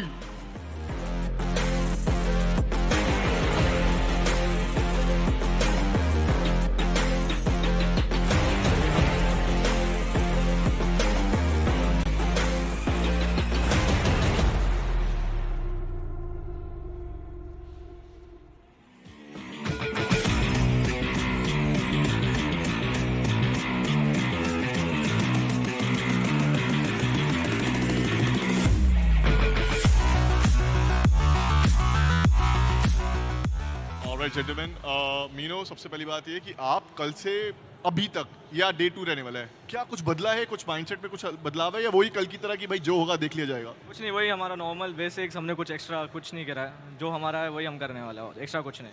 लेकिन करने क्या वाले हो?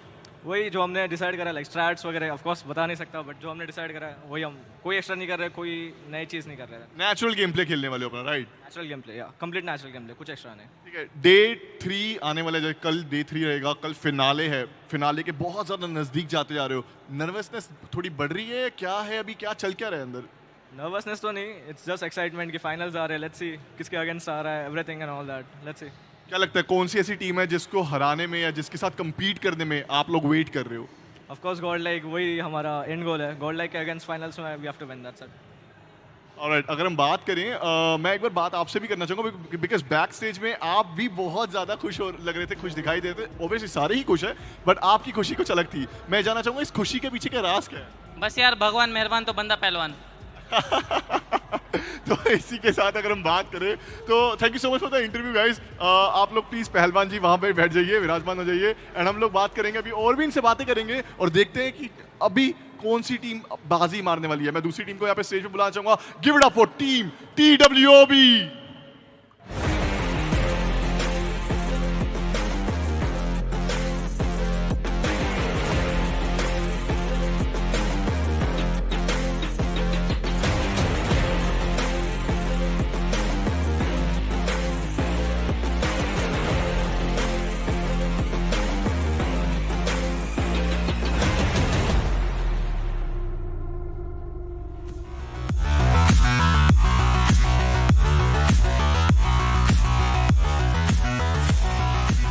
How are you doing, sir?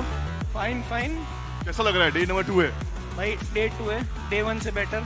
Day 1 से बेटर. आज आपका पहला मैच जाने वाला है, वो भी वाइटैलिटी के अगेंस्ट में. कुछ कहना चाहोगे? कुछ नहीं, बस उनको कुछ कहना चाहोगे? उनको तो वही मैच में खेल के दिखाएंगे. कितने % चांसेस है जीतने के? परसेंट चांस तो नहीं है, जीतेंगे ही. जीतेंगे ही, मतलब वो तो तय है.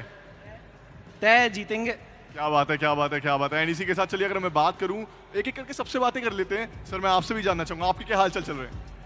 We're feeling good. We're feeling good. We are confident, I guess. You are very confident. And इसी के साथ अगर मैं बोलूं आपको, यार I like your hairstyle, man. इसके पीछे का राज क्या है? I go to bed, I wake up. And that's it. That's it, by default. It's a by default hairstyle, guys. And इसी के साथ चलिए अगर बात करें मास्टर की, ब्रो, पिछली बार मिले थे, याद है DreamHack पे, एंड इस बार आप ऑन स्टेज हो, कैसा फील कर रहे हो? Crazy भाई, बहुत excited. Can't wait to perform. Can't wait to perform. And मैं ऑल द वेरी बेस्ट बोलना चाहूंगा जरूर आपको. आज के मैच के लिए वाइटैलिटी के खिलाफ है, लेकिन चलिए बात करते हैं अभी ज़ायरो आपसे. क्या हाल है? All good, all good. क्या चलने क्या वाला है, होने क्या वाला है अभी? बस डोमिनेशन, और क्या. डोमिनेशन का दूसरा नाम ही ज़ायरो है. हाँ, डोमिनेशन का दूसरा नाम ही आपका नाम है. Yes sir. Yes sir, yes sir. चलिए आपसे भी बात करना चाहेंगे. सर, ये बताइए मुझे कि आपका पहला लैन रहेगा ये? यस पहला लैन तो क्या एक्सपीरियंस मिला अभी तक इसमें? सेटअप एंड ऑल तो मेरे को बहुत अच्छा लगा है पहला लैन के साथ। पहले लाइन के हिसाब से बहुत अच्छा सेटअप मिला है। एक्सपीरियंस से बताइए, मुझे कुछ नया बताइए जो यहाँ से सीखने को मिला हो आपको। क्या? आप मुझे ये बताइए कि आपको टीम वाइटैलिटी के साथ एक मंच पे बैठ के खेलने के साथ उनके साथ कम्पीट करने में आपको कैसा फील हो रहा है?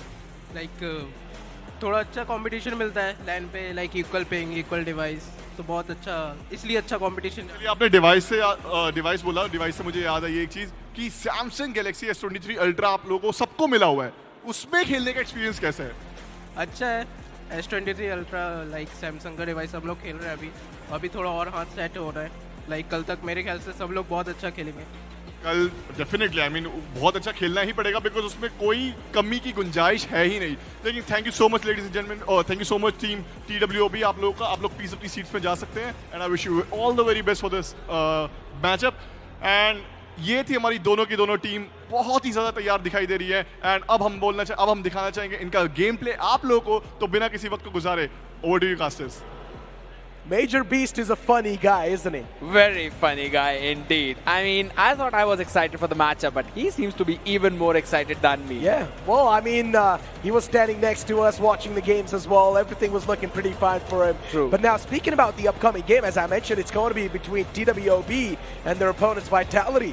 Yesterday, we saw Vitality taking the cake, but TWOB today, they seem pretty confident. What do you think?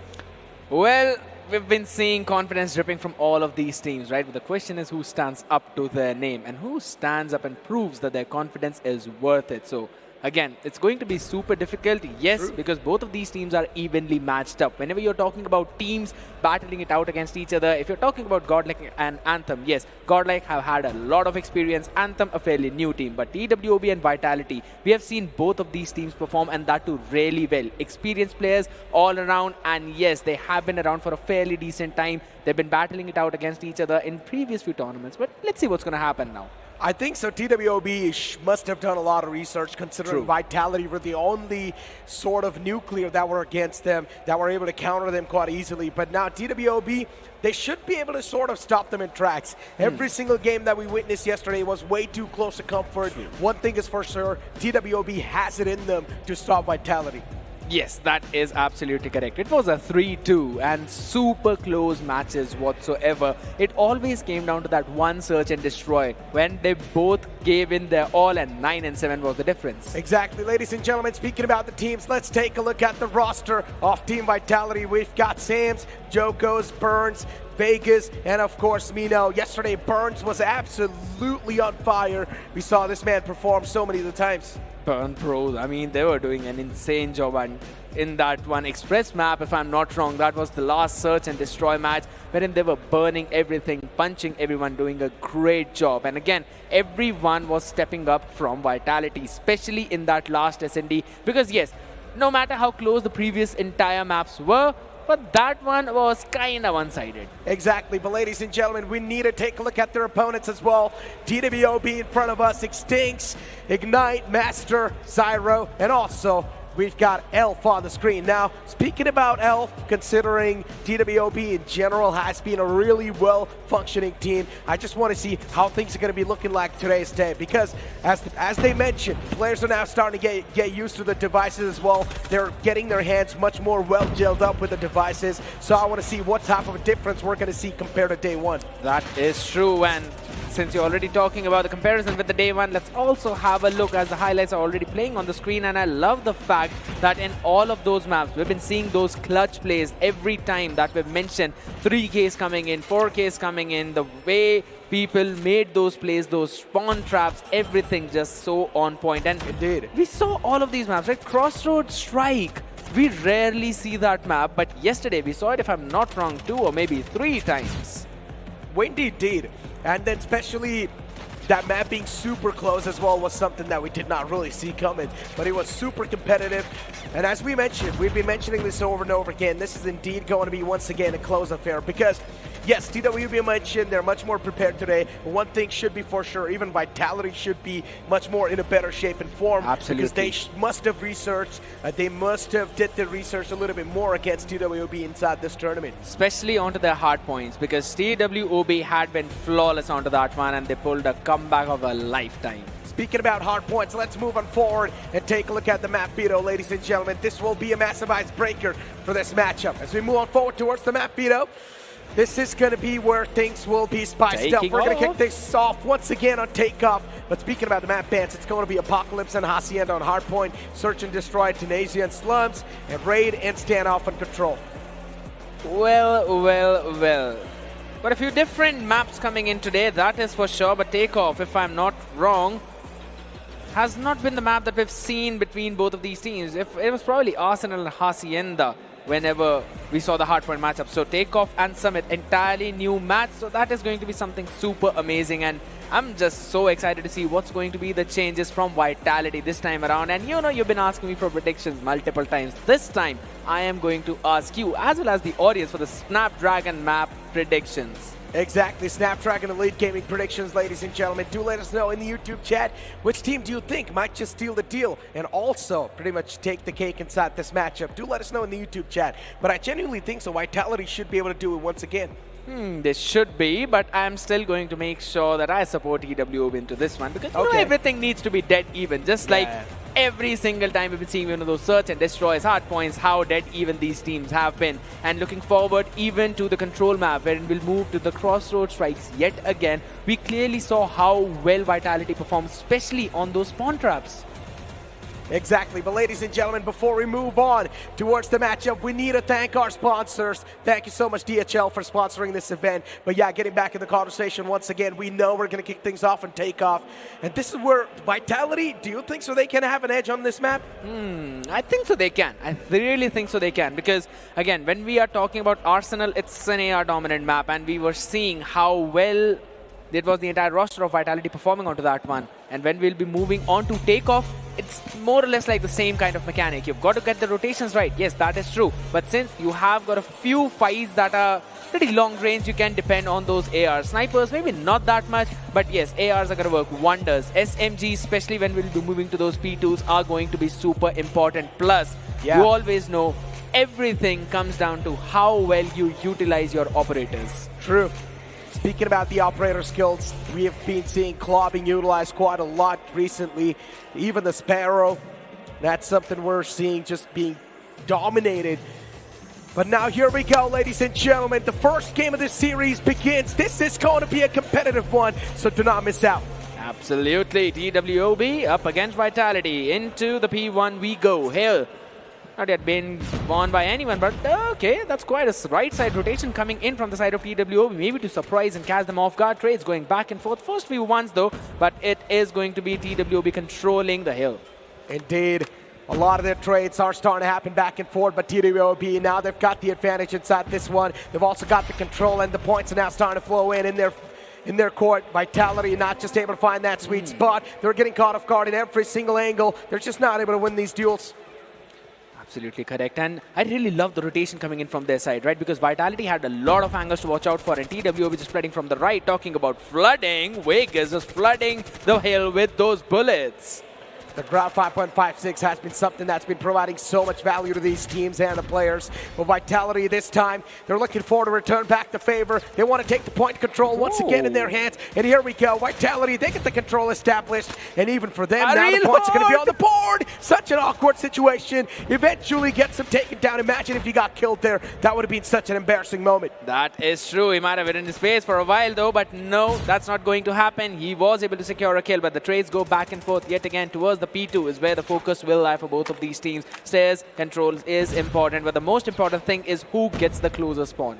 Exactly, 33-13. TWOB doing a fantastic job in holding the players of Vitality off at bay. And we mentioned this yesterday as well. TWOB, they're really solid when it comes to playing the defense. Super solid onto that one. However, Vitality as of now, the ones who are controlling those stairs, and the spray down is just brutal from Bros, but so is from Zyro as he gets a couple of his own. Hunter Killer Drone working his way out. Joko's in the meantime gets a few more trades. Back and forth we go, but TWOB still controlling the hill. There is a contest continuously. Points not flowing towards one side, but being divided between both. Exactly. 38-27, Team Vitality. The point flow once again now back in their court. and Vitality is also starting to win a decent amount of these duels as well. Mino in front of us too, just popping up in the kill feed. Even Vegas is getting his name over there, getting a little bit of that limelight onto himself. Extincts and Masters too now starting to bounce back. TWOB out of nowhere on the entire kill feed. You just see TWOB's name popping up. That is true, but still on the scoreboard, we are seeing Vitality having that lead, and a spray down from Burns is just perfect. We are seeing that the operators are going to be up for their side, both of them to be honest, while 3 for TWOB right now. They can try Purifier. and use it perfectly. Purifier's going to purify Soul, and he keeps it moving forward, but unfortunately, 2 players did flood in, and they shut him down. TWOB, they're playing in together. They're pushing in tandem, and that's why Vitality's getting caught off guard. Even Annihilator was pulled out. Sparrow. And still just waiting for him to peek out. Sparrow was out there as well, but not for long, because he gets capitalized and neutralized instantly. Indeed, that's a very solid utility usage coming in from both Vitality and TWOB. They're shutting down each other perfectly, and now back and forth since we were going. Minho, he has got his operator onto the hand, but maybe not having so many hands, especially for TWOB, as they do not have the members to try and contest for the scraps. Look at this, LK24 being pulled out by this guy. An interesting choice of weaponry coming in, definitely quite unique. And now we've got Extincts on the screen. This man, Extincts, has always been so good with that graph 5.56. Yesterday we saw some incredible moment from Extincts. But now, bros, once again, this man is burning. He's on fire. Burn as well. As soon as you mention him, gets a 3K off his own. And inside the hill, he is standing strong. So he'll be able to get a few pred, maybe a hunter killer. But these teams have been performing so well, and that's all thanks to the Snapdragon performance meter. 120 FPS is exactly what they need right now, because this is up close and personal. Indeed it is. You need to have a smooth gaming experience, and that's what Snapdragon provides you. Ladies and gentlemen, Extincts in the front. Still, this man with this weapon has been so harmful for the opponents, but eventually he's being shut down. This is once again getting a little bit too close to comfort. Now TWOB, they're going to lose out on the lead, but at least they've got the control once again. That is true, but how long? That's going to be the question, because Vitality and TW, both of them are continuously going in for those contests. Even though they don't have the full advantage of those members, they're still trying to push in 1 man, maybe 2 men. And they're also getting those trades in. Scrap points still in the favor of Vitality. Just a couple of them though. 91 and 80 is the score. I believe this is going to go 240 and 250 maybe. Maybe. Still, there's a big maybe in front of us, ladies and gentlemen. TWOB 80 to 91. Predator missile out. Gets that connection. It's also a double kill too. Nicely done. 81 to 91. Still, things are looking pretty close. Tough to say anything. Tough to make any type of statement. Who's going to be winning? Who's not going to be winning? TWOB. Abyss takes down Burns. Even Master returns it back, taking down Abyss. But then Annihilator pulled out, finds one. Nicely done, being the Kingslayer at this point. He even spots out Burns in the front, but it's completely fine. His teammate's got his back. Misses the second shot, but the third one connects. And the fourth one with the no-scope. Beautifully done. He was missing the ones he was scoping onto, but all connecting no-scopes. That is brilliant from them coming in. But yes, Hill in the P1, not being controlled, solidified by any of these teams. Still, it's going back and forth, and most of the time has been just left for scraps. No one going in even for those scraps, as of now, TWOB will be getting the last few 5 seconds, maybe 5 points. We are probably going to see a dead even matchup when we'll move to that P2. Oh, look at Master. Pulls out the War Machine. He might just have a lot of kills flowing in soon. 1 man was spotted. Now it's just going for the random spam. A little bit of damage was caught. The man's barely down to a sliver of HP. Instantly switch it up to the upper window. But still, repositioning is something that's going to be a key factor. Burns too pulls out the War Machine. But then Claw being pulled out by Bros. These guys are working together. Sparrow. Vitality looking forward to get the kill flow in. As the Annihilator's now going to start to dominate the floor. Mino tried his best, but he whiffed a lot of shots. But every single point was just perfectly covered with all of those operators, giving a good cushioning to Vitality, and their objective player could just easily stand in. And another Sparrow. Oh my God! Jokos is just not ending it. Still got one more shot at it. If anyone dares try to move forward. That could have been so close. Very close. 3 players pushed in together. Imagine that Sparrow. One single dart finds a 3K. Could have been everything, but unfortunately for him, that was not the case, and a sigh of relief for Vitality. As of now, since still they'll be having that lead, Freddy being called in, can they get one? It definitely will. A double kill with the Predator missile. Nicely done. Another one being called in by him, and it's going to find just one. Revenge, though. Bros is going to be the man to get that one, but then instantly gets off of that laptop, gets off of that device, and starts striking down the players. The Sparrow in the hands of Zyro was definitely quite deadly. Even the name rhymes, but then Vitality, once again, they bounce back with the Purifier. But shut down just right away. In the meantime, we're still seeing Vitality using the perfect gunfights, making sure they've got the advantage, controlling the hill as well as all the choke points coming in. Though Abyss and Master were trying to find some opening. Claw being shut down as well. This is a very bad news for TWOB, because again, Vitality will have all those operators up before them and they will be able to control the hill. But as of now, TWOB not letting it go. Corners being unchecked, and that's why the players are getting punished. Vitality with this lead, they're just moving in forward consistently, but TWOB, they're just not able to find that sweet spot to stop the players of Vitality, because this time it seems like they've found a cure. They've found a kryptonite to TWOB's defense. That is true. Again, since the trades are going back and forth, we are not having anyone solidifying anything on the hard point. But again, towards another hard point, we're going to see another fight happening. As of now, Vitality trying to control it, making sure that the heaven is also clear. Oh my goodness! What a perfect shutdown to the claw as Master gets double with the War Machine, and Extinct is also following him up. This is not too good. Vitality's lead is about to get compromised. It's about to get capitalized easily. And I guess maybe the momentum, the ball might just be shifting in the favor of TWOB. But Vitality gets the point control once again. Mino, back-to-back kills on the board. Even Vegas in the back, just backing him up. Vitality, they bounce back inside the fray. But Annihilator being pulled out by Extinct. He tried his best, but he could not get anything done. How did even Jokos get that kill? That is not allowed. That is literally not allowed. What a crazy play coming in. Everyone jumping in since they've already used up their operators. They've got to go in for those dry peaks, but they cannot go in for the contest. As again, Sparrow being pulled out. Jokos making sure to make life a living hell for TWOB, who had tried to dare step into that hard point. Indeed, making life a living hell. 169 points, Vitality keeping the lead consistent, making sure they're keeping the pressure on the players of TWOB, but TWOB are doing a fantastic job in dealing with that pressure in general. Even on the point, once again, it's going to be Vegas all by himself. He tried his best to play that one-man army role, but he wasn't really successful. Jumping through the upper floors, getting all those picks, running and gunning, absolute best. And we are seeing a top-notch display of these gunfights, but not just TWOB, but also Vitality, because all the spawns are now in their control. They are making sure that they do not leave any kind of opening. The rotation have been on point. Vitality trying to find something, but they also have to take care of the people who are trying to stop them in their pursuit. It's all problematic, and a Pred missile tried to get a double off of that, but only Burns will be the one who would be finished off. Vitality 183 on the board for them. But TWOB, they've got the control now. But Bros, once again, pops up, strikes the players down in the front. He's got a Fury kill so far. Gets the 5th one as well. Bros, one more for a Pred. One more for a Pred. This guy, indeed, has been in an incredible form and shape. As you mentioned, just needs one more for the Pred. You try to pull it out, but unfortunately, with the unfortunate timing. That is true, but nonetheless, we're going to see War Machine shut down just like that. He did call in the Pred to take care of Zyro, but the trade's going back and forth. Master still controlling the hill, and we're going to see it being reinforced by both the members from both the teams, as Claw is trying to shut down for anyone who's been rotating from the bottom side, but the spray down is just being a menace. It's a chaos, and the trades again going back and forth. The Claw was definitely something that brought the ball once again back in the hands of TWOB.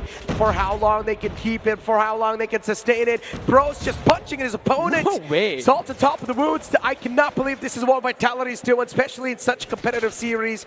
But that's what they're looking for to pull off. Vitality once again getting the points control, keeping the lead consistently. This needs to be stopped right here, right now. TWOB, they need to go on offense. Getting a few more scraps for themselves. They'll be solidifying their lead, though it's going to be contested only for so long as the trade still fell in their favor. Zyro, in the meantime, though, gets 3 Extincts following it up, and that's just one member for Vitality. Oh my God. A double kill with the Annihilator. One thing is for sure, the players at TWOB are really struggling to make value out of those operator skills. And that's where Vitality is sort of taking the edge inside the duels as well. Look at Vitality. The players of TWOB are just not able to stop this control because Bro single-handedly with Burns. This combination is something that's causing so much issue for the players of TWOB. Vitality smooth sailing for these guys. 235 points wrapped up. The control still in their hands. It's not being stolen away. A decent amount of time left. All Vitality needs to do is keep on sustaining that. But I guess TWOB, they're going to steal it away at the nick of time. And a perfect way to steal it away, reaching up to the 200-point mark as well, and 18 more seconds of scrap time to work with, but they've also got to get the rotation in on point. Those pretty missiles that were used by Vitality previously as soon as this hardpoint started is what got them in this position. But as of now, they're going to be moving their way. 7 more seconds of scrap. They still got to stop them. No way, they made it for the rotation. 247 on the board, TWOB. Right. Now they have got the control in their hands, but still time is something that you need to wait for. Soon enough, the upcoming point will be revealed as well, and it's over here. Vitality, they've already got the control, and also they've got the first game sealed up. This is the first hardpoint win coming in for Vitality against TWOB. And what a crazy way to start things off on takeoff. Previously, we saw this game going so close, and it was TWOB pulling in a miraculous comeback. But this time around, not allowed whatsoever. And I personally feel that TWOB had a perfect read, but those last few seconds decision was something that did not work out in their favor because, I mean, there was around 10 seconds remaining for the hill. They did not need to go in for a long rotation for the other one. Yes, setup is necessary, but when your opponent is at 239, not even 1 second should be allowed to be given to them just like that. Bros was popping off. It was. Insanely poppy plays from the side of Bros. And even Burns in the back line was sort of giving him those help. But still, Vitality being able to seal the deal, at least on this first hard point, is now going to give them that mental edge, that mental boost against the players of TWOB. The upcoming ones is going to be Search and Destroy. And Search and Destroy always puts a big question mark on my face. I mean, we have seen both of these teams perform exceptionally well and onto that one. It was the overtime, right? No one can deny that. It was literally the first overtime of the CODM LAN. And seeing these teams perform just like this, my goodness gracious, bro. Ridiculous. 64? That's the highest kills we've seen so far in Call of Duty Mobile Invitational. And not just this one, even on the online streams that I've seen, this is the highest number of kills that anyone has got. Bro was just popping off. And he also mixed a few punching kills into that one. That's why we mentioned this guy as the burning bro. When this man is on fire, it's tough to calm him down. It's tough to extinguish him because he will be the one to make sure that you will be lit up on fire too. Bros just single-handedly carrying his team in the back. Not exactly carrying because even his teammates were doing a fantastic job, but still, Bros was the one who was keeping them in race in so many of the times, getting those multi-kills after multi-kills. True that. And again, since we're talking about multi-kills, that's going to matter on the next map as well, which will be Search and Destroy. So you already know it's going to be super important, especially now that we're looking at TWOB down in one map. Yesterday, yes, on the hard points they were up, but on the SNDs they could not grab it against Vitality. And this time around, Vitality seemed to have fixed the minor issues that were there previously. So I just want to look forward to the next one. What's going to happen in that one is going to be the question. Their performances have been on point. Mino was also the one who was doing some amazing fragging, even though he was the IGL. Sometimes we even saw him top fragging on his end. So I'm just super excited for this one. Indeed. Upcoming game of Search and Destroy will be really close. But now you can clearly see a big sign of concern, a big sign of worry on the faces of TWOB. That is true, and I mean, it is genuine, right? Because hardpoint is something that they were super comfortable at and super confident about. But Vitality coming out on top in just such a dominating fashion. Yes, it was super close up to the point where it was somewhere around 150, 160, maybe 180. But after that, it was just Vitality steamrolling through all of the last few hardpoints, making sure that they've got the control of the hill every single time. And the rotations, perfect. Catching them off guard, perfect. Utility usage, perfect. And also the operator, on point. Indeed. Team Vitality just doing some solid stuff. Even yesterday, Team Vitality, if I'm not wrong, They won the search and destroy, right? Both of them. I mean, yeah, that's the main thing, right? And even the crossroad strike was something that was in their favor. But we're not going to waste any longer than we already have, as we'll be focusing down onto the meltdown. As this is going to the search and destroy, and TWOB need to win this one to equalize the maps. Exactly, ladies and gentlemen, here we go. Vitality, there's a chance these guys can make the series 2-0 because yesterday they were looking phenomenal on search and destroy against the players of TWOB. But can't TWOB strike down the players of Vitality because they've got enough time to get used to the devices and also get used to the strategies against the opponents. Extincts need to be the key. He's the sniper of his team. He was popping off in the previous one. So yes, he's warmed up close and personal. He needs to take those fights and win those ones. And as soon as I said that, he found the opener. Nicely done. TWB out of nowhere. The kills are now starting to flow in on the table. Whoa, whoa, whoa. And look at this. Vitality. What? They're just done. Out of the game so quick. Wrapped up perfectly. And honestly, the way that they went in for that retake, it was so perfect. They flooded in from all three different angles, and that is exactly what you need to do whenever you're retaking that site. On towards the B, 3 openings, capture all of them. TWOB have got a perfect read onto that one, so they do not mind Vitality going in for some quick hits. Maybe we're going to see a site change, or maybe Vitality will change something in the post-plan setup. Maybe we can. TWOB getting the first round in their hands. Maybe this can be something that can uplift their confidence. But still, Vitality's just playing so aggressive. They're pressing on it instantly. Even the sniper on the back lines, DL being pulled out. Let's see how much of a value can Jokos actually provide. Yesterday, Jokos was phenomenal. But as soon as he scopes out, a man was deciding to peek out over there. Bros finds Abyss. Of course, it's Bros to kick things off once again. Even Burns was able to get another one. Vegas was shut down, but TWOB, once again, they make a swift return back inside this entire fight. The swift return can provide them a lot of value, but Bros from the back strikes down one player. And Burns' position was compromised. Burns, too complacent, gets taken down. Zyro finishing things off in style. That's what you want from your star player as well. Doing a great job onto that one, and this is one of the reasons why you just do not stand in one specific angle where you are expected, because all the teams, they've got multiple choices, right? They can try and just go in for a small peek and then move backwards and bait out a few shots, go for a sliding peek. You would not be able to get those shots in the head, while their crosser will be on point. TWOB doing it perfectly now, shutting down the push towards the B 2 times. This time around, Vitality are probably looking to spread out a little more, as Minio will be trying to maybe check for the aggression from the A and take control of that part of the map. Vitality, just keep one thing in mind. You guys have got Bros and Burns. Set these guys up for success. And they can single-handedly just empty down a site. True that. Utilize the utilities to set these guys up. And maybe, as soon as they find that little glimmer of the opponents, that might just be the moment they're waiting for. So far, Jokos isn't able to find that sweet timing. Even the sniper has been deactivated. So Jokos needs to swing back to life. Extincts, though, he needs to be the one who needs to find an opening pick for his team. Still, playing it up close. No one's pushing in from TWOB. I really like the discipline coming in from their side. Oh my goodness, as soon as I said that, Master. Oh my God, Jokos. Such a quick shot that was. Quick reflex indeed from Jokos. Shuts the man down in the front. Fnac pulled out from Zyro. And look at this, Burns once again with the shotgun. And then Bros 2 gets 2 for himself. Burning Bros, this duo strikes back. Just a brilliant way and a brilliant adjustment this time around. Facey hits are not working out.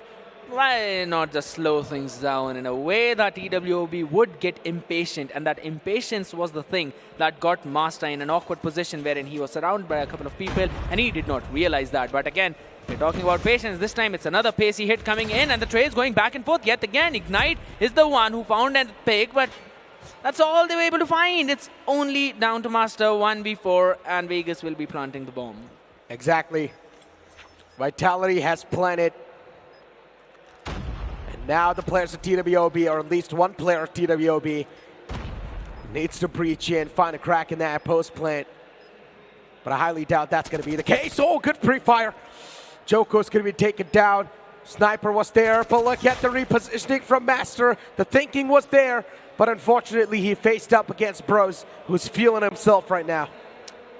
2 for 2 yet again, just as we expected. You know, I really want to say it in that accent, but I don't have that heavy voice. It is just as I expected.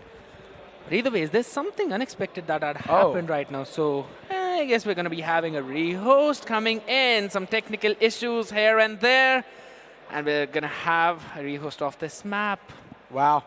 Anticlimactic, though. I'm not sure if this is a good thing or a bad thing for TWOB because they started things off on a great note. So I still I'm think not it's sure. maybe a decent thing because, again, they would be able to read onto the type of hits that Vitality want to go in for, and they have time to maybe make a counter strat for that one because, again, Vitality looked super solid as soon as they adjusted to the style of TWOB. You know, pacey hits not working, no worries. We do not care about the pacey hits. We can play it slow, and TWOB would have to work over their patience because, yes, it is understandable that you would want to try and take control of the map, but you also have to focus that maybe the opponent is wanting you to do that. So sometimes not moving too far forward is the way to hold the angle. Maybe just watch out for a choke point if in case you see any kind of movement there, then try and make a proactive play. Because as soon as your teammates on the side who are the anchors are not finding any contest onto that one, there's absolutely no point of making any kind of play. The ball's in your court either ways because it's the attackers who have to plant the spike, plant the bomb. Yeah. Hopefully this rehost is going to be happening quick enough, ladies and gentlemen, because we're trying to get some issues sorted behind the scenes. The players were having a couple of issues, but yeah, speaking about the matchup, right, I'm not really sure if this is a good news for TWOB because they had a storming start of 2-0. Vitality, they looked like they were in the pressure for a couple of moments, but then later on, they hit the players of TWOB back. But imagine if now the start's going to be from Vitality at 2-0 against TWOB, a team that is already under pressure. That can be really bad. Really tough. That is absolutely correct. Because just as I mentioned all of those points for TWOB, even Vitality would be focusing on the exact same thing. Indeed. They will be.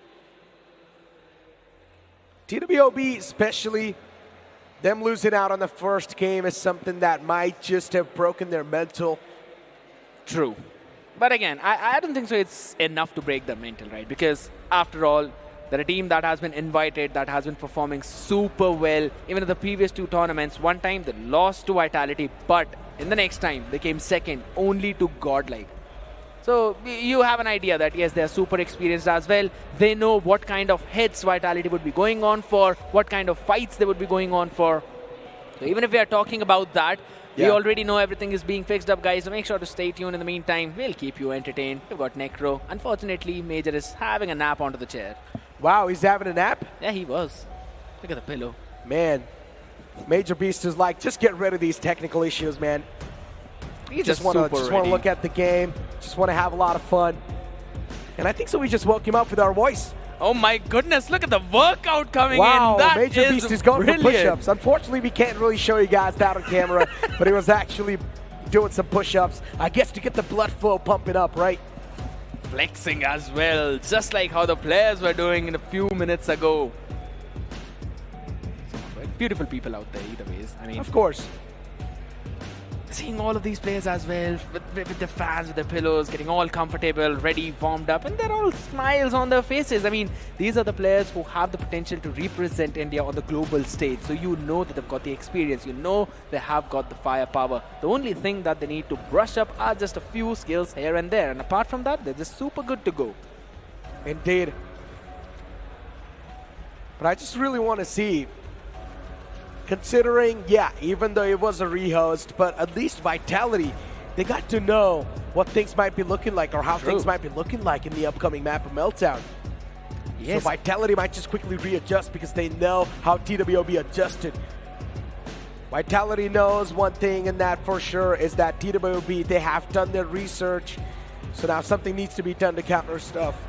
Yes, absolutely correct. And again, I was having a look at the next few maps that will be coming in after this. Crossroad Strike, We've seen it yesterday. We have seen Vitality perform super well onto that one. However, when we'll be moving forward onto the Summit and Express, as soon as this matchup is going to move forward, I am still seeing the maps fall into the hands of Vitality. It's going to be an uphill battle for TWOB. Yes, they're also super solid onto all these maps, but I am looking forward to what's going to happen in this one. As we've got the queue, guys, the rehost is completed, and we're going to start things off in the next few seconds as Exactly. Whenever you hear that music, you need to know that the game's going to be on the way. Here we go, ladies and gentlemen. The search and destroy between Vitality and TWOB will be resuming right now. As once again, we're going to step our foot in Meltdown. But speaking about Vitality, one thing is for sure, they have already got the spoiler on how TWOB are going to be adjusting against them. Absolutely. And again, Bros this time is the one who finds the opener for his team. So that's you seeing how effective he has been, not just in this map, even in the previous one. Finding those openers, giving an early advantage, and then trying to play in with the time. That is what Vitality has been doing. Bomb is in the hand of Burns, so you know this combo of Bros and Burns, Burning Bros, that you love to call them, can decimate the lineup of TWOB. But same thing can be said for Extinct. Also for Abyss, who unfortunately fell in this first round, but Zyro and he were the ones who were anchors in the yesterday's hardpoint matchup to bring a comeback. So even if you're in the search and destroy, you know that these people have got the potential to pull those 1v3s off. If I'm playing against Vitality, I'm scared of the Burning Bros. I will be really scared of the Burning Bros. But look at Vitality, they're already so deep in.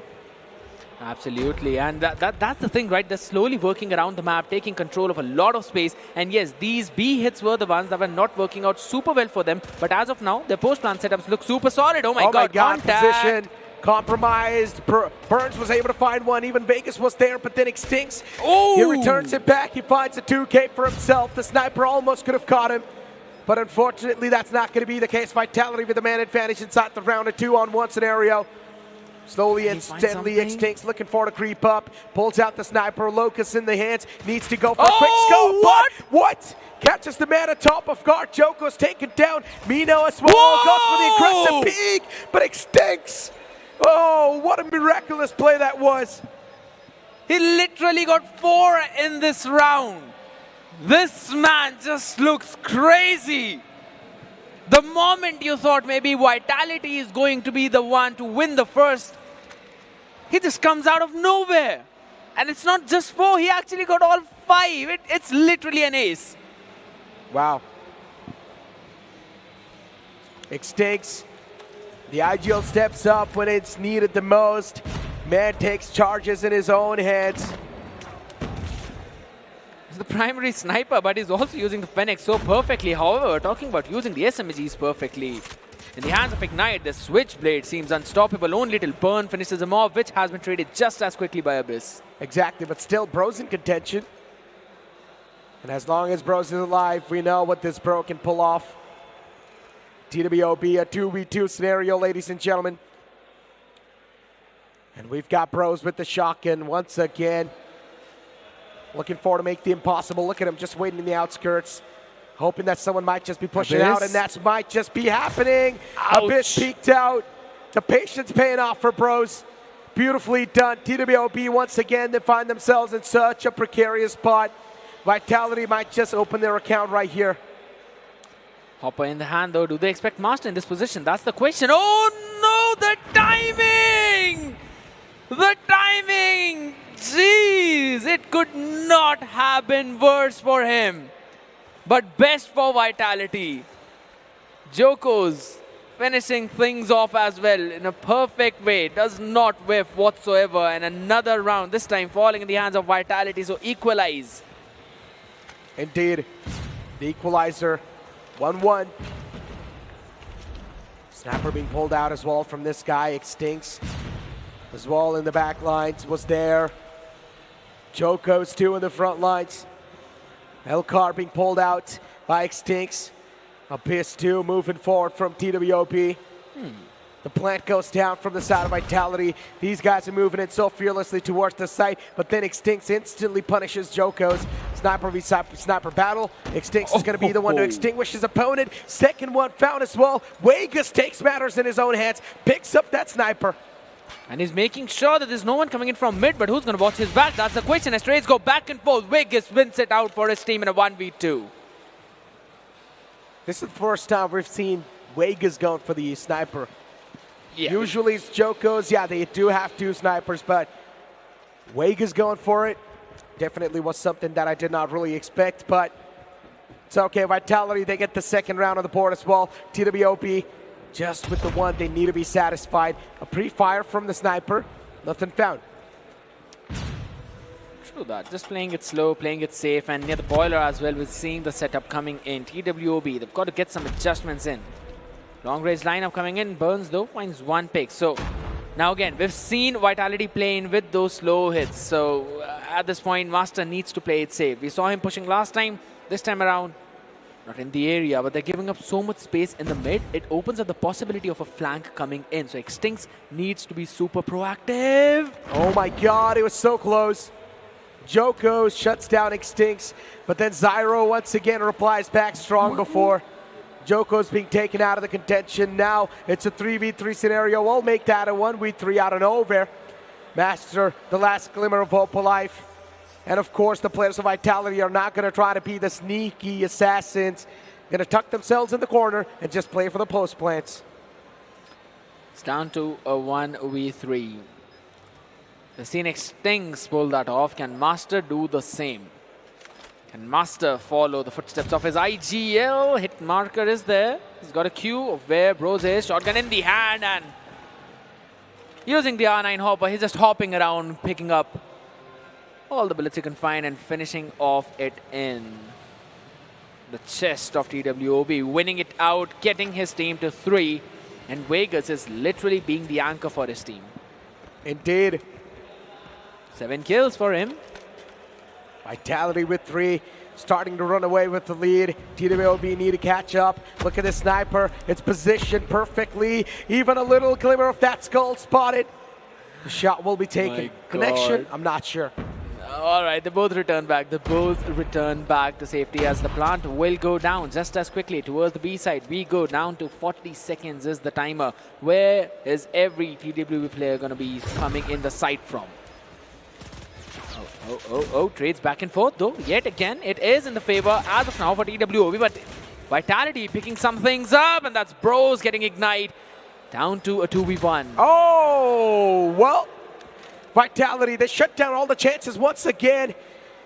And as usual, Bros, this man shines like a bright diamond. Vitality 4-1, TWOB struggles continue. This time around going in for another pacey approach towards the mid. They played slow in the previous one.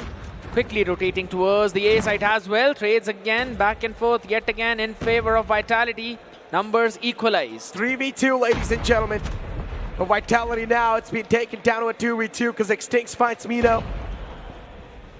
TWOB, at least now things are down to an even Steven ground, so they've got an equal fighting chance inside this entire scenario.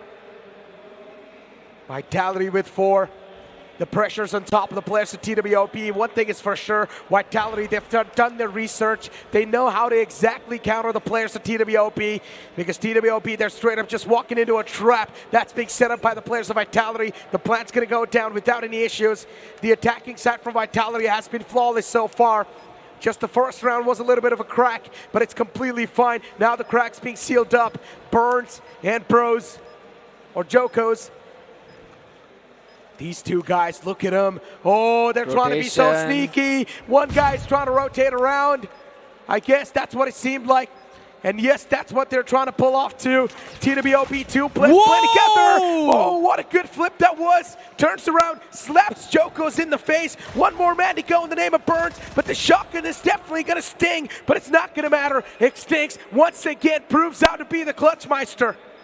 He won 2 rounds for his team, and he's on 11 kills, the highest in the lobby. TWOB, they're relying on their IGL. Yes, that is true. But how much? Your main slayers need to step up at this point. They need to make sure that it's not just Extinct carrying everything on his shoulder. Yes, it was all a perfect setup and it came down to him. That is totally based on luck. But either ways, they've got to win their opening duels. No matter what, they cannot give them to Vitality just like they've been receiving in the previous 6 rounds. Sides have been flipped though, so TWOB going in for a very pacey hit. They'll be planting the bomb towards the A, and 40 seconds is the timer that's left on the clock. Indeed. 2 to 4. Zyro finds Mino. Another one from Extincts to add on to the tally. TWOB, at least they found a little bit of a breaker for Team Vitality's momentum. 2v5 seems next to impossible to pull off, and now make that a 1v5 just with the sniper in the hand too. And also almost going for the knife from the back. Okay. No punches allowed here though. No punches allowed here. Maybe. Only for so long. We're probably going to see something in the crossfire, or even maybe in the entirety of the next round of Hardpoint, if you're going to go to the long way, that is. Switch just happened. We've got a long mountain to climb as of now, but again, easy hits coming in, folks. TWOB still win out on those trades, and they're down in weaponries though. Vitality need to bring something up. They need to cook something, but it's only on Jokos. Indeed.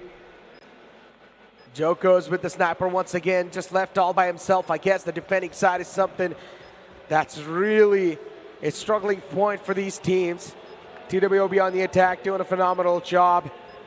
Vitality looking forward to pretty much just look up to the upcoming round, because this one's gone. Nothing can be done. Oh, takes out the skull. And equalizing the numbers, 4 and 4. I mean, that's exactly what we would expect from both of these teams. TWOB on that attacking side are also working like a perfect unit. In unison, they're going in for some pacey hits towards A with the post-plant setup as well, which is absolutely perfect, winning out on all of those trades.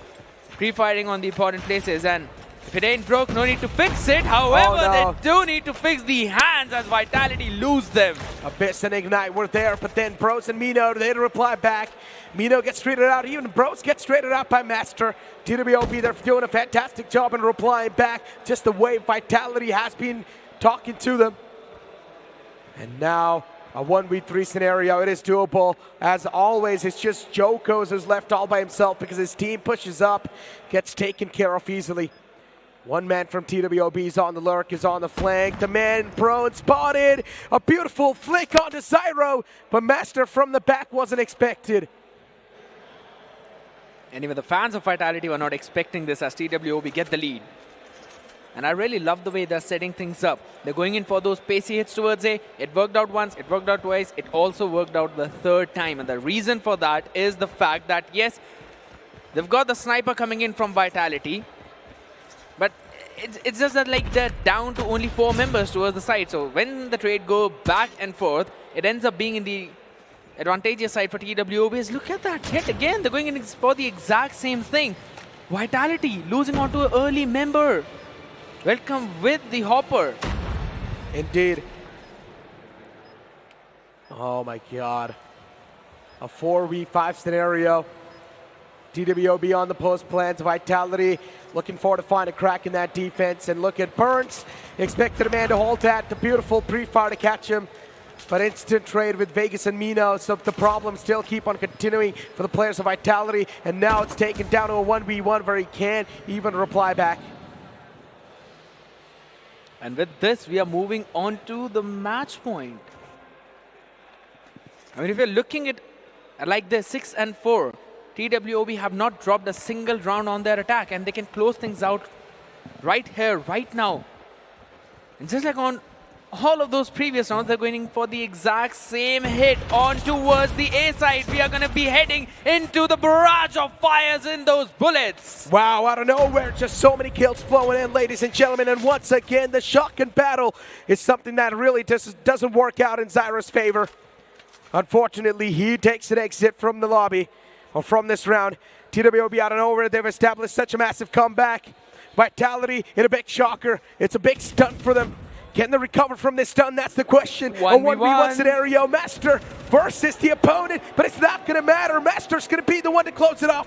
TWOB, what a return sweep that was. Talk about a comeback, and the one name that pops in your mind is going to be TWOB every single time. Let it be Hardpoint, we don't care. Let it be Search and Destroy, we do not care. TWOB just pulling out a wondrous work onto that Search and Destroy. Yes, they were looking a little bit shaky when they were on the defense. We were seeing Vitality having a lot of control. But just the way they pulled their attacking rounds off was brilliant. And there was not a major strategy behind it, right? Because you were clearly seeing their attack was just based on one thing. That they are going to hit the site from two different directions. They're going to go in for that split. One from mid, a couple of people from mid, and a couple of people from the main. And that is exactly where they were getting the control from. And every single time Vitality, they were just all crunched up, being caught in the pincer maneuver from two different directions, and they were just not being able to answer that. Indeed, I mean, you can clearly see in the highlights as well. Vitality on the attack, they were unmatched, and then TWOB on the attack, they were unmatched. So I guess the attacking side is really something that these teams favor to play on. X stings though, man. I'm going to give the MVP to that guy. Of course, and he has gotten the MVP in his team. 14 kills lined up for him from him. Burns and Bros, yeah, been able to perform decently, but not exceptionally well, and maybe that's why I guess Vitality sort of lost. I'm expecting this one to probably go all the way, and that is if Vitality are able to bounce back in the next one, because maybe, just maybe, it just feels like Summit would probably be the area for TWOB. I'm making a guess onto that one. However, before that, we'll be heading into the Crossroads Strike. So we've seen this one yesterday. We've seen a good performance from Vitality. We saw some good spawn traps coming in. The question will lie in the fact that if TWOB are able to break through that spawn trap setup, they would be able to lean on a heavy punishment towards Vitality. And if they do that, they'll probably be putting themselves in the advantage, at least in terms of those life count. Now, we know that both of these teams, they've been getting their first attacking rounds on the control, even though the map is kind of defensive. But there's always this flip that comes around. Whenever Vitality is on that defense, they go in for those spawn trapping plays. They always make sure that they are the ones who use their own operators in such a fashion that they go and pincer towards two different directions. And that is a big problem that TWOB have to deal with. Here we go, ladies and gentlemen. Crossroads Strikes is on the way as Control begins now. Vitality, they need to step things up, considering the previous loss might just bring the pressure back on them. But Vitality, it's all going to come down to these starting few frag to sort of dictate the pace of the upcoming moments. Dictating the pace is where it all lies, as trades back and forth. But in favor of Vitality right now, as they got a few picks for their own favor. 29 and 22 is where we go. And first took a progress, worked in quickly towards the A as well. No operators to play with, so it's going to be just sheer gunpower and the utilities, nades, the flashes. You need to work on with them, and Anger has been washed out for shots to the toes, working perfectly. Second of progress. If it gets locked in, it's going to be super problematic for TWOB. Exactly. Oh my god, what's going on? 15 to 26. TWOB are getting absolutely decimated and dominated by the players of Vitality. Look at this guy, Burns from the back. He had such a massive flank. He spotted all the players moving up in the front. Burns was just waiting for him to get up close and personal in this moment. He did manage to find at least one, but it's completely fine when Bros is popping off. You do not need to take matters in your own hands because Bros has got his team covered. I did not expect the Crossroads Strike to go in this way. Yeah. 20 and 5. What? Vitality's definitely pissed because they were not looking forward to lose on the previous Search and Destroy. And now Vitality, they just want to name this entire game onto themselves. Look at Bros with this R9 shotgun. Bros has been the best shotgunner I've ever seen in my entire life in Call of Duty. Absolutely. I mean, this is the kind of aggression we saw from GodLiKe when they were up against Anthem. But this Vitality squad just running away with daylight murders like that. No trades coming in whatsoever, and a perfect pincer play. Watching all the angles. That's all you need to do in Crossroads Strike, and winning in their offensive round on a defense-sided map. Just a brutal way to start things off, and they also will be getting a few operators as quickly as possible. I mean, look at this guy. That flick, that snap onto his opponent. Master and Ignite as well. They tried their best to sort of return themselves back in the fray, but then 26-26 is going to be the score. Look at Vitality. They know when to push. They know when to aggress, when to play passive. And once again, the balls now are going to be rolling in the court of Vitality. They're really looking forward to make it quick. Probably want to return back to their hotel rooms and prepare for the grand finals, I guess. But now Claw being pulled out as well, but TWOB, they're not going to let him make it quick. This Claw's definitely dealing so much damage! What's going on, bros? Stop him! Claw is lining up the opponents, but TWOB, they're still in the fray. Trapping everyone in the spawn alone, but finally Ignite finding the crucial openers for TWOB as they'll be locking in the first tick of progress for now. Yes, it's worked down clock, stopped at 46. Sparrow being pulled out, as well as utility in terms of the Hunter Killer drone. Bros making sure he's still in the fight. He's missing everything. Jokos.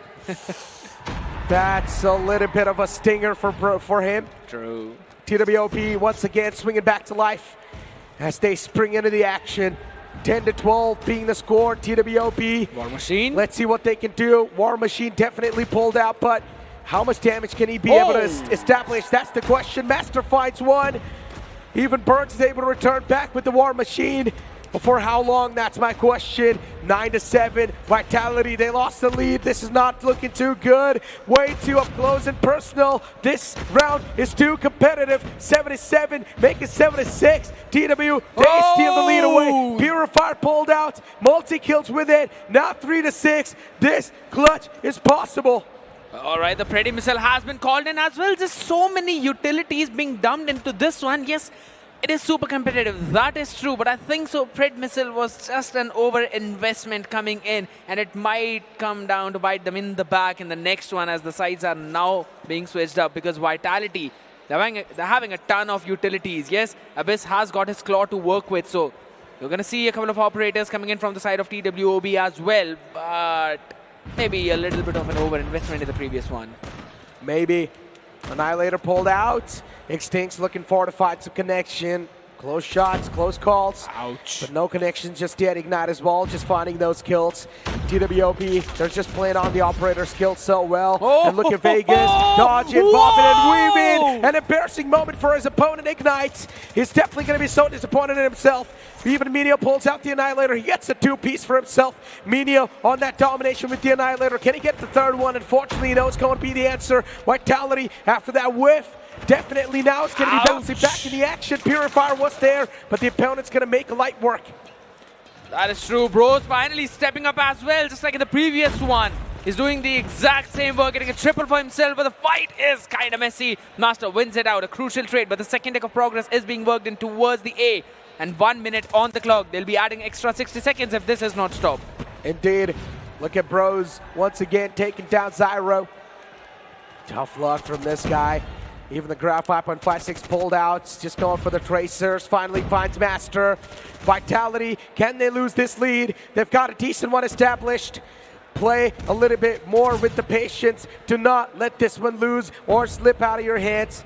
7-12, Vitality on the verge of winning this one, and I think so. There's a chance they're probably going to take this one home as well, but then you can clearly see the players of TWOB playing together.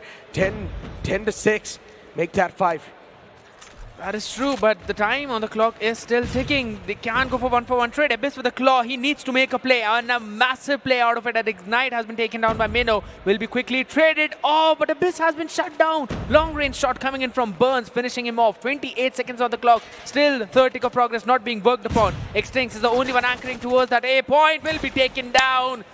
And with that, the life count will deplete. Vitality wins it out again. Oh man, Vitality, all they need is one more round to seal the deal. Here we go, ladies and gentlemen. We straight up just jump in the next round over here. Let's see who's going to be having the momentum rolling off the bat.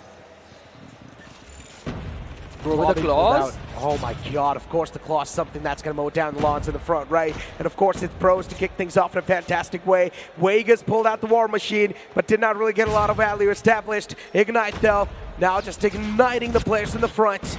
And as we've got Biz 2 with a 2K, Burns as well returns one back. TWOB, they're doing a fantastic job with the amount of kills that are flowing in on the table. It really seems it's tough to stop the players of TWOB, but then even Vitality replies back stronger.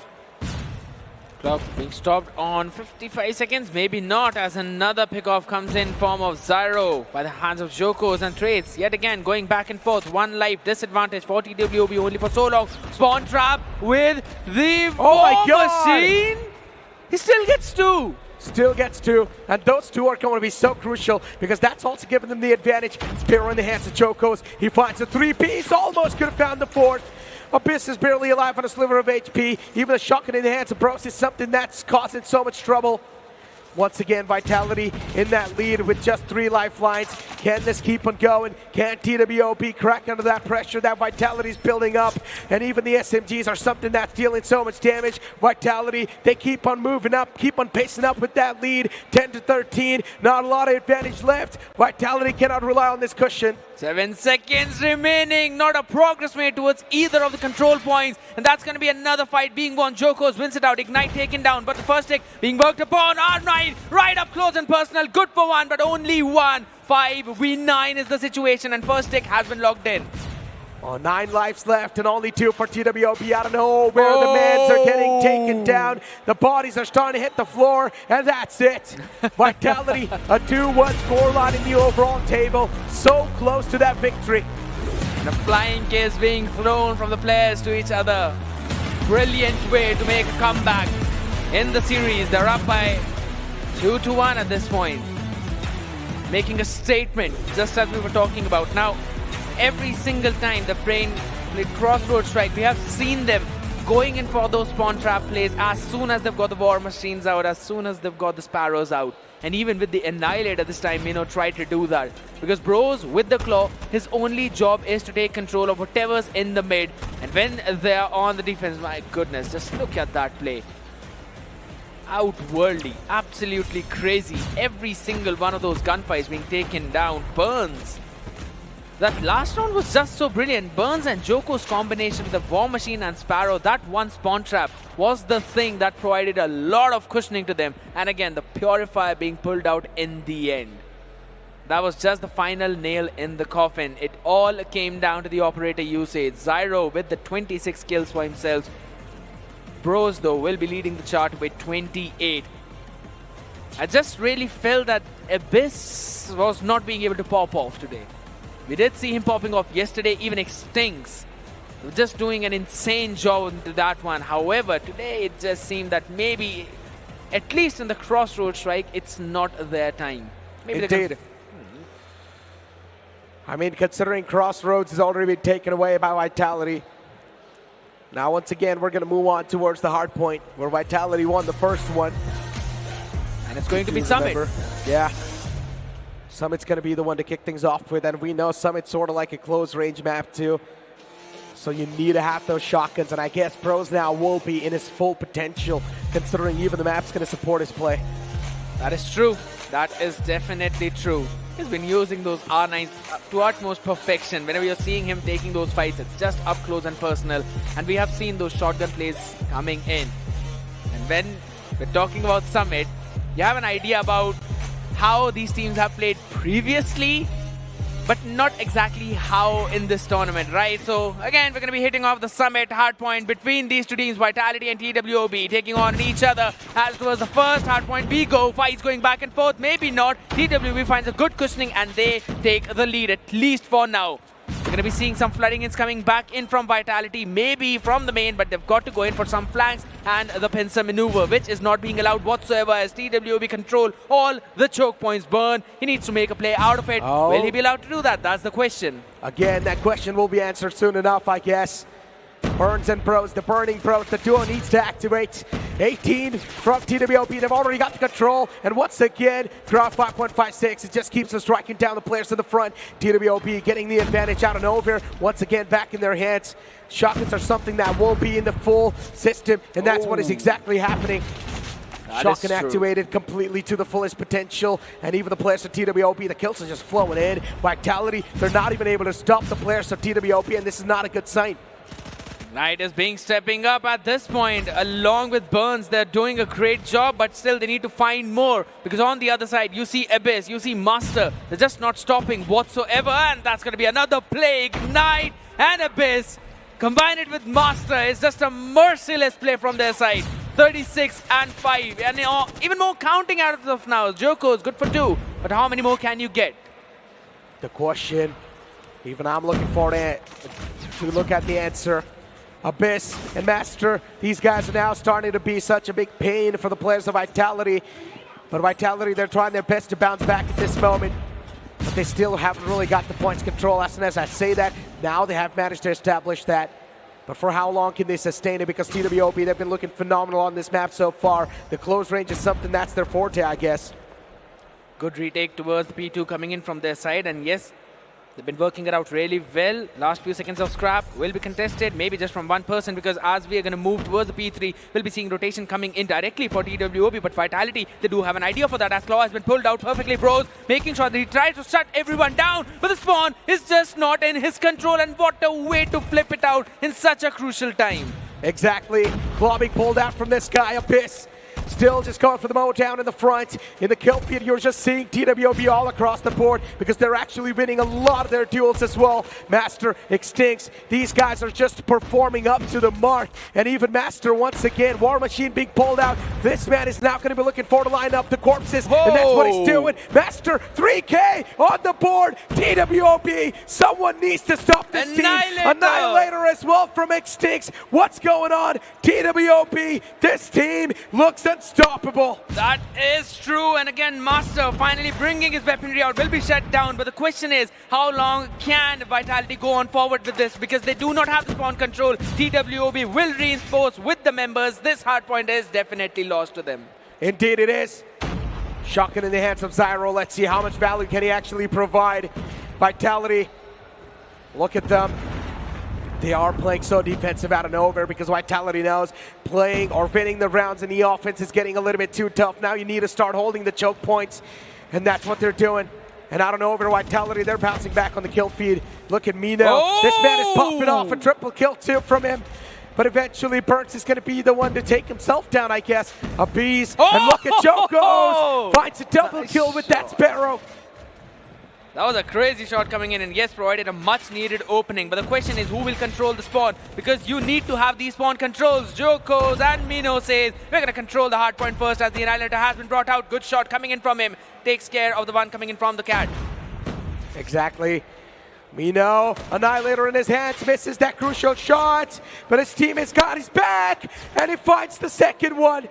Mino looking forward to get the third one as well, but no, unfortunately a jump peek from the opponent's going to get him. Joko's with a two-piece though, finds Master and Abyss, but still the shotgun from Bose is something that's going to deal so much damage. Burns finds one. And now Vitality looking forward to gain that momentum, looking forward to keep on moving with the pace that they found themselves. Finally, Vitality making a comeback inside this entire game. The shotgun's now starting to click in.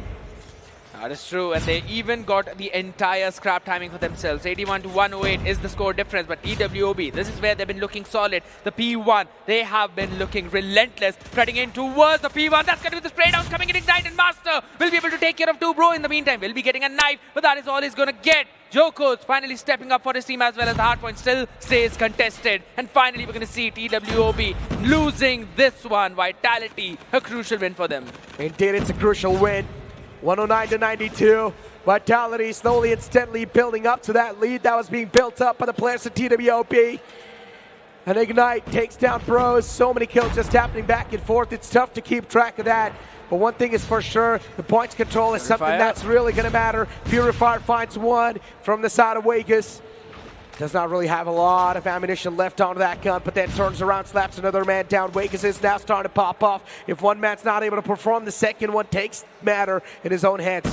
And only 1 point has been given to TWOB in the previous hardpoint, so you can clearly see that Vitality, they won the much needed hardpoint battle, and they've been looking super solid on the P2 already, and now the Freddy Missile will be called in as well. How much more can he get? That's the question. One, that is it. He's got to be happy with that one. Indeed, he's got to be. He killed himself. Burns, tough luck. Joko's with a two-piece as well, once again keeping Vitality in the race. Purifier was there, but did not adjust his crosser in time, and that's why he got taken out. Sparrow too was pulled out, but not able to find a lot of value. But Zyro on the opposite side, he's able to get so much done. War Machine as well is able to get so much value. Master just keeps on spamming the same angle. TWOB on the kill feed all over.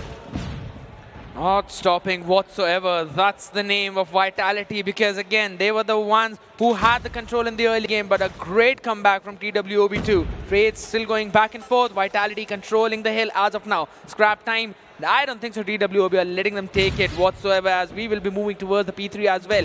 That's going to be where the contest remains for the spawn, as TWOB with those trades. Yet again, it goes back and forth as Vitality finds the final few. Annihilator pulled out from Extincts. This man's favorite weapon, Annihilator. Let's see how much can he actually annihilate inside the lobby. One was found, the second one was found by his teammate. With the claw. Pre-aim's good. Annihilator needs to find at least a couple of more. Claw being pulled out by his teammate. Abyss was able to get two, actually. Jokers as well being shut down in the target. And now still the Annihilator keeps it clicking up.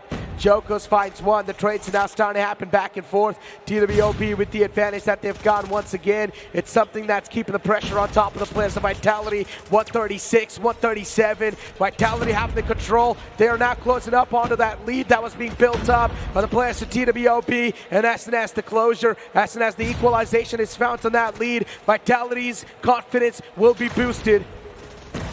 It definitely was boosting only for so long, because TWOB were the ones who had the control of the spawn, and this is one of the most important hard point wherein you need to take control of the spawn whatsoever. However, bros! Oh my god. What a crazy flick coming in from him with the shotgun in the face. At this point, I'm just used to bros playing like that. And look at this, Kilo 141 in his hands. And Vegas being shut down instantly. What a quick slide that was. TWOB once again just gaining that lead, gaining that momentum. Vitality's just not able to find that sigh of relief, and that's an issue. But now the mow down from the claw. This guy, bros, is being such a big problem. It's being such a massive nuisance for the opponents. 161, Vitality having the control over the point is definitely something that's helping them flow in back inside the entire game. But for how long can they sustain the control? Almost getting the closure onto that lead. The hard point is one of the most beautiful matchups, especially between these two teams, because it's always so close. And just as you mentioned, 171 to 172 now, lead going back in the favor of TWOB, as they're the ones who are controlling the pit. We're going to see how long can they do that, because the rotations coming in. Vitality burns finds an important opener, but Zyro and Extincts are also there, not letting them in the objective whatsoever. This could have been way too close. Bros gets taken out. Not looking too good. TWOB though, but they return back with two. 192 once again, the consistent leads just on top of them, and that's an issue. Vitality need to get the point control as fast as possible, and that's what they're running towards. War Machine pulled out from Master. And this man just keeps on spamming the random angles wherever he thinks that the opponents could be. Does not really have a lot of bullets, or does not really have a lot of nades actually available in the magazine. So soon enough, even the War Machine's going to be taken away. Sparrow being pulled out, almost found the connection. But for now, it's like a big stop in the kills. But as soon as I say that, TWOB once again, they find the flow. Absolutely, and now finally reaching up to those 220-point mark. 30 more seconds onto the hard point P1. It's going to be contested, but they know where the player is. They've got to move out, and again, trades back in the favor of TWOB. They found the opener, and this is the chance for them to probably close things out. Yes, it will not end up onto this one, but the rotation is going to be super important. The pressure is on Vitality. Indeed it is. 172 accumulated. Vitality needs to find a full stop to TW's point control, because TWOB, they have been looking phenomenal on that defense, but something needs to stop them. 240, TWOB, they can taste that victory. They can smell it. I guess we're probably going to be going to the final map. There's a chance Claw being pulled out by Abyss. And I guess if this man does find the mow down, it's going to be a massive issue. But no, instead, Vitality, they return back to favor. Points control was once again back in the hands of TWOB, but I guess it gets denied by Vitality. They are keeping this entire matchup breathing. Absolutely, and yet again, Hill being contested by them, but no one's there. And Vitality tries to jump in, but they will not be able to find any kind of openers. 249, and finally reach the 250 mark. And it is going to be TWOB making a crazy comeback. You wanted a treat, Necro, and this is as better as it could get. Exactly, 2-2, ladies and gentlemen. TWOB making it look super competitive. You can clearly tell the players are excited. They're probably feeling that adrenaline rush through their veins. I mean, you were jumping around here when you were seeing the match so close. We can already understand what the players would be going through. All the utilities used up perfectly. War machines pulled out on point. Along with the Sparrow and Lilator Claw. Jeez, everything was just so on point for TWOB, and that P1 was where everything started for them, and also was the P1 where they almost got the final nail in the coffin. Oh man, back and forth, back and forth. This series is always so fiery. Always so fiery. Once again, ladies and gentlemen, we're going to be moving forward to the decider between Team Vitality and TWOB. Whoever wins this will be moving up the charts. At least the elimination sword is not going to be looming on top of their heads. That is true. That is definitely true. One thing I can make sure is the fact that, guys, you're not watching the restream. This is literally happening on day 2. Again, TWOB and Vitality. Both the days, we have seen these teams go to the 5th map. Now, last time it was Meltdown, where we saw Vitality win it. But this time around, it is going to be Express. We had the Express as well, right? We do remember how easily they were able to get that win. Question is, can they pull it off right now? Good question. Yeah, I mean, we did see them yesterday onto the Express, but that was them just running away. That is where you gave them the name Burning Bros. But can they search and destroy their opponents? That is the good question. Oh, well, for now, Vitality, at least Vegas is able to start things off on a great note. He went for that gamble in Vegas. But kids who are watching at home, do not gamble. Took me a second to realize what you actually meant, but yes, I did realize that. That was a nice one. Gonna give you one for that. 4-on-4 situation, ladies and gentlemen. The dust now starting to settle inside the round. And once again, the questions starting to pop up, but Extincts making the fog a little bit more clearer. And we can now see how the situation might just be rolling in the future. Even Minio is able to return back with a piss taken down. A 3v2 scenario. Vitality on a man disadvantage. Not looking too hot. Sniper as well being trained by Jokos. Jokos needs to make a play, that's for sure. He needs to find the opener, just as you mentioned. Minio will be going in for the rotation. He finds the bomb plant and he sprays transfer onto Master. Gets a crucial pick. We were thinking Jokos would be the opener, but Minio's like, fine, I'll do it myself. Wow. Well, if you've got a player performing like that, well, you're not even going to need a sniper. And he's this man just played so well. Sneaked in behind the lines. Oh, well, speak about sneaking in behind the line. I guess Extincts does it better. IGL versus IGL. Extincts has got a bigger brain, I guess. Well, he was the one who got the ace in the previous Search and Destroy, so definitely bringing in the exact same performance. I mean, ground is shaking because the train is moving right past them. We'll probably give them a time to go in for a quick rotation coming in, though. However, TWOB moving in directly into the crosshair, but no shots being connected whatsoever. Bros will find a base in the meantime. That's one opener for them. Can they convert on more? Can they convert?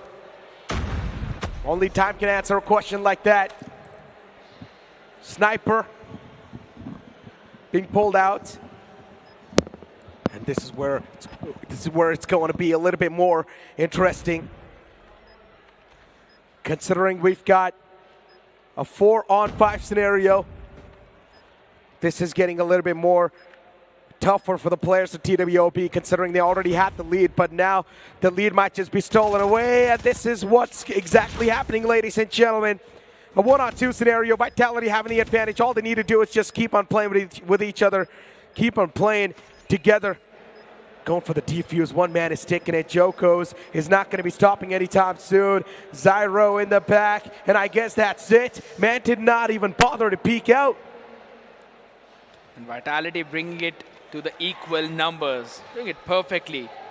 Mino is the one who's anchoring his own team, while Xtinx is the one who's leading the charts in his own. Zyro, though, on 5-1, doing a great job. But these IGLs have been so very clutch on so important points. They need to do it again, that is for sure. But all the others need to step up as well. Slowly creeping ahead. Oh, That's a my good God. shot. That's a great shot. Xtinx so quick with the reflex. Sniper clicks in. Oh, he scopes out at the wrong time. Oh no, Joko's gonna find the equalizer. But no, scopes out in the nick of time. And because of that, misses out on the opportunity. But still, things are now 4v4 because Bros has got his back. Definitely did.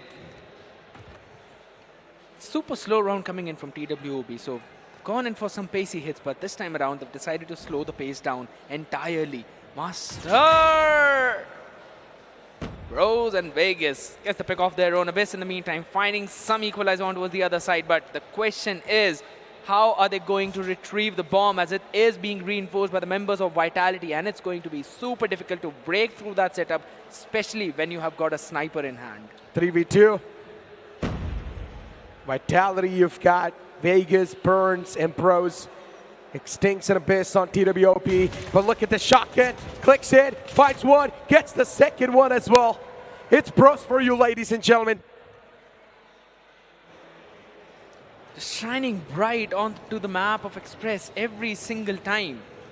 Saw him doing the exact same thing yesterday, doing the exact same thing today. Ground is literally shaking as of now, especially for TWOB, because they need to get the win onto this one. Look at this. Once again, we haven't really seen anything start just yet, anything ignite just yet. Vitality on the lead with just one round, but any of the round leads can actually mean so much to these teams and the players.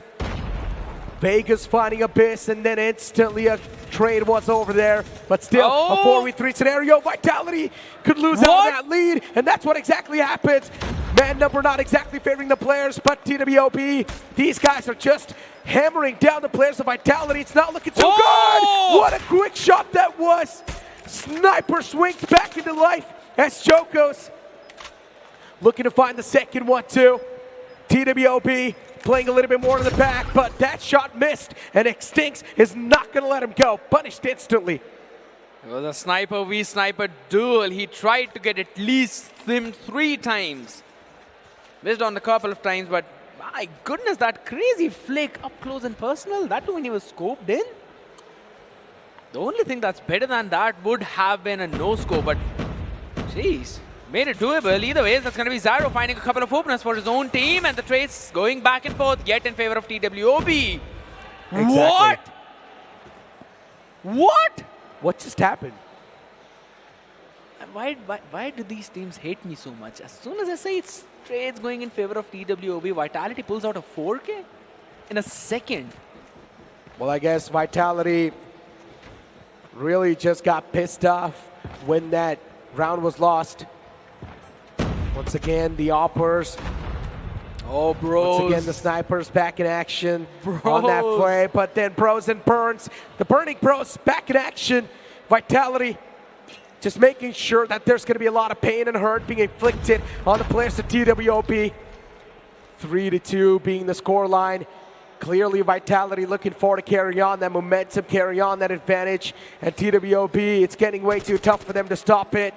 Another one found on the board. Now it's being taken down to a 2v3. This seems doable out of nowhere. The bomb is not in their control. Vitality are the ones who have an idea where the bomb might be. Zyro is going in for a long rotation coming in. They need to expect him to be there. Slowly, Master creeping up as well. As soon as Mino was taken, oh my goodness, that shot should not have been missed. Indeed, it shouldn't have been. 3v1 or 2. Oh no, what a quick adjustment. Instant flick onto the target, and Vitality gets another round on the board, ladies and gentlemen. 2 rounds lead. This is not going to be stacking the pressure on top of the players of TWOB even more. Deja vu of the previous SND. The only difference is that this time around, Vitality will be the ones on the attacking side. Just have to wait and see if in case they'll be able to do the exact same thing that TWOB were able to do. Quick snipes coming in, Extinct wins it out, but Bros yet again, just someone take away the hopper from his hand. R9 is something that is using perfectly. Indeed. 4 on 2. I love the hopper. Is the score line, but the players alive is 1 on 3. Burns is the only man, and this man has the capability to take down all the 3 players single-handedly. I don't think so. Fortunately, he doesn't have any teammates to back him up, and that's why the position gets compromised. Good map awareness from TWOB. He walks right into the crosshair of the sniper, so that was something definitely worrisome for him. The 2 people leading the charts in terms of kills, Extincts and Zyro, both on to 9. Slowly stepping up. On the other side, Bros is the one with 9, Minnow with 7. They also need Burns to find more than 1 at least. Indeed. Joko shuts down Extincts. Vitality.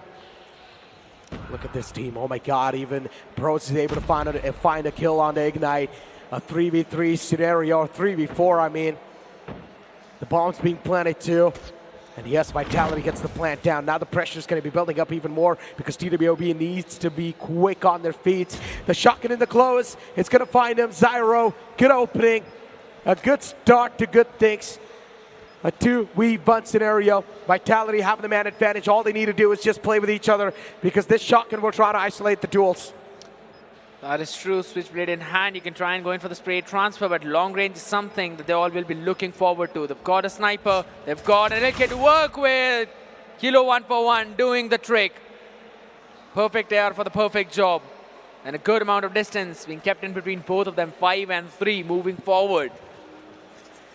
1 step away from the map point and also closing things out at another 3-2. Again, the Express.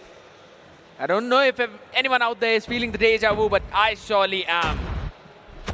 Indeed, man.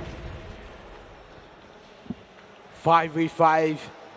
Nothing happening just yet. Just a little bit of scratches. But as soon as I say that, TWOB, they get a 2-piece for themselves. Vitality is not able to return back at all. Make that a 2v4. Vitality struggling to find those kills, struggling to find those bullet connections, and Mino clearly is not having a good time because Extincts finds him, shuts him down instantly. Vitality, it's all down to Joko's. What can a single man do with just a sniper in his hands? So much to live up to, ladies and gentlemen. So much pressure accumulated on top of him while Extincts is in the front. 4K or nothing. 4K to get his team closer to the victory. Bomb not in sight. He definitely is in the crosshair. Extincts finishing up the job. 5 and 4 slowly creeping up. TWOB, they're not gonna let them win just like that, and this may be another overtime that we might witness today on the Search and Destroy. TWOB, they mentioned this in the interview as well, that they're here to win. I guess they're really going to make sure that they're going to win against the players of Vitality, but they can't if they give picks like that to Joko's. And once Joko's is activated, it's going to be tough to shut him down. What a quick readjustment that was, but then an instant trade-off between Vegas and Mino. Beautifully done. Vitality once again back in the swing of things. A 1-on-4 scenario, ladies and gentlemen, and also the bomb goes down. Vitality in a big advantage. It's done. This round's going to be taken away by the players of Vitality. And then after that, Vitality needs to win one more. Finally, the B-side hit came perfectly, and that too on a perfect time. That's a good shot from Zyro. That's a good shot from the R9. But how can he find 3 more when they're all just playing at a very far distance? And the distance like that, shotgun's going to take kill. Oh, that's it. Yep, that is it. 6 and 4. From the back, it's going to be a knock on the door. 6-4. Nice. Nice. And that's the second thing I liked in the last 2 minutes, right? First thing was definitely Vitality moving forward with the B hit time and time again, using the exact same setup. They've got to take care of Extinct. They're going to walk into his crosshair just like that, though. Still, Mino and Bros find the openers. Oh my god, Vitality. Oh, at least they're here to equalize things, right? A 2v3 scenario. We'll make that a 2v2. But then Jokers once again trades it out. Oh, what's going on, Vitality? They've got each other's back. The bomb's dropped.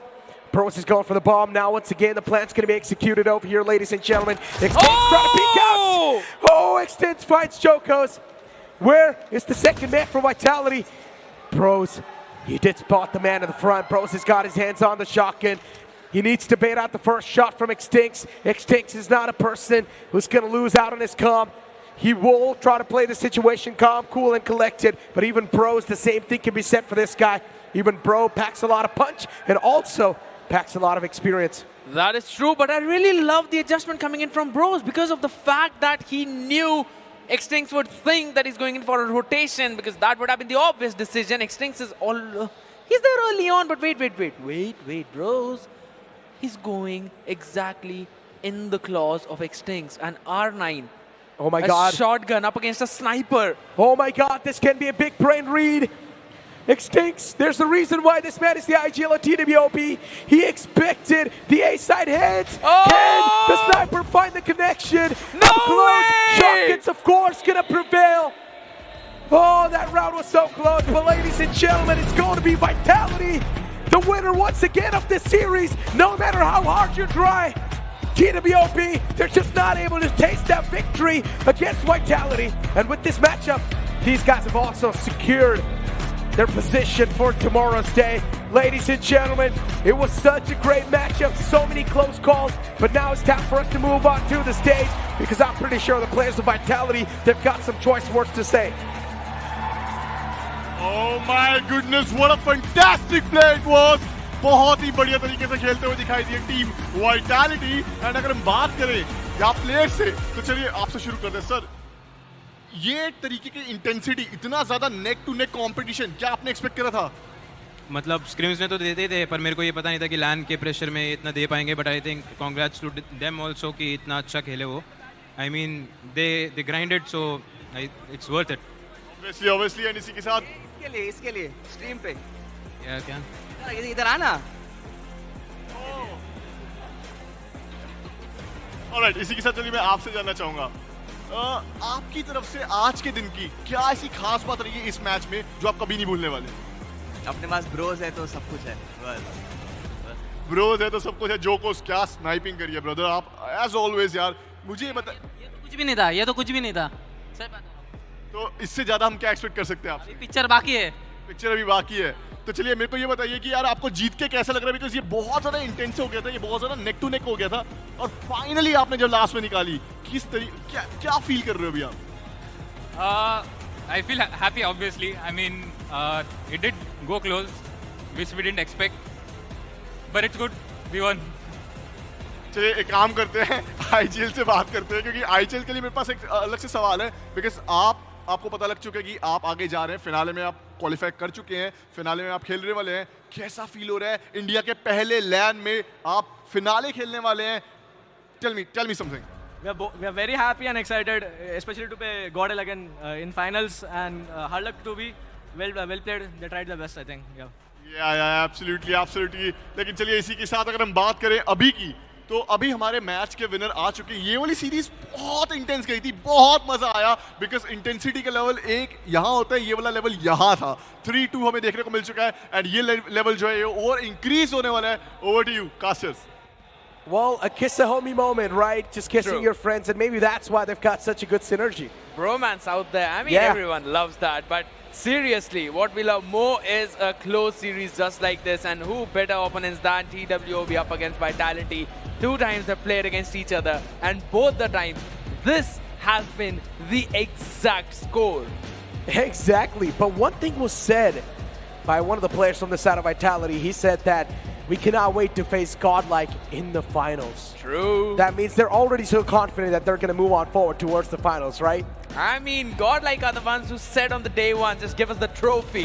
So yes, this kind of confidence is also expected of their arch rivals. Yes, GodLiKe might be the nemesis of Vitality, but if this is the kind of performance we're going to witness from Vitality and even TWOB, I mean, I think so they'll be up for a solid contest, especially from both of these teams.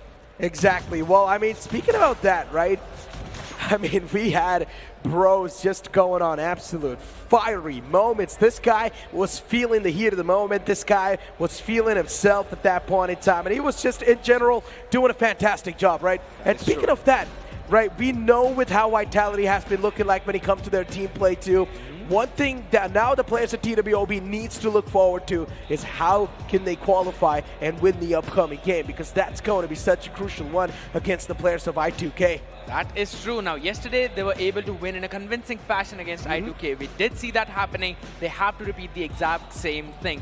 Now, we saw in the Group A, right, how GodLiKe, yes, winning out on all of those matchups, easily qualified with a 4-0. But on the other hand, NS, they were down 2 maps and they made sure that they would be winning against Anthem in a 2-0 fashion as well. Yeah. So I think so we're going to see probably the same thing in this one, wherein TWOB might get the upper hand against I2K just because of the fact that they are the invited teams. Exactly. Ladies and gentlemen, before now, it's time for us to toss to a short break, because on the other side of this break is going to be the matchup between the I2K.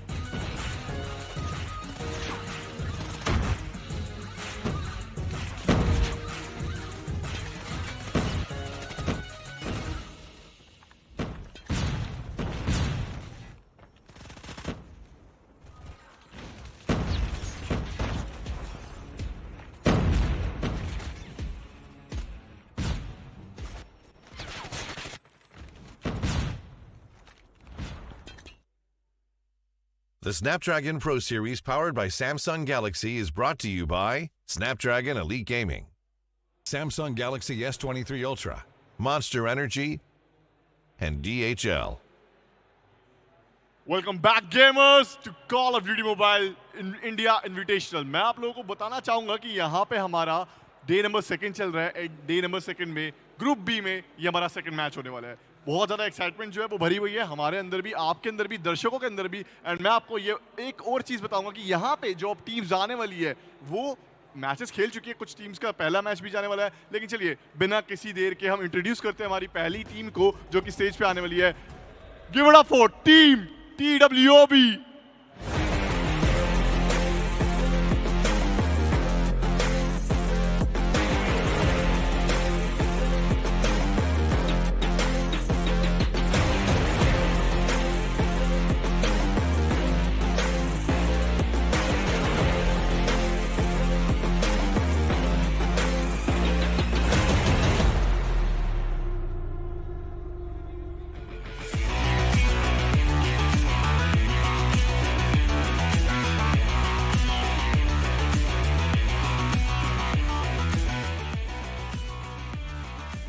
All right guys, all right.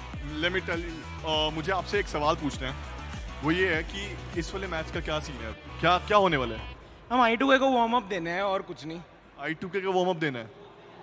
जिसको समझना था वो समझ गए। तो पिछले match में क्या आपका वार्म अप हो रहा था? वो कल प्लेऑफ्स में दिख जाएगा। वार्म अप का नतीजा कल प्लेऑफ्स में मिलेगा। I mean, बहुत ज्यादा ही नजदीकी मामला हो गया था। कुछ तो बोलिए पिछले मैच के बारे में। पिछला मैच था अच्छा था, सेम थोड़ी मिस्टेक्स थी, कल प्लेऑफ में नहीं होगी। कल मिस्टेक्स नहीं होगी, बिल्कुल सही बात बोली आपने। चलिए मैं आपसे भी जानना चाहूंगा, how are you feeling for this match? Warmed up. Warmed up? Yes, warmed up. ठीक है, ये बच चुके हैं। मास्टर क्या चल रहा है? भाई सही चल रहा है यार। पिछले मैच में क्या हुआ था? अरे थोड़ा सा इश्यू इसके लिए थोड़ा सा I mean, हम सबको पता है थोड़ा सा इशू आया जिसकी वजह से टक से छू के जीत को वापस आ गए। हो जाएगा ये वाला मैच हो जाएगा आराम से हो जाएगा। चलिए वार्म अप हो गया हमारा। वार्म अप हो चुका है। चलिए ठीक है, so thank you so much guys. आप लोग प्लीज अपनी सीट्स पे जा सकते हैं। This one. एंड इसी के साथ अगर हम बात करते हैं हमारी नेक्स्ट टीम भी आने वाली है। एंड इन्होंने तो बोला है कि ये वाला मैच उस टीम के लिए वार्म अप होने वाला है, पर क्या ये बात सच होने वाली है नहीं, ये तो वो टीम आके अभी खुद बताएगी। तो चलिए बिना किसी देरी के इंट्रोड्यूस करते हैं हमारी टीम को, टीम I2K।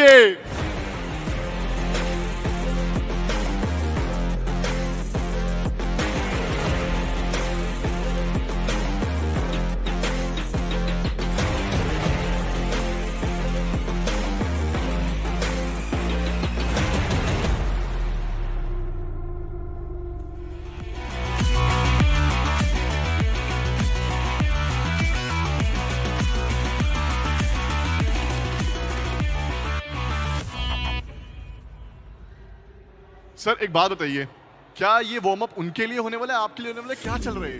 वो तो आप मैच देखोगे वो तो पता चल ही जाएगा सर, आपको पता लग जाएगा। Yes sir. कितने कॉन्फिडेंट हो आज के लिए? वैसे तो we are here to enjoy the show and we will get the full of it. और बाकी तो इंडिया का फर्स्ट लैंड है एंड हमारे लिए भी फर्स्ट एक्सपीरियंस है ये, प्लस और भी अदर टीम्स के लिए भी। तो देखते हैं, मजा आएगा। आपको पता है ना कि आपके लिए डू एंड डाई वाली सिचुएशन है, डू और डाई वाली सिचुएशन है, बिकॉज अगर ये नहीं जीते तो आप यहाँ से घर वापसी का रास्ता पकड़ लेंगे। हाँ, that I know that you know. तो आप खेलेंगे भी वैसे ही। चलिए मैं एक प्लेयर जो कि बहुत मशहूर है इनकी टीम का, जो कि बहुत ही सुर्खियों में रहता है, लॉर्ड सनडांस जी से बात करना चाहूंगा यहाँ पे। तो ऑलराइट, मुझे पहले तो ये बताइए नाम के पीछे की वजह क्या है? देखिए, एक अमेरिकन फोक स्टोरी है। So Butch Cassidy and Sundance Kid, these guys are two outlaws, legendary outlaws. So I took that from. पक्का वहीं से लिया ना और कहीं से? पक्का।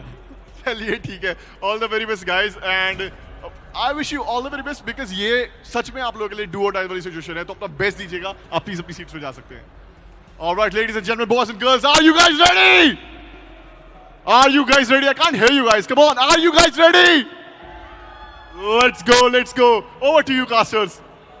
Well, it seems like the audience and the players are definitely quite ready. But ladies and gentlemen, speaking about the upcoming matchup, this might just be a close one too. I2K yesterday, they were trying their best to make it as competitive as possible. Absolutely. Yes, it was still TWOB winning in a 3-0 fashion, but the matches were close. We did see even Tunisia coming up for the search and destroy. So that is a very good addition in the S&D map pool, especially for I2K. But for now, since we're already talking about the additions, let's look at all the additions at TWOB roster. Exactly. Extinct, Ignite, Master, Zyro, Abyss. In the previous game, we saw these guys perform. They tried their best, but once again, Vitality just a step ahead. Absolutely. I mean, it was such a close matchup time and time again. We've been mentioning the exact same thing, that these two teams just go up close and personal, and it could get as close as it is, man. 3-2. Both the times, we've seen 3-2 in between them. But for now, we're going to also see the roster for the opponents of TWOB right now. It's going to be none other than I2K. Exactly. Speaking about the roster, we've got TWOB, the IGL, and also the star player, the playmaker, Legacy, Virus, Alpha, and then Sundance. Sundance needs to be the man this time to step things up, because yesterday, TWOB was struggling quite a lot. That is true. I mean, Sundance and Legacy were the two people who were topping the charts, especially in terms of those skills and also the time over the objectives. When we were talking about the hardpoint, yes, and also when we were talking about the control. And since we're already talking about hardpoint, let's have a look at the highlights of yesterday. Exactly. I mean, speaking about the highlights, you can clearly see, of course, TWOB, they were able to win a lot of these fights, but I2K, they tried their best, as I mentioned, to make the series as competitive as possible, especially in the hardpoint. It felt like I2K, they were much more ready. Super ready indeed, because it's just all about the preparations, right? Tunisia, yes, was a map wherein I thought I2K might be able to pull it off, but at the end of the day, it was still TWOB getting the win. A 3-0 setup whatsoever. I think so I2K would need to still climb a decent amount of hill if in case they want to win it against TWOB. We've also seen and heard the players, right? They mentioned that we will show our true skills in the playoffs. And exactly. That is what happens, because every single time whenever we are looking at the teams, yes, the rotations, they do need to come, and also the strategies are to be revealed. But what exactly is going to happen and what's exactly in their mind is always revealed whenever they move into those playoffs. Exactly, ladies and gentlemen. And speaking about the playoffs, now it's time for us to move on forward towards the map beat-out. This will be a massive icebreaker, as we're going to kick things off and take off once again on Hardpoint. This is an interesting one. Speaking about the bans though, Apocalypse and Arsenal being banned out, Meltdown and Slums being banned out in Search and Destroy, and then in Control, Raid being banned. Absolutely. I mean, we did see yesterday Hacienda being pulled up, and that was still being secured by TWOB. So I like this addition. Takeoff, yes, we've still seen TWOB winning it against the team of Vitality, but I feel that maybe I2K would be able to pull off a miracle. Exactly, but now it's time for Snapdragon Elite Gaming predictions. Every single person that's currently watching this stream on YouTube, all you guys need to do is just go in the comment section and let us know which team do you guys think will be winning the series. What about you? All right, being brutally honest, I think so it's going to be TWOB. Interesting, but of course, ladies and gentlemen, we want to give a huge shout out to our presenting partner Samsung for providing top tier performance, crystal clear display, and also lightning fast response. This is the exact phone that we are talking about. I mean, literally, this is the best performance in gaming phones right out here. It's raising the bar for all of them. And when we are already talking about the performance, you know it's going to be lightning fast in those response. We've also seen the processor working perfectly well with 120 FPS. Exactly, 120 FPS as you mentioned. That means lags, well, they're going to be eliminated from the game completely, just like how some of these teams will be after today's day. But you know what, speaking about the games once again now, we need to get back inside the factor, because we know with how things are going to be looking like in the future lights, considering TWOB, they will always just have the dominating affair. That is true. They will have the dominating affair, but I2K are the underdogs. They've made it through the online qualifiers, and then they've reached onto this LAN arena. They will not go out empty-handed. That is for sure. And in the way that we're already seeing these teams perform, even Anthem learning from their mistakes, they were changing things up. So I2K can definitely step up on that gas as well. Exactly. Speak about stepping up on the gas, ladies and gentlemen. Here we go. The first game begins right now of this series, as Hardpoint is going to be in front of us, and Meltdown is what we're going to step things on. That is absolutely correct. I mean, looking at the P1 as of now, it's going to be controlled by the side of TWOB, but I2K will be making sure to enter that side. 1-for-1 trade coming in, a good utility usage from Abyss. Get good for one and doubles it up as well with the Fennec in his hand. We've seen a lot of times, TWOB going in with those Fennec plays whatsoever. Those trades back and forth, TWOB controlling the hill, and I2K do not seem to be finding any kind of entry point.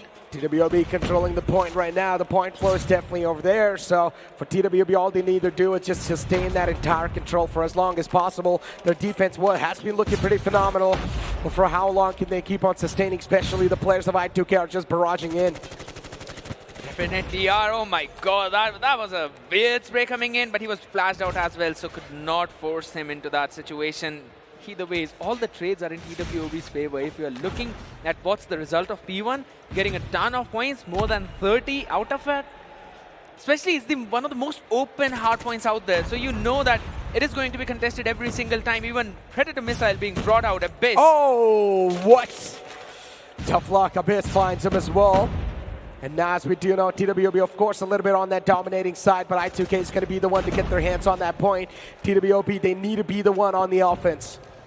That's only for so long because, yes, just as you mentioned, they're trying to go in for the offense, but the trades are coming in back and forth. Finally, I2K controlling the P2. The question is, how will TWOB make sure to finish them off? And this is the way, pinching them from two different sides. However, spray down Extincts wins it out yet again. Exactly. Ladies and gentlemen, this series, once again, it just feels like it's going to be a little bit more competitive than we expected because I2K, they're hitting back the players of TWOB quite hard. This is exactly what you mean by that, right? Sundance just being unstoppable, getting a couple for himself. Zyro will be the one to shut him down, but the trade is just right there. Teams having the back of each other, and finally I2K stepping things up, closing the gap even less now, less than 10 points, so that's what they needed. Scrap in their favor, rotation coming in from TWOB though, so they need to catch them in that. Indeed, they need to. 37-36, I2K way too close. Even TWOB is way too close at this point. But eventually the connection gets found. Claw. Ignite shuts down the man, but so many kills out of nowhere is just flowing at the same time. Claw in the hands of Abyss. Can he line up the players? He does. Finds the first one. It's a quick mow down. War Machine in the hands of Master. Just waiting for someone to flood in. No one's going to come in from that direction because Claw is holding that choke point already, and they'll be making sure that everyone is staying safe. Hunter Killers working perfectly for them. Oh, War Machine. There we go. Master finding a few for himself, and they're going to earn a Predator on the back of it. Zyro will be finishing off Dope with that, and Dope is having such a hard time into this match. He's only got one kill. Of course, Purifier being pulled out as well for the close range combats. And just look at Ignite, instantly just burning down the players to the front. Almost could have gotten the second one as well, but then Virus from the side of I2K is over there to get his teams back. 68-42, point control in the hands of I2K. Not too good for the side of TWOB. This is not how close I expected things to go. But one thing is for sure, I2K, they've done the research. Definitely, and Annihilator being brought out from Extincts. You know that he's not letting anyone jump into the hard point whatsoever. One more second and it's going to be active. That's the shot, perfectly landing only for so long as Alpha and Sundance will be moving forward with their picks of their own. Indeed. Abyss shuts down Alpha, but this is where look at Virus and Dope. They reply back in a great fashion. War Machine being pulled out. The nades are just doing so much damage. Even the man in the front's way too low. Even Zyro pulled out. The Sparrow is able to find a 2K for himself. TWOB looking forward to keep on dominating this entire stuff over and over again. 76-60. I2K even there making it quite competitive and close. But now speaking about the points control, it's in the hands of I2K once again. It's a good trade-off coming in, but Zyro and Abyss will be able to find one of their own as well. Zyro he fell down actually. The Hunter Killer found it. Ignite, damming it up, catching all the people in those rotations, and this is exactly what TWOB are super good at. They catch the members of I2K in those rotations, but I love the fact that I2K are reading onto that one. They're also trying to win those gunfights while making sure that their flank is always on point. Getting that pincer in towards the point is their main move. However, since the new one is going to be opening up in the next 2 seconds, let's see which one actually gets the lead into that. Exactly, I2K with 64 and TWOB with 96. Annihilator. Oh, it's not really able to annihilate the opponent just yet, but Legacy finds one with that. Ignite actually knifed someone. Legacy has been knifed. Tough luck. Speaking of the points control so far, not exactly in anyone's hand, but as soon as I say that, TWOB, they get the control over that. P1, definitely one of the most open. Hardpoint out there. Smokes are going to be super important, and that is exactly what all of these players are using. But a spray down from the ramp Alpha. Good for one. Ignite shuts him down though. So yet again, hardpoint open. Scrap timing is going to be arriving in the next few more seconds. And it is TWOB who will probably be having the advantage onto that one. Rotation being called in for I2K. They're moving directly towards the second one. They've also got to control the spawn. So the question is, they're actually being spawned in the far end of the map. And that is not a good news. TWOB with such a massive lead. Even Claw being pulled out. Just going for the random spams. Hoping to find some connections. Virus still on the top. This is where things are now getting a little bit too dicey for both of them. I2K though still considering they're on a disadvantage, so the struggle is there. Purify from the back is going to strike down the man in the front. Master's going to be the one to sort of keep so much damage on the bay for the players off I2K. But then TWOB, they just keep on hitting hard. I2K is just not able to find that sweet success. Look at the kill feed. It's just TWOB all over the place. That is true, and again, they're not being able to control the spawn that very well, and they're being trapped as well. Look at the long-range Sparrow. Zyro just making sure there's no one coming in from the mid.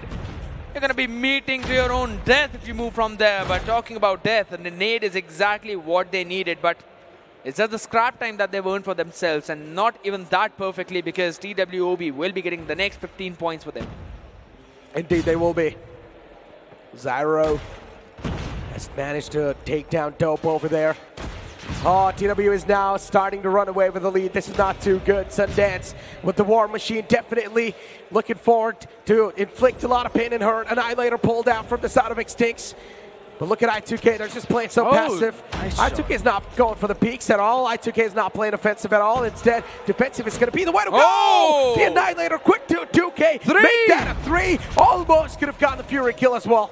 That is true, but 3 is the maximum is going to be allowed to get, as Virus and Alpha will be good and ready for those trades. Still, the hardpoint in their control. I2K making sure that they do not give up on this lead any further. 92-156, it's going to be contested. They do not have members spawning up close. TWOB will be going in for the rotation as well. Master, hey, what are you doing there, bro? Tough luck. Now a lot of points out of nowhere being starting to flow up for the players of I2K because they have got the control established. But the problem is the sustain. They're just not able to sustain that point control. And that's where TWOB comes in with the offense and just decimates that defense completely. Absolutely. Decimating the defense is exactly what they're doing as of now. 171, 105. TWOB getting back in this hardpoint. Those scrap points are going to be super important. Let's hope it does not hurt I2K too much at the end of the day, because the next one is going to be opening up at the 3-second timer. Purifier right on the face. Legacy and Sundance with their weapons. Also good for those trays. They know where the entry points are, and they know when they're going to arrive. Another crispy clear. Yeah, well, the man just gets burnt to death. So that's extra crispy right there indeed. 176, ladies and gentlemen, on the board for TWOB, but now the points control going to be in the hands of I2K. But unfortunately, the damage is being dealt so much by the players of TWOB, it's really tough to avoid all of that. I2K is just not able to win the gunfights, and that's a big point of concern for them, because look at Extincts and even Legacy from the side of I2K. Now finally starting to get a couple of kills flowing up, but then always TWOB, they reply back in a stronger fashion. Extincts finds 2. Virus is there to try things out, but it's not going to matter. TWOB, they just keep on replying stronger.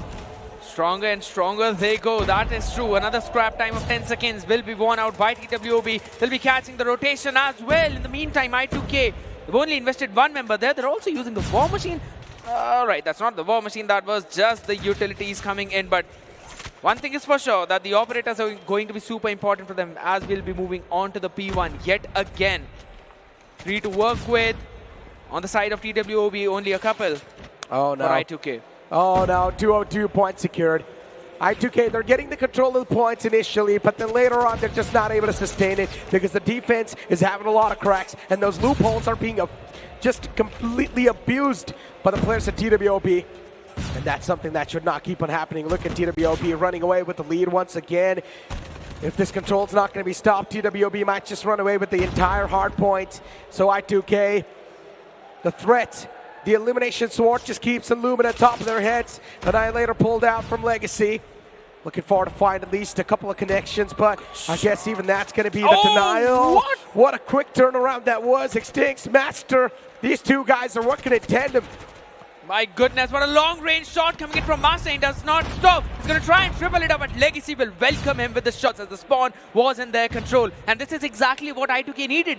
They need this spawn, the near spawn, and they need to win this hard point whatsoever. Cannot give even a single second to them. Oh my God, what was that? Virus just pushes next to him, shuts him down. But look at this War Machine. It's just dealing so much damage. Sundance from the far fray just kept spamming those nades in there with the War Machine, but eventually Extinct is going to be the one to shut down Sundance. Extinct, this man with the Grau's been dealing so much damage. And eventually, Master as well is going to be the one to sort of strike down the opponents. 228s. Once again, the points are coming in. The account off the TWOB players. At TWOB, their defense is impenetrable, but even their offense is looking pretty strong so far. As I say, the defense is impenetrable. The players of I2K, they find a crack. Absolutely, and the scrap time is being earned by them, and also they're winning the gunfights. Ignite finding an opener just with the nade, but they need to find more than that. 10 more seconds of scrap time not being given to any one of them. TWOB finally will be finding the pickoffs that they need, and then will be moving forward to 249 maybe, if I'm not wrong. 47, and it's contested. 160 in the hands of I2K. Done. It's almost done. All they need is the control just for at least one more second, and that's it. TWOB, at this point, even they pretty much know that they've got the things in the back, and that's it. Even one step towards the point, and they've already taken it home, ladies and gentlemen. The first map to start things off for the players of TWOB in a start statement. I2K were going in for some amazing contests, especially in that mid game. They were doing a brilliant job in that one, but it just all came down to those rotations and important gunfights. As soon as we saw TWOB bringing out those operators, it just worked out so very well for them, using them perfectly. I would not say that I2K were not finding values, but honestly the War Machines was something that kind of made the difference, because it was used brilliantly by TWOB, but connections were kind of missing from I2K's side. Even the Claw not working out that well. Indeed. And then TWOB was just all over the kill feed, let's be honest. Yeah, there were a little bit of moments of brilliance even from the side of I2K, but not a lot compared to the players of TWOB. TWOB was just dominating the entire firefight most of the times. If you're going to try to go raw up against them, the players of TWOB made sure that they're actually punishing you. They had a welcome party ready at every single hard point. Literally every single hard point. And look at that crispy shot from Extincts. Making sure that even at P3, it's going to be TWOB who have the control. 47 kills. Zyro looking unstoppable on their side. Followed by Extincts with 38. Master and Ignite. 37, 35 onto their name. On the other end, Legacy with a solid 43. Yes, they needed the rest of the players to step up just a little bit. And it kind of came down to those rotational battles, which were just being won by TWOB time and time again. They were just not giving an edge to I2K. Exactly. Legacy and Sundance on the top. Great stuff. Great stuff. Yeah, speak about TWOB. These guys, they definitely have made a stark statement after taking down I2K in such a dominating fashion.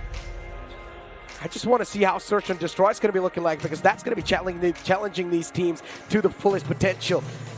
One thing is for sure, I2K once again will have a big challenge to deal with, and now that the snipers are pulled out, Extincts, he misses that initial shot, but it's fine. Abyss has got his teams back. With a 2K, it returns back, but then I2K and Sundance and Legacy, these two guys pull things back. Now it's going to be a 1-on-2 affair, where I2K, they've got the man advantage, but Extincts, what a quick return, a swift return back inside the fray. Legacy goes for the cross peek. He went for the glide, but the quick shot, quick reflex from Extincts, and also a smile. On both the Express maps, I still remember the previous one as well, he was left on clutch moment, and he clutched it out. He also clutched a 1v4. So I believe in a 1v1 situation, he would not find any kind of major problem. It's like a piece of cake for him at this point, and utilizing that perfectly, moving towards B-side. Maybe the rotation's going to come in though. Legacy will try and find something. Oh my God, flying and finishing. Here we go, Zyro with the shotgun. The decimation begins, ladies and gentlemen. And well, out of nowhere, TWOB, they're going to get the second round on the board as well. Unfortunate for I2K. You blink it and you miss it. This team gets destroyed once again. Slowly creeping ahead. Maybe not slowly, though. Actually very fast into that running game. But I2K, they need to find some kind of opener. Again, moving towards the B side is where maybe they're going to find a contact, but Sundance shut down right through the smoke. Indeed. Legacy 2 with the snipe finds Extincts. What's going on, Abyss, though? He returns it back. 2v2 scenario, ladies and gentlemen, from which one of the snipers is alive on the side of I2K. He can be the game changer if the sniper even finds the one perfect connection. That might just be it, but Alpha is going to be the one to shut down Zyro. The shotgun duel be won by the player of I2K. And now it's a 1-on-2. Can Abyss clutch it out for TWOB? It's going to be very difficult because the rotation has already been there, and the read is also pretty good, won't lie. So he would have an idea where they're coming from. Maybe not, just looking at the opposite way at the perfect time for I2K. They will probably be able to get a free plant if they want to. Alpha's got the bomb in hand, so definitely going for that plant. No one to contest for it. Still, Abyss checking things out, moving backwards. He should get the Q. 44 seconds on the clock to work with. Indeed. TWOB, they've already got a round's lead, but maybe this is where the chance is to try and capitalize and maybe stop the momentum. I2K, a 2v1 scenario. Abyss still just running around in the outskirts. He's got his hands on the nade. Maybe he's going to be looking forward to toss that nade in, chuck that nade in. And yes, that's what he's trying to do. If the nade's going to find the connection, everything will be right there. But no, the repositioning for the players of I2K is brilliant. Legacy still in there. And he creates an off angle, catches Abyss off guard. Abyss had a decent idea. He threw up the nade as well. It was actually the correct read coming in. But as soon as that nade did not find any kind of connection, he thought maybe the room is clear. Unfortunately, it was not at that point. So this time around, it is going to be I2K winning in that one. TWOB finding the opener. Alpha quickly trading it out with the KRM. Exactly. Look at this. Oh, Extincts. Initially, I thought it might just be a whiff, but no. Then later on, Extincts is going to be the one to sort of readjust quickly enough. A quick scope to our dope as well to shut him down. I2K with a man disadvantage. 2v2. Or at least it's a 2v2. Equalizer, actually. That was. Oh, Sundance? Yeah. Look at this. Sundance looking forward to pull things back, and he actually does find one. Now it's a 1v2. TWOB in a world of trouble. Master finds one. Now that's going to be an equalizer inside this round. 1v1 scenario, ladies and gentlemen. Master versus Virus. Can TWOB pull this back? Because they have been stopped and tracked, and it's a big issue for these guys. But eventually Master, he finds that headshot connection. Just one shot is what he needed. The spray down was not pretty. Movement was good. But apparently he would be the one to connect the first shot. And Dope is just not having a good day today whatsoever. Sundance and Legacy are the ones putting all the hard work for the team. But how long can they do it for? That's the question. Alpha finding one more. Oh my goodness, he doubles it up actually. Wow, Alpha. Quick two-piece on the board. And look at this. 3v4 scenario, ladies and gentlemen. Zyro, Solo. The players of I2K, all the four players playing together unlike this. Teamwork makes the dream work, and this is what these guys are believing in. But a 3v4 can be too easy to pull off, especially considering how I2K has been struggling. Sniper is there! Oh, it stinks! Does not check the right angle, and this is where Master tried his best to bounce back, but it's too tough. I2K finally winning out all those trades in that chaos. Doing it perfectly. That's a cool skin of Locust though.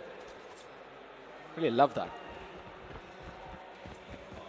But it's not just about the skin, you would also need to find the picks. And honestly, slowly and steadily, they're stepping up. Extincts though.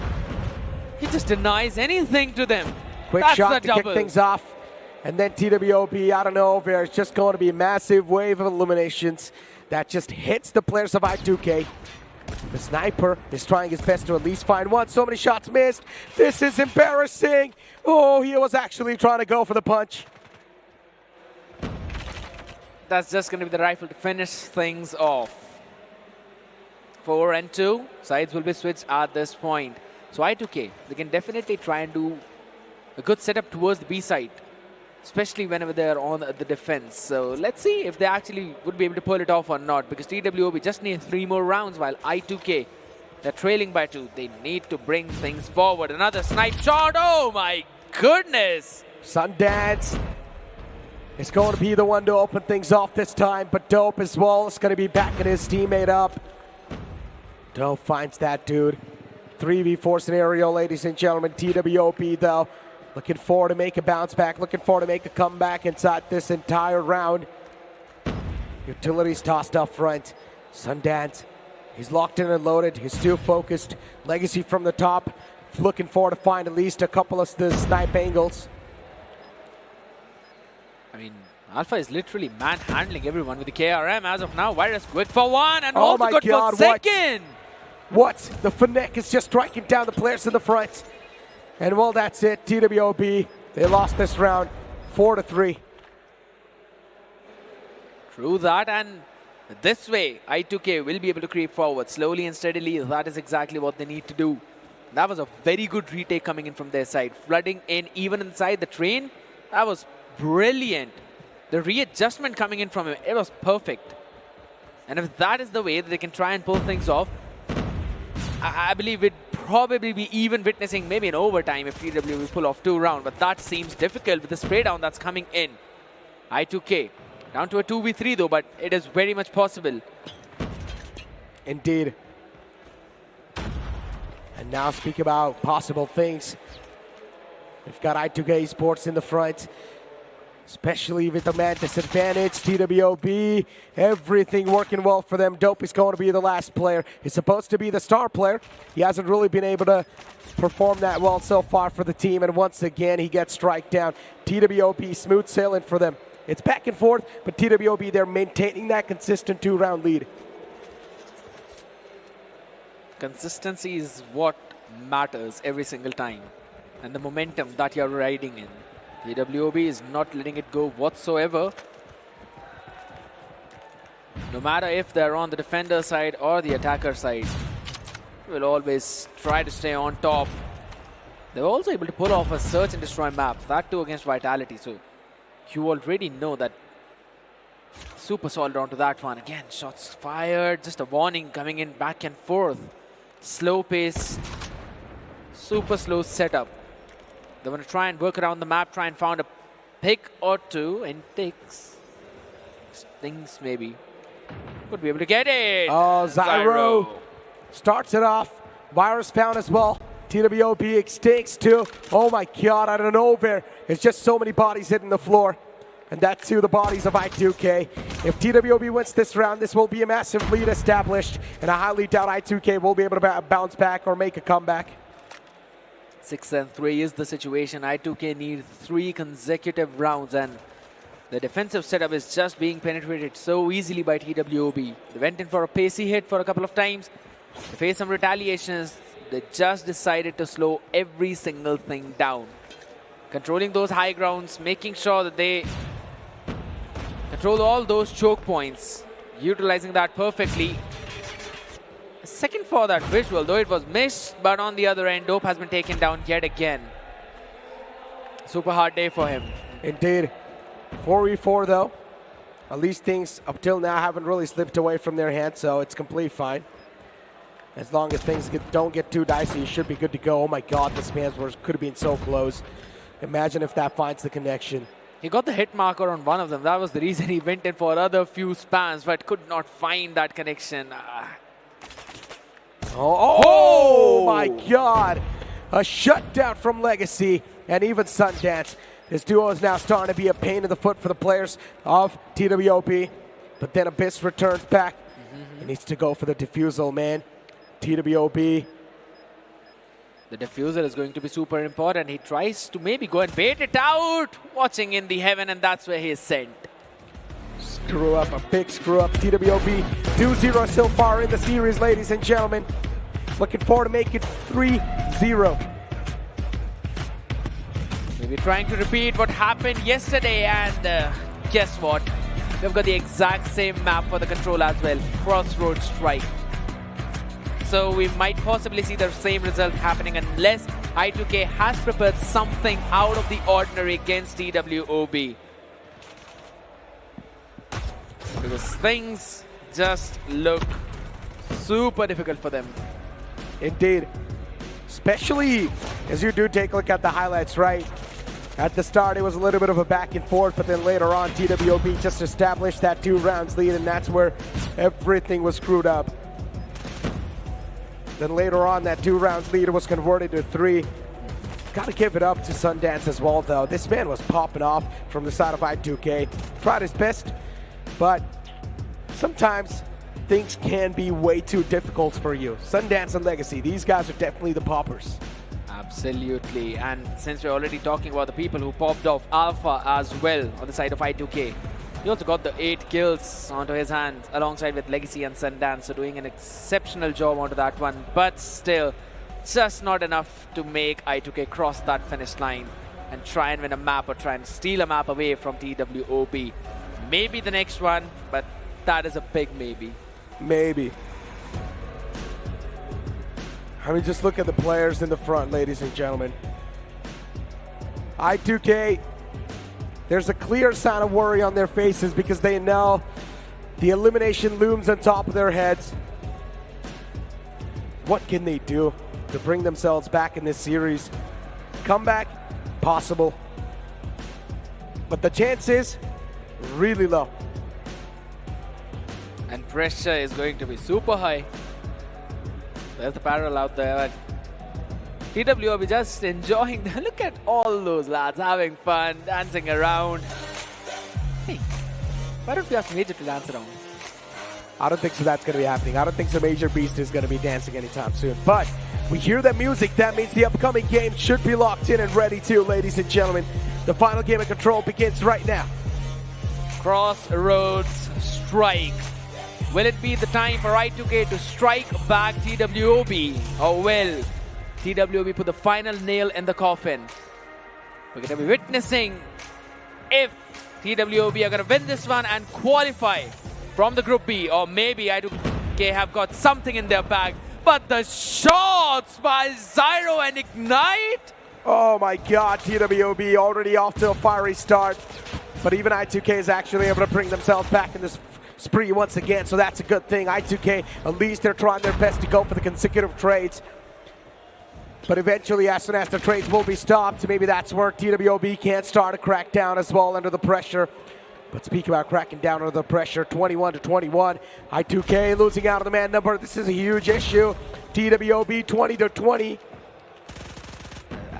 I'm surprised over the fact that Legacy is actually carrying a sniper into this one because we don't usually see a sniper in the Crossroads Strike. Still a decent amount of mix if in case they're able to pull off a lot of kills out of that, and we're already talking about a lot of kills. TWOB again on a solid spree, building up a solid lead in terms of that lives. The snipers, of course, just hitting them hard, but eventually Master shuts down the sniper instantly. TWOB once again establishing a humongous lead, 18-10. I don't know where it seems like now the lifeline's starting to fade away for the players of I2K.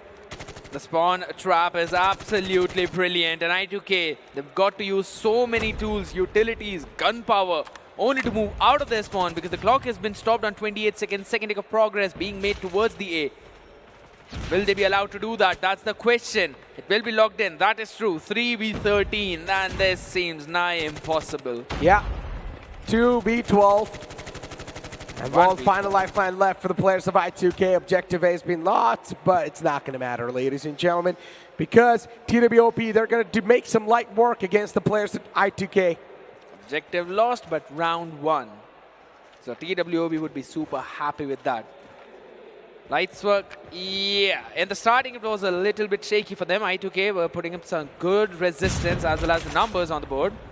But after that, it was just them controlling the spawn, getting that trap, and snowballing into a humongous life lead. And look at the amount of progress they're early on making on towards the A. Indeed. The progress is something that's going to matter. And speak of this progress, 25-24, just one lifeline lead. Make that 23-22. Okay, hold on. TWOB might just start to gain this momentum once again.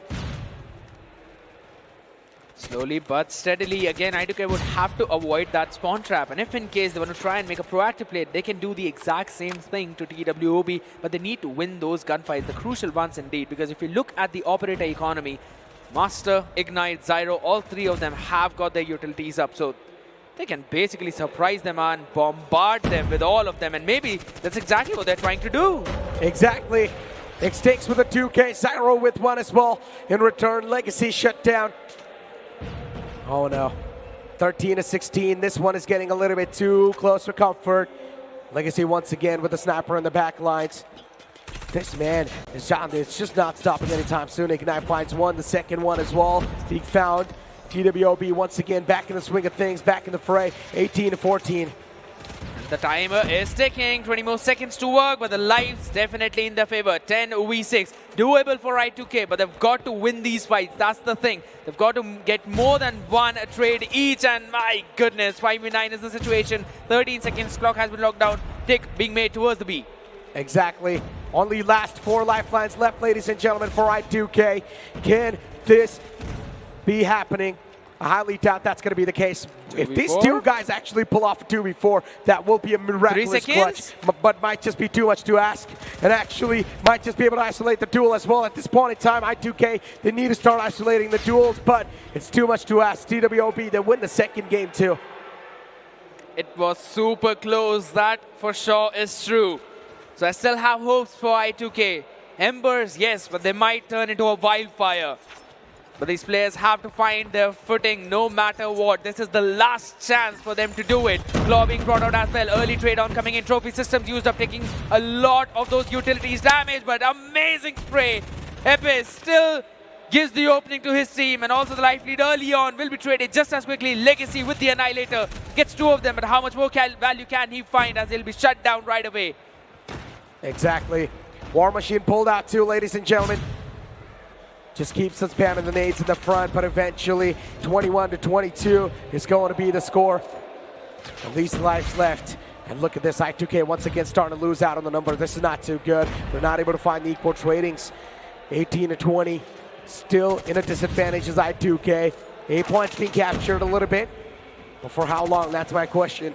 Look at Sundance just dancing around that corner, just peeking. Over and over again. Repositioning is something that really is going to matter, but the problem is TWOB are always just out positioning the players of I2K, but this one is getting super close. Super close indeed. The progress on the A will be depleted completely, but the life count 12 and 13, super close. Dope and Alpha winning a crucial trade for themselves. Hunter Killer working in their favor as of now. The score streaks being brought in too. 25 more seconds to work. Yet another spray down. Legacy wins it out. And now he's controlling the stairs. Hold on, this seems like it's going to be a little bit too competitive. 7-12. TWOB might just lose out on this one. This is not too good. Extinct still. Oh, now it's 9-5. 10 seconds. Way too close to comfort. Not a lot of time left, ladies and gentlemen. The players of TWOB needs to start pushing up and start taking these battles. Can they actually win it, though? Not a lot of time left. The time's running out on the clock. The time's being frozen on to 8 seconds. 1v8, my goodness. Some amazing trades coming in for I2K. But, oh my goodness, wait a second. 3 seconds on the clock still. Just a 1v7 was almost impossible. Finally, I2K. The embers are slowly turning into a big fire. Could be doable. I2K. Once again, now looking forward to light up things on fire. Another fiery start to this round. 29-29. Out and over. I2K just always manages to find the trades. It's crazy, even though in kill feed you just see TWOB all across the board. And TWOB is now starting to overheat on a lot of these angles. But again, they've got a lot of work to do, a lot of space and real estate to cover. And I2K would need to avoid the spawn trap. Operators being brought in from both of these teams as of now. Annihilator in the hands of Extinct. Oh my goodness, that spray down was such crazy. 23-21. How is TWOB even struggling at this point? The players of I2K, they've just got the strategies up to the mark. Beautifully done. Considering, look at how I2K are now starting to struggle once again, 18-18. Things equalized. Lifeline count now starting to deplete in a big deficit. The players of I2K are 15-16. Absolutely correct. And slowly and steadily, TWOB are trying to build a cushion for themselves, but since the operators need to be brought in from both of the sides, as they've got at least 5 of them up combined, so might as well to the final nail in the coffin at this point. TWOB would need to do a lot of work. 11-11. It's too close. 27 seconds working on. Oh my God! War Machine just shut down right there, but Claw in the hands of Abyss doing the trick. Indeed. 6-10, ladies and gentlemen. I2K, they're losing out on the life left, right, and center. This is not too good for them. Only 2 lifelines left. I2K might just lose out on this thing too. War Machine was pulled out, but not able to find a lot of value. Is that really going to matter though? Because TWOB, they make the clean sweep against the players of I2K. A 3-0. Competitive, close, nail-biting. You can call it anything, yes. But it will be TWOB moving forward. Exactly, ladies and gentlemen. We need to go to the stage and see what the players of TWOB have got to say. TWOB, what a game, what a game, what a game, guys. All right, Master, आपसे शुरू करते हैं because आपने पिछली बार बोला था कि यार ये वार्म अप हो रहा है, ये सब वार्म अप है, वो करके भी दिखाया आपने. अब 3-0 कर चुके हैं, अब आपको पता है आप कल फिनाले में खेलने वाले हो. किस तरीके का आपका कॉन्फिडेंस रहने वाला भी? कॉन्फिडेंस तो है भाई. आज एक आध दो मिस्टेक हुई, इसके सिवाय हम कॉन्फिडेंस है कि we can put up a great fight. तो कल देखेंगे, प्रैक्टिस करके आएंगे, जो मैप मोड हमको पसंद है वगैरह वगैरह वो देख लेंगे. कल प्रॉपर प्रैक्टिस करके आएंगे, जीतेंगे भाई कल. चलिए जीतेंगे, ये तो इन्होंने बता दिया. लेकिन प्लेऑफ्स की तैयारी आपकी तरफ से कैसे चल रही है सर? बिकॉज मुझे पता लगा था आपकी तबीयत भी खराब है, उसके बावजूद आप जिस तरीके से परफॉर्मेंस दिखा रहे हो वो काफी बढ़िया है. ऐसे तबीयत खराब का कुछ फर्क नहीं पड़ता, यू नो. तबीयत बफ. ओह, तबीयत बफ मिला इनको. ऐसा होता है. आई मीन जिनकी तबीयत खराब होती है कभी कभी ज्यादा बढ़िया खेल लेते हो. I don't know how. तो अभी आप सही हैं? हाँ, अभी तो ठीक लग रहा है. लाइक I2K का वार्म अप मैच के बाद बहुत अच्छा लग रहा है. उससे थोड़ा वार्म अप हो गए हैं. लेकिन चलिए अगर हम बात करें कल के मैच की, प्लेऑफ्स के लिए आप तैयार हैं? हाँ, हम सब तैयार हैं कल के लिए. कल बहुत इंपॉर्टेंट है. जी हाँ, कल बहुत इंपॉर्टेंट है. कल बहुत ज़्यादा इंपॉर्टेंट दिन रहने वाला ज़रूर से है इस पूरी टीम के लिए. आई मीन सारी की सारी टीम के लिए. एंड अभी के लिए अगर हम बात करेंगे, हमारी TWOB अभी जीत का जश्न मनाएंगी. बैक से जाके मुझे पता ज़रूर से है. लेकिन अभी अगर हम बात करें, हमारा एक और मैच जो है वो रह चुका है, वो रह रहा है, और उसके लिए हमें बताएंगे हमारे casters. Exactly, Walt. Still, one more series is left, my friend. But before that, we also need to take a look at the stats of the previous game, right? Because that's something we need to find out on how exactly the previous matchup went down. Considering it was Control, I did not even expect the players at TWOB to actually drop one map of Control, or one round of Control, but they actually did.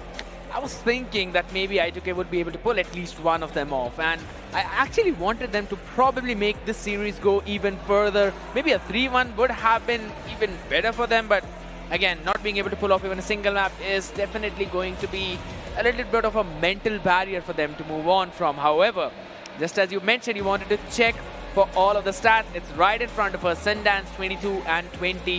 Leading in that kill department, so you already know that he had a lot of presence. Indeed, he did have so much presence, ladies and gentlemen. I mean, especially speaking about I2K, with how they were trying their best to sort of bounce back inside Control. You can clearly see with the amount of effort these guys have been putting in, these guys were also trying to get a lot of these trades, and the trades were actually over there too. We saw I2K always just going for those quick eliminations. As soon as one of the players of I2K was dropping down, they were making sure that even the players of TWOB will be suffering. That is absolutely correct. And the fact that, you know, even on the kill feeds, we were continuously seeing TWOB. It was I2K somehow trying to slowly manage that life count. And that was one thing I was really impressed at. However, they have to focus on the next match that will be coming in front of us. Yes, it will be in a while, but Vitality, another mountain to climb. Now the matchup is going to get even more tougher. True. And for the players of I2K, I hope they've gotten their hands warmed up, because Vitality is one of those teams that's not going to have any type of mercy on you. We saw them play against the players of TWOB, of course. It was quite a competitive series, but Vitality at the end of the day, they kept that momentum rolling. They kept that ball rolling for themselves. One thing is for sure, Vitality has already qualified, so that's not going to be an issue at all. But we really need to see, can I2K at least win one series before they take a leave from this entire DreamHack? With that being said, ladies and gentlemen, it's time for us to toss to a short break. Don't go anywhere. We'll be right back.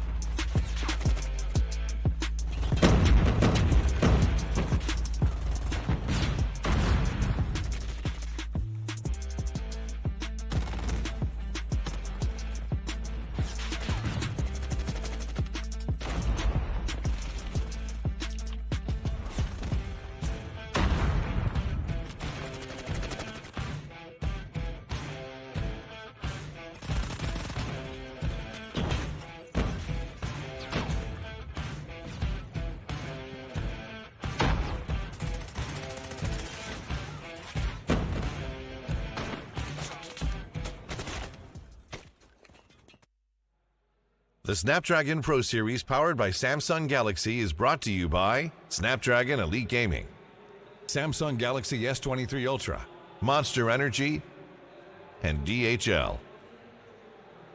Welcome back gamers to Snapdragon pro series god India invitational. मेरा नाम major बीस है और आज day 2 रहने वाला है। Day 2 समाप्त होने वाला है, लास्ट मैच स्टार्ट होने वाला है। तो अपने आप का जो एक्साइटमेंट बार है थोड़ा सा संभाल के रखिए, because I am pretty sure कि ये वाला मैच भी बहुत ज्यादा ही रोमांचक होने वाला है। एंड अब हम बात करेंगे हमारी पहली टीम की, जो कि अभी मंच पे आने वाली है, जो कि अभी आई भी थी, दोबारा आएंगी। नया एक कॉम्पिटिशन होगा, नया एक इवेंट होगा, देखते हैं वहां पे क्या रहने वाला है। So give it a round of applause to team I2K Esports।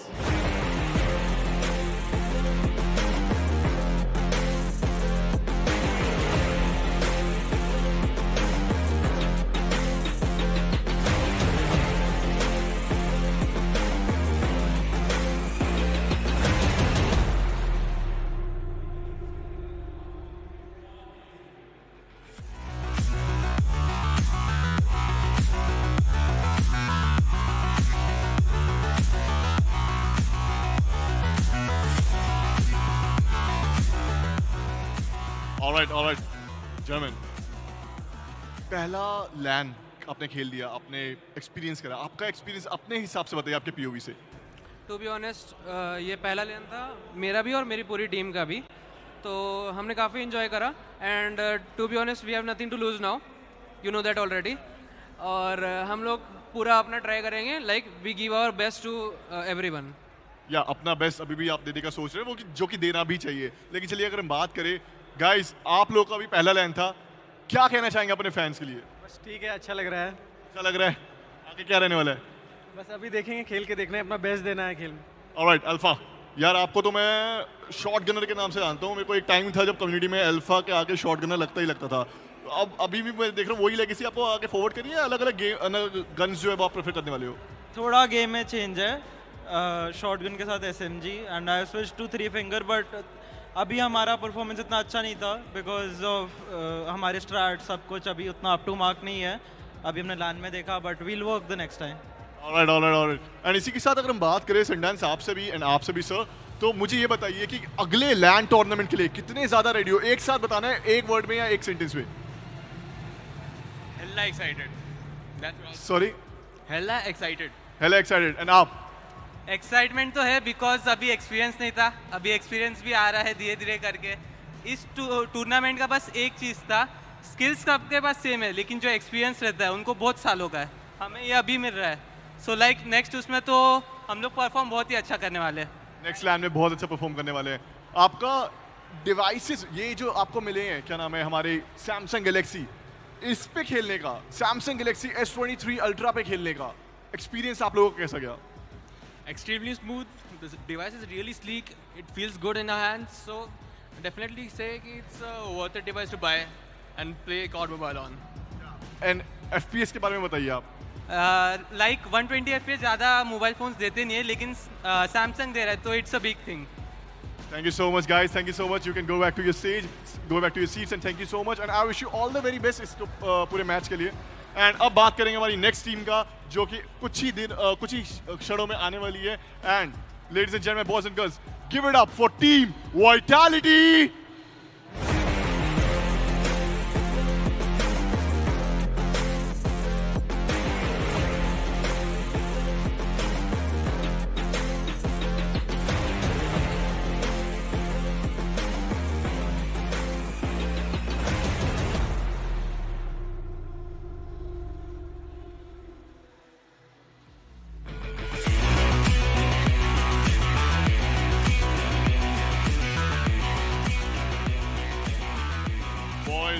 Boys, क्या सीन क्या है? कल के लिए कितना प्रिपेयर लग रहे हो आप? अभी इस टूर्नामेंट की अगर इस वाले मैच की बात करें तो इसका बताइए, एंड देन हम कल की बात करते हैं। प्रिपरेशन बहुत पहले से ही चल रही है, सबकी चल रही है, ऐसा नहीं है कि हमारी चल रही है, बस किसकी प्रिपरेशन अच्छी है वो देखना पड़ेगा।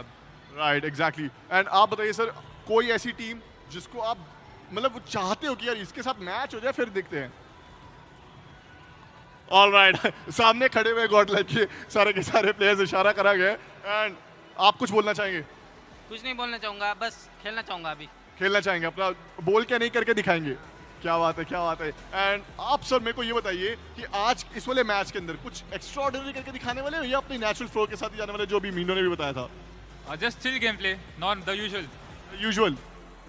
एंड सर फिनाले में आप प्लेऑफ्स में जा रहे हो, आप वो पक्का हो चुका है, अब प्लेऑफ्स में एक लेवल और ऊपर होने वाला है, उसके लिए प्रिपरेशन आपने पहले से कर रखी है या आज करने वाले हो? कोई स्टैट्स बना रहे हो, कुछ है, कुछ दिमाग में क्या चलने वाला है? हमने ऑलरेडी ऑफ कोर्स प्रिपरेशन थोड़ी करके रखी है, बट सेइंग गॉडल प्ले ऑफ कोर्स उनके मैचेस देखेंगे, वॉर्ड्स करेंगे and see how it goes from there. अच्छा, इंडिया का पहला लैन है, आप इंडिया के पहले लैन में प्लेऑफ्स में क्वालिफाई हो चुके हो, अपने फैंस को कुछ कहना चाहोगे आप? Just keep supporting us, keep loving us, and also love the underdog teams. They're here. Let's go. Let's go guys, let's go. Thank you so much for the interview guys. आप लोग अपनी seats पे जा सकते हैं। And इसी के साथ अगर हम बात करें तो यहाँ हमारी दोनों टीम तैयार हो चुकी है एंड अपने अपने जगहों पे जाके अपनी अपनी सीट्स पे जाके सेटल डाउन हो रही है एंड अपने मोबाइल्स को, फोन को, गेम ओपन करेंगे, अपना अकाउंट करेंगे। लेकिन अब वक्त आ चुका है कि हम ये लास्ट मैच भी विटनेस कर लें और देखें कि एक्चुअली में क्या होने वाला है इस पूरे के पूरे गेम के अंदर। Over to you casters. The game's ready, the players ready, ladies and gentlemen, and this is going to be the last series of the day. How excited are you? Super excited, to be honest. Again, the qualification does not depend on the line as of now, but all's well that ends well. That is the motto of I2K, with which they will be moving forward in the next one. Exactly. Tomorrow, the playoffs are going to be starting, and that means everything will be even more intense. Today, yes, the intensity was at peak, but tomorrow, the peak is going to be on next level. But speaking about things being on next level, Vitality, these guys have been performing pretty phenomenally well. Now that they're facing off against I2K, a team that's been struggling for a long time, I'm not sure how I2K is going to be able to deal with Vitality, man. This is going to be super difficult. Just as we mentioned, it's an uphill battle. But I really like one of the statement by I2K. They mentioned that they've got nothing to lose. And you know that it's going to be super difficult to face off against someone who's got nothing to lose, because they're going to give in their all. Exactly. I mean, as you mentioned, a wounded lion is always much more scary. So now let's move forward and take a look at the wounded lions themselves. I'm speaking about I2K.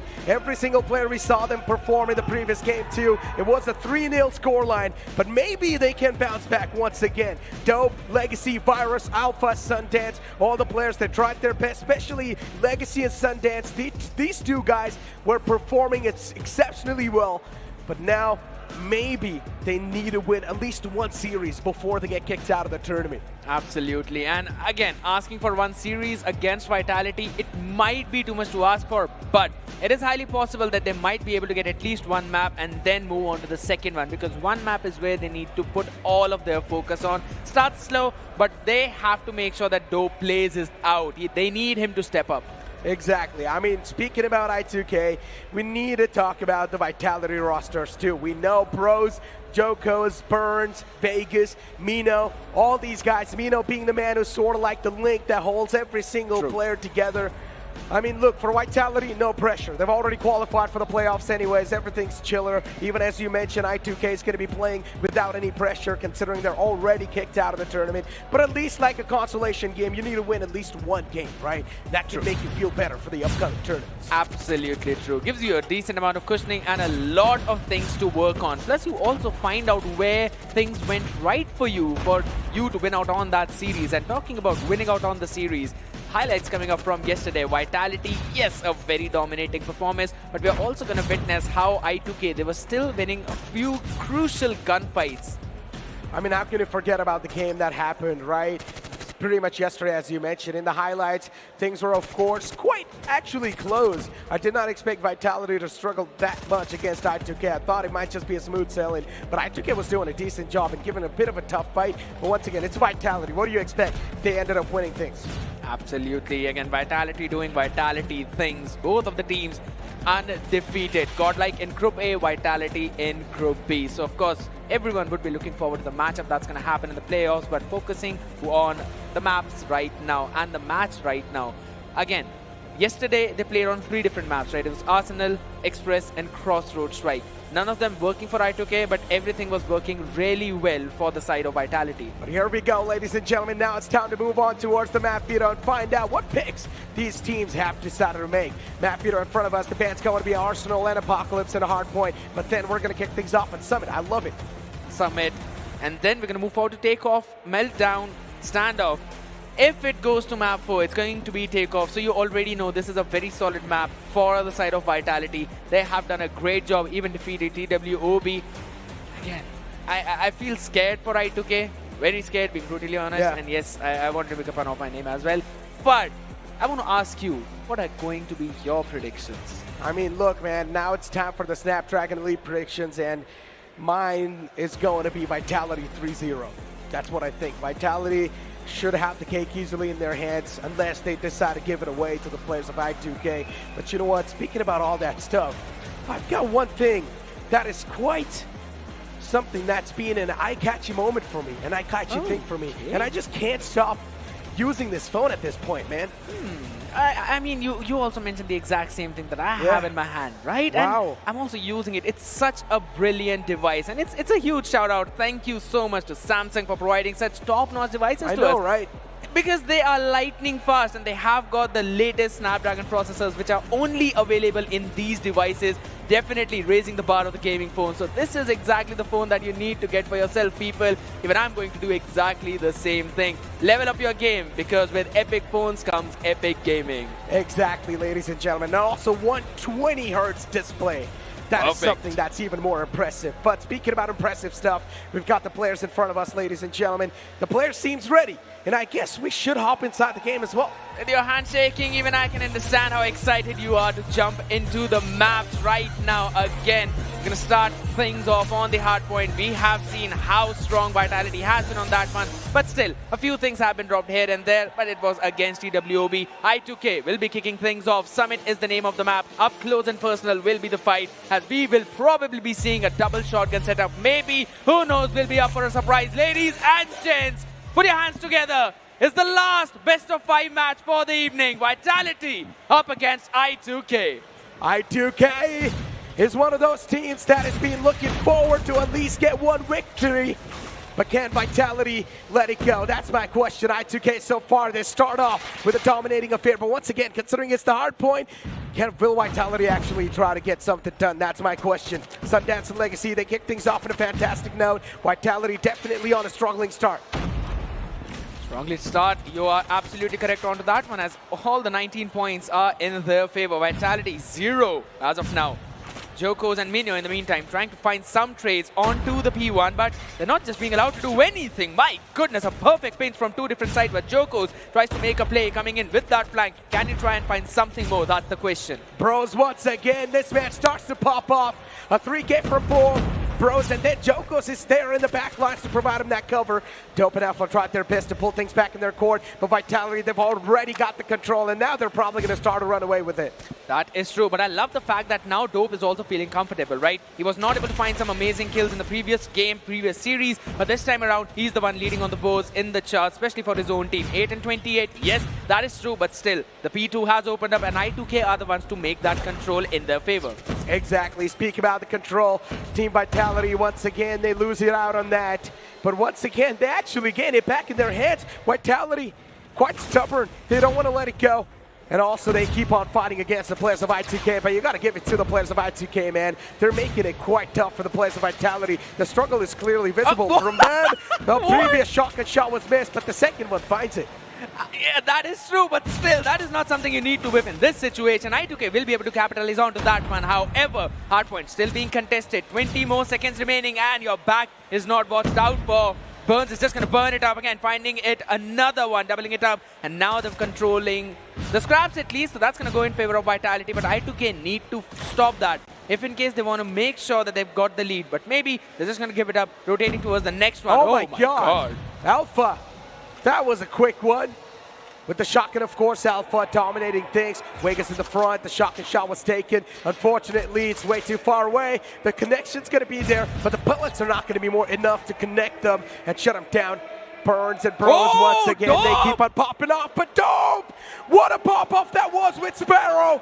This guy single-handedly manhandling Vitality for a couple of seconds. Gets a 5K then, still has not yet been shut down. He can find something more. Glock has been brought out by Bros. Tries to find something more. Sundance will be able to shut him down, but the spawn is not being controlled by I2K. Vitality will be able to reinforce that hard point. Can they find anything more than that? That's the question. War Machine by the Birds is good for 2, and they are moving forward even more. War Machine pulled out by this guy. And once again, Burns is now starting to deal so much damage against the opponents. 38 to 56, I2K getting the control established, but Vitality once again just stealing it away like the thieves in the night they are. I2K Alpha, the shotgun, is finding so much value of 4K from this guy, but eventually the full stop flows in. Where was this I2K in the entire series? What a performance they are putting, at least for the first 3 hard points. We're going to be moving on to the P4, and look at the rotation. They are already there. The fire is perfect from Virus. He is not letting anyone pass through his choke point. Virus with a 2K. Look at Vitality looking forward to continue this entire domination. Purifier was pulled out, but does not even get a chance to move on forward to sort of get things a little bit more in a rolly way. Sundance and Virus 2 now starting to return down, as considering Vegas tried his best to pull his team back, but look at I2K. Kill feed is being filled by the players of I2K. Shotguns are something that's causing so much issue for them. And it's in the hands of Alpha. You already know this guy is just not stopping at all whatsoever. Sundance as well pulling out the War Machine, making sure that the last 20 scrap points are going in favor of I2K. Maybe I said way too quickly as Vitality. Now doubling it up. Exactly. 99 to 54. How is Vitality losing out on the control? This is something I'm not really able to get my mind wrapped up around, but I2K, one thing is for sure, this team is playing like men unleashed. All the 5 players playing together. Team synergy seems on point, but Vitality, once again, they start to strike back. Vitality, all they need is the control. Because of that, Vitality is right now lacking. Control's missing. As soon as I say that, they do get the control established. Bros, once again, even Burns, he starts to burn down his opponents. Absolutely correct, but again, no way they can try and be in a comfortable position as the claw was brought out in. It will be shut down just as quickly. Utilities being used up from the both sides, but the trades go back and forth. 70 and 110 is the score. 70 and 110, as you mentioned, is the score, but it keeps on ticking up. The more the score, the more better Vitality's gonna feel. 111 on the board. I2K, gotta give it to them, man. They're really making this series competitive. They clearly mentioned this on the interview as well, that they're gonna give it all they've got because they've got nothing to lose, and that's how they're playing like champs. TWOB has got nothing to lose, literally on 22. Where was he in the previous series? His team needed him, but right now he's stepping up, definitely. And just as I mentioned, ending things on a good note is what matters. 119 to 85. Hardpoint's going to open up in the next 4 seconds. Rotation on the way. Trades did go in the favor of Vitality, though, but rotation will be coming in. I2K, they can try and reinforce the members. That too against the monsters. Vitality. The players from the side of I2K doing a fantastic job, but now the Annihilator being pulled out from Legacy. Connections found, beautiful shot.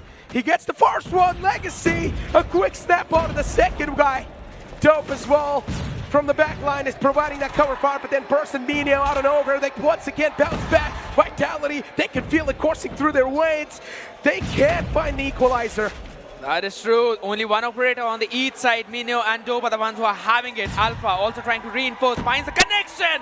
Headshot comes into play and makes sure that I2K is the one who will be getting those scrap points in their favor. But either way, Virus now finding trades off his own onto the other side. Straight down, not that pretty. Either way, gets the job done. He gets the knife in the meantime, though. Exactly, Virus taking down Vegas with the knife, but Dope and Sundance, once again, these guys start to pop off. Even Legacy clicks back into the action. Points control not being established by anyone still. Everyone's just waiting for that to pop up. As soon as that's going to happen, already the upcoming points being capped for the players of I2K. They're ready. Already points flowing in. Every single player is just playing so defensive, but this defense needs to be cracked up. Shotguns too up close and personal. It's going to be something that's going to deny all the breaching points. They're holding the chokes quite nicely. Yes, holding the chokes is name of the game, and as of now, Vitality reinforcing the hard point because they've got the spawn control. Annihilator as well out. Perfect use of utilities. Dope is good for one with the Sparrow, but will be shut down just as quickly. Oh my goodness. Talking about shutdown, Alpha and Legacy. Oh, what's going on? 155 points. I2K, a remarkable lead being accumulated. I2K really just making a stark statement. If they do take down Vitality right here, they're at least going to be making a statement before they take a leave from the tournament. But where was this I2K previously? They were missing. When they needed to perform the most, they were not performing. But now they're actually able to perform in such a great fashion. It just feels like I'm watching Vitality versus TWOB once again. It just seems even better in this situation. 162 to 126. I mean, I2K, just as you mentioned, are on top of their performance. Powered by the Samsung Snapdragon's performance meter in the Samsung Galaxy S23 phones. Out there, 120 FPS on their phones right now, and maybe that's helping them get all of these picks that they need. Highly possible that this might also be the case, but Joko's in the meantime in Minio finding important trades for themselves. And my goodness, Sparrow Arrow coming in. Joko's takes himself down as well. Not a very good use of that utility, but still catches the rotation in the mid. Bros and Burns finally stepping up. The operator usage is absolutely perfect coming in from their side, but Sundance is good with his spray down off his own. Takes 2 before falling. Virus now stepping up for his own team. They're still contesting the hard point though. Exactly, 172. As you mentioned, still contesting the hard point. And Team Vitality just not able to get that glimmer off the point anymore because the lead is being maintained consistently by the players of I2K. Just look at this, what's going on. I2K on the kill feed, they were all across the board, but eventually Vitality once again, they started to lay the foundation down, and I guess Vitality, the defense is now going to be looking even better. They want to get the point control in the upcoming one. The point appears right now, and Vitality, they probably are going to be the one contesting. It is true, but again, talking about contest, I2K making sure that Vitality are not being able to take those points away.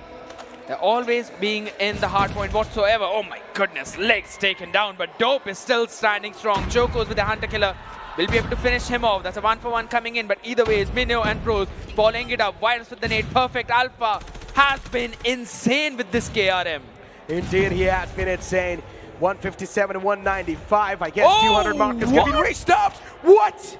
Sparrow being pulled out, gets a 4K, also gets a 5th. This guy can taste the blood at this point, being bloodthirsty. I2K, what are they doing?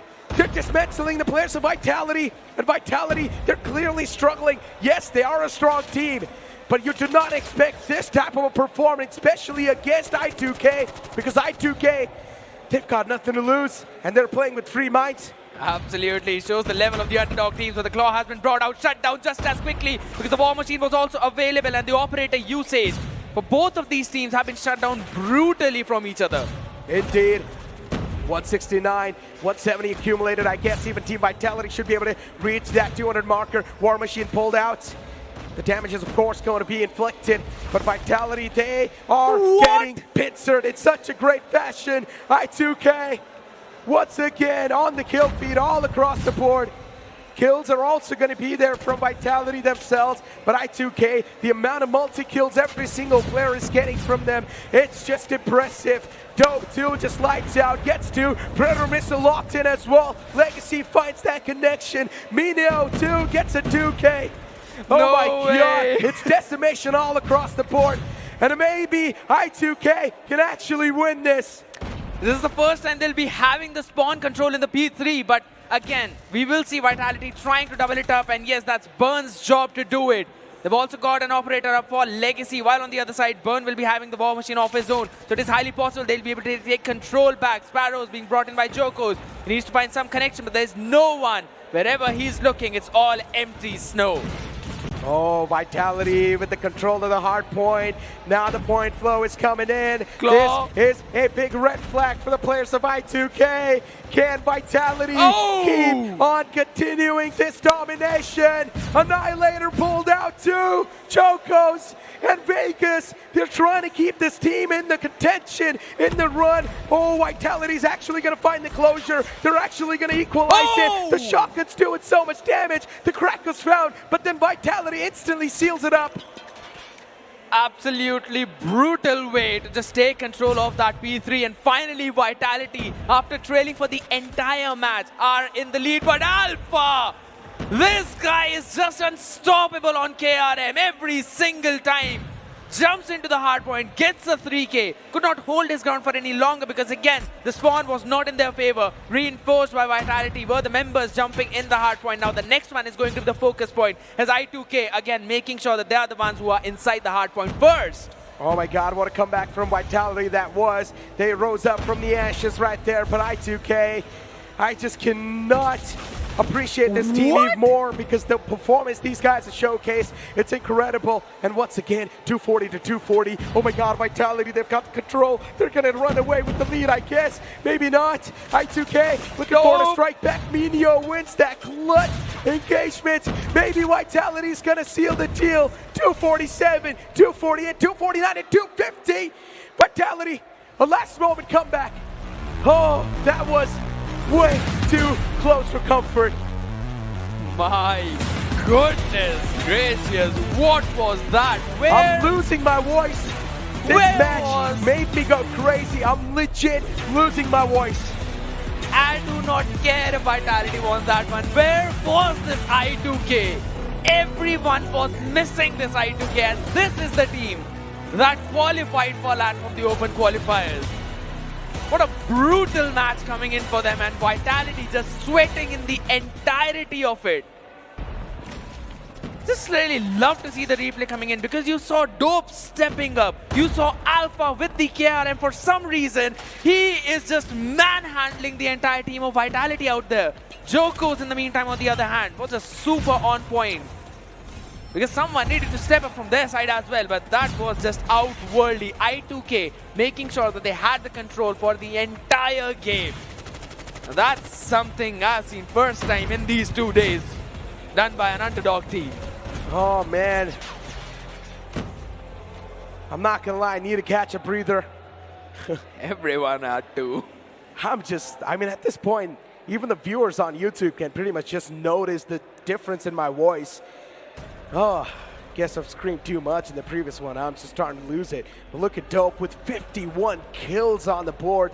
Legacy with 49. Oh my God. Dope. Indeed, that was a dope performance from this guy. Where was this Dope? We needed you, man. And yes, guys, the scoreboard has not been flipped over.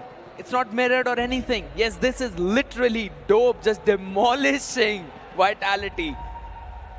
We've been singing the praises of I2K as if they've won the map. It has been Vitality to make that comeback. And I also want to bring the attention back to the same point that even though the entire match was in chaos, you saw the operator usages, you also saw those KRMs coming in, especially in the hands of Alpha. Vitality did not lose their cool even till the last minute because they knew just 1 or 2 good hardpoint rotations for them and 1 or 2 good spawn controls coming in, and they would be able to flip everything back up. And this music again, guys, please send me the name of the playlist production out there because we will now be jumping into the Search and Destroy.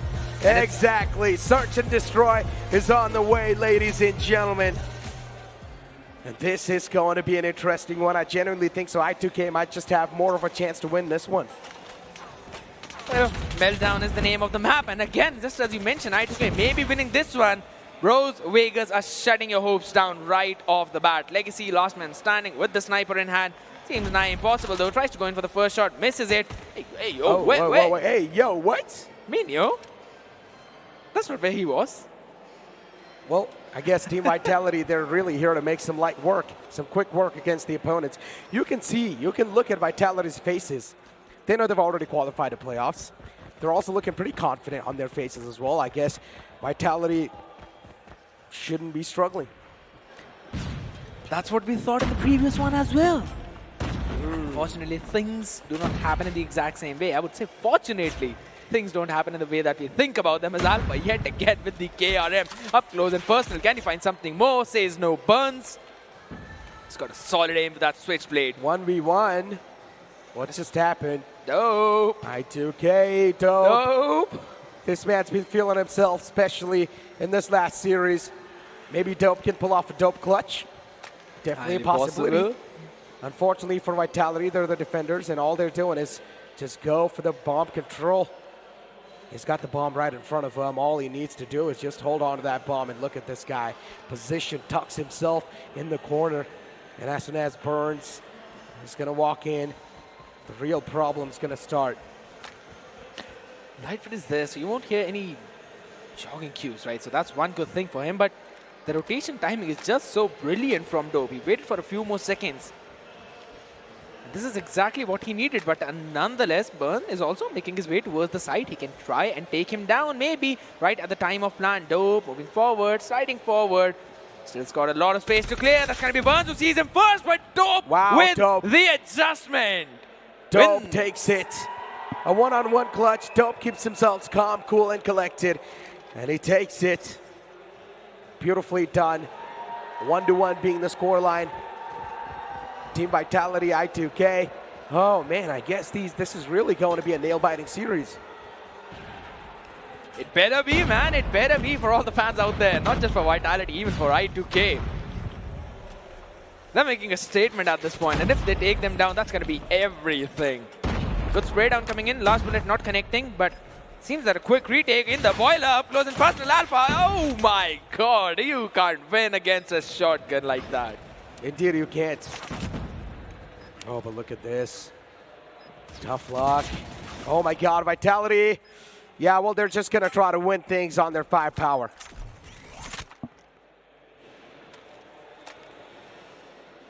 Two-1. They get the lead. But every single round, it comes down to be so close. Vegas with 4-1. Dope on the other side with 4-2. Burns as well. 5 kills off his own. You need one more person on the side of I2K to start stepping up alongside with Dope, and they would be able to pull this off. Quick hit coming in this time towards B side. They can try and plant the bomb, but Rose, oh my goodness, he could have found the best possible timing coming in. He might be good for at least 1 or 2. Legacy in the meantime, oh my god, knives in hand for both of them. Weapon being brought out, R9. Good for 1 with the rotation coming in. Utility. Oh, tough. 2v4. And now just make that to a 1v4. What can they do? I2K, once again, they take it. 2-on-2, back and forth. Things are going. Vitality should be having this round in their hands if that's how things are. Alpha just looking at the audience, giving a small smirk out there because he knows what's happening. He knows that there might be a big upset on the way. Slow setup this time around. Maybe moving in towards the A. It's going to be Bros. Getting into a position. Oh god, that's another timing. That's another timing. Gets a 3 for himself, and Dope tries to find a trade, but he's got an ace or nothing. Yeah. 1-on-4 situation. The scoreline being tied up, and because of that, maybe nothing can be done over here once again. Vitality just taking it, as I mentioned. It's just going so much back and forth, and because of that, Vitality now having a 3. And if this keeps it going now, I guess I2K is going to be the one to take the round. If this keeps on going now, you're definitely winning a dance trophy. But yeah. 3-2. Vitality not giving up the lead. So that's one good thing happening for them. Choco's with the sniper though. Up close and personal. Dope. Could not find the timing right. Burns finishes him off. But Sundance and Alpha making sure that the numbers are in their favor. Oh, 3v4 scenario. And considering we've got once again, Mino on the screen, the IGL off the team. He needs to take matters in his own hands. A 2v3 scenario out of nowhere. What can he try to do? Kilo 1-for-1 pulled out in his hands. Going for the plant too. Nice. I2K, now they know the pressure is going to be on the players of Vitality. So everything's going to be looking good for them, at least for now. All they need to do is keep on holding the choke points, and that's what they're doing. There are many choke points to look to. You know, you've also got to send in one person for that flank, and that is what they're trying to do. Legacy in the meantime, trying to hold one. He might have got a pixel, but oh, what a shot! That shot's definitely going to be a fracture swan. The second one hits too. Oh, I told you. This is what's happening. Back and forth, back and forth. Now, Vitality's going to win. Even the sides have switched up. Let's see. Let's see. You've called your bets onto Vitality. I think so. Maybe I2K would be breaking this back and forth. Oh, that's a cool samurai dress, by the way, but yes. Moving forward slowly and steadily. Either way is I2K with that solid defensive setup coming in, going in for that spread to 1-2. Oh, up close and personal. Bros wins it out. Might be very close to it. He doubles it up as well. R9. Oh, 3v5 scenario. We'll make that a 2v5, I guess. Vitality once again. What's going on? This match seems scripted as hell. Oh my god. Vitality. I'm in a domination out and over. Then what's going on in the upcoming rounds? Legacy, one man standing. Oh, good for one. Quick shot. Quick Can he go for the second? And yeah, going for the second one as well. But gets denied. Too many players to deal with, man. Next to impossible to pull off a 1v5. That is true. That was unfair, man. 4v1. It was 5v1 in all, but yes, finally things are looking pretty decent, and just as you gave the call, it was the round for Vitality. And with the way that the timeline has been going, it should be I2K winning in this one. Defensive setup this time spread more towards the A, 1B. Then he'll probably have to try or play for 1-for-1 or maybe play for his life. Wait for his team to go in for the retake. But this play from Bros every single time. This Bro is moving through the exact underground tunnel and catching people off guard just like he's going to do right now. Oh my God. 4v3, ladies and gentlemen. I2K. Oh, they managed to equalize things. Now it's going to be a 3v3 scenario. Sundance is still alive. That means there's an opportunity. There's a chance. But Minio single-handedly takes him down. Oh my God. A 3K from Minio. Well, that was a solid IGL play coming in right there. He said, I'm not just your IGL. I am your daddy. I can also frag. That's what he said. Now 5-3 being the scoreline. Vitality, a 2-round lead. I2K might just be back into pressure. And here we go. Burns kicks things off on a great note. Dope taken down. Already a star player takes down another star player. And just look at how I2K is playing together. They've got each other's back. Bro's got taken down. Bro, a little bit of an overheat moment. Legacy shuts down Jokos. Nice peek that was. And Vitality now just down to a 2-man squad. They've got the plant, but too many people are going to flood in onto the site. How can you hold it off? And yes, Sundance fans, the first one. Minio gets dealt off instantly. Absolutely. Legacy tried to get in that one shot in, but he had the cover coming in from Sundance as well. So working perfectly. This is going to be I2K moving forward with the 4th. 5-4 is the situation. And with the way the timeline was broken, I think maybe I2K would be able to pull this one off. Their defensive setup was very good in this time around. It's highly possible they're probably going to look for the exact same thing. Vitality, though. Another quick hit, maybe towards the... Wait a minute. There's a nade under your boots right there. Perfectly landed and a perfect opener coming in. But Dope wants to go in for a very long rotation. He's going to catch one person, but would not be able to finish Minio off as he wins his own battle. Exactly. 4v3 scenario. We'll make that a 3v3, ladies and gentlemen. Legacy shuts down Jokos. Tough luck. Shotgun pulled out. Nice shots. Wins that duel. A 3-on-1 scenario. Vitality. The struggles can be felt. Considering it's a 3-on-1, Vitality, I guess the lead that they made is now going to be compromised and capitalized. All the players on the site finds the first. Too tough to frag the second guy. Alpha with the KRM, right, is continuously showing that R9 is not necessarily the best shotgun. It all depends on your fingers. How well you're able to utilize, especially with all the guns that are in the game. I mean, we've still seen people using the LK24, and we've also seen people go with the Kilo 1-for-1. Now, yes, there have been other guns that are in the meta, but people have just got their hands set. The recoil and everything, so might as well be easier to land in those 4 bullets, especially one on towards the head if that's possible. Though 5-5. The opener goes in favor of Jokos. Dope taken care of. Both the snipers. Legacy this time around on the I2K side equalizes the numbers. Indeed he does. A 4-on-4 situation, but out of nowhere, Vitality, they're just going to melt down their opponents. What just happened? Where does this Vitality go in a couple of the rounds? It just seems like they're just so unorganized out of nowhere. But I guess now the situation's balled down to a 2v2. The shotgun up close and personal is, of course, going to be dealing so much damage. Now the situation's taken down to a 1v2. So much pressure on Vegas. Finds the first. The second man is prone. Vegas with a double kill to save the day. And this is the timing to absolute perfection. Vegas just peeking in at the perfect point, sliding in, make sure he takes care of the first fight. Did not focus down on the diffuser first. He knew that he needs to take care of the other one. Jokos was the one who was stepping up in the early fights. Vegas is taking care of everyone right now. Jokos again Gets a good opener for his team and Burns as well, finding Oh Vira. no, oh no, the nade to his face. Hello there. Yeah, just blows off his arm, man. But then, considering now it's a 4v3, still the man advantage is in the hands of Team Vitality. Only one last man left alive, I guess. Well, Vitality's gonna win this one too. 1v3, next to impossible to pull off. Every single player from Vitality's playing together. At least the first one's fine though.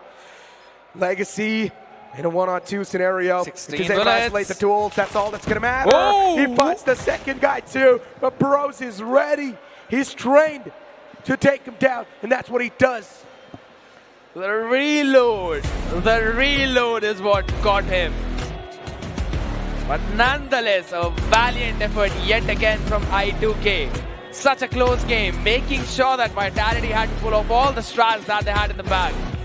Maybe not the aces out of the deck, but at least the kings and queens. Yeah. I guess another 3-0 series, but a competitive one.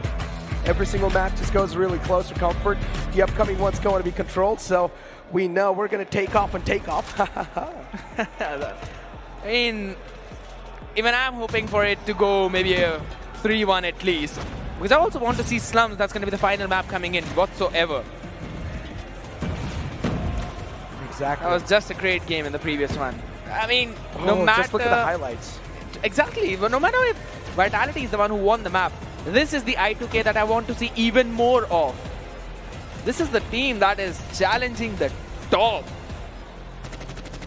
Spray down, that was perfect. Gets into the reposition, and with the last bullet, he was able to get the second one.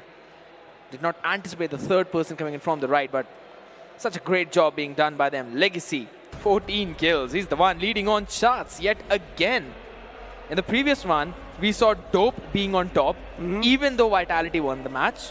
Yeah. And in this one, we are seeing Legacy being on top. True. Just imagine when all of these people are just fragging one same map. Maybe the next one on standoff is going to be that way. I mean, speak of Vitality, do you think the upcoming map or the upcoming rounds could be won by I2K? If Control is won by I2K, then things can be different. But here we go, ladies and gentlemen. The last game of the day, because tomorrow playoffs are going to kick off. Or maybe can't be the potential last game if I2K isn't able to take it. But here we go, takeoff is going to be the way, or it's going to be the place where we step in. Exactly, both these teams standing off against each other. 1-for-1 trades in both ways. Vitality in one man at deficit, though only for so long as the numbers are still being equalized. Burns and Bros finding some crucial picks. Vegas doubles it up as well with zone. And they're trying to work their progress towards the A. Oh no. Well, here we go once again, 23-26. Vitality with the advantage. Having that consistent lead of 2 lives. Make that just 2 once again, I guess. But the trades are definitely happening back and forth, but I2K is one of those teams that is definitely trying their best to at least get one map over here as well, even in control, and just make the players of Vitality struggle. But a double kill, beautiful spray down that was from Burns. Exactly, but again, Virus making sure that he is jumping back to shut him down as well. Virus and Dope trying to go in for another spawn control game. We'll just have to wait and see if that actually works out or not, because Alpha on the other side of the things is doing his Alpha things, right? Not using the KRM this time. I really was hoping he would be on to that one. Oh my god, look at Vitality. Vegas and Burns with a 2K themselves, and out of nowhere, Vitality, they're just flooding in with those kills. But I2K is trying their best to win the duels as well, but on the kill feed, it's just Vitality dominating through. 9-12, advantage in the hands of Vitality. I2K with the struggle. You can clearly see the sniper's not able to find the connection. Bros, though, finds Virus, and now, once again, trades happening back and forth. 6-9. Consistent advantage, though. Absolutely correct. Sindance trying to find some kind of opening, though. Minyo not being able to connect those last few bullets. Lead one player from I2K to survive. 3v7. Super difficult to pull off, as already A is being taken down. Could add additional time, but they do not need it. As Vitality win out the first one. Oh, 1-0. Let's see. Second round on the board, Vitality. We've got to try and go in and take control of that A, but we've seen Vitality going in directly towards the B, right? We've seen that multiple times happening. Trophy systems dropped in, making some progress towards the A. They've got to control the house. That's not being allowed. Sundance Legacy finishing both of them off. Joker's in the meantime still making sure he's getting some trades out there. Oh, 26-26, and this is now once again way too close. The lives are running out from the side of I2K, but even they're making sure that even Vitality is going to be suffering with them. Sparrow being pulled out from this guy, Chocos. But still looking forward to get the connections. Vitality, look at him, he finds Alpha. one Sparrow kill. Can he get the second one though? Alpha, he's so adamant in taking that fight, and he actually does that. I love the fact that he actually threw out a trophy system first, making sure that even if the shot was fired from the Sparrow, it would be stopped right away. Life count still, just one difference. Second tick of progress made towards A already. Finally, I've been allowed to say that. I was waiting for that. Oh, so Alpha long. actually gets him with an 8, and then even Dope is trying his best. Wires with a 2K. Sundance too from the back, he's got his back. Claw being pulled out from the side of Virus, fights the first. Can find the 17-12, Vitality in a big disadvantage. I2K, they just keep on leading up when it comes to the lives. 10-16, 6 lives advantage. And a brilliant spawn trap coming in as well, utilizing the claw to utmost perfection. And my goodness, look at that spray down. Legacy, Dope, just making sure that lead is increasing further in terms of that life count. 2 ticks of progress towards the A, but that's all that Vitality has able to manage. 15-6. I2K, this is looking way too dicey. I mean, considering they've got the advantage in this one, but they know their lifeline depends on this round. If they win this, it will be 1-1 inside control. Now 4-11, it's next to impossible to pull off, unless some miraculous stuff is going to be done by these 2 last remaining guys, but highly doubt that's going to be the case. It's just going to be Jokos and Pros. Imagine if they actually do pull this off, though. It will be one of the most incredible clutches. That's all down to Bros. 1v9. Yeah, it's not possible at all. Absolutely perfect display of defense coming in from I2K, and I love the fact that they sent in 1 member just to go in for that spawn trap, and he was able to pull it off as well. Yes, Claw was being invested onto that one, but that is exactly what you want. You want the numbers advantage to stay with your team, making sure that 4 of your players would only have to deal with 2 of the opponents. Brilliant. Annihilator's out. He finds 1, but Legacy instantly gets traded out by Pros. War Machine's out as well from this guy, but still no connections found, so that's an issue. War Machine's now starting to pop so much that even the players in the front, they're just struggling. Look at him, Joko's so low. Legacy finds himself a 2K. Vitality once again makes a swift return back inside the fray. The Annihilator is something that will need to shut these players down to the front lines, and look at this. So close the shots are, and instantly another one connects. That Annihilator kill was insane. But now it's 23-22, I2K in one of that disadvantages, but now instantly Vitality's going to be the one to get that disadvantage on their side. That is true, because look at the amount of take of progress towards the B as well as towards the A. Both of them are being worked upon by I2K.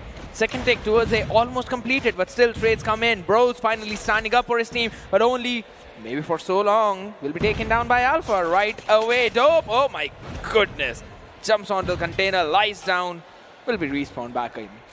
Will be. 15-15 being the life counts.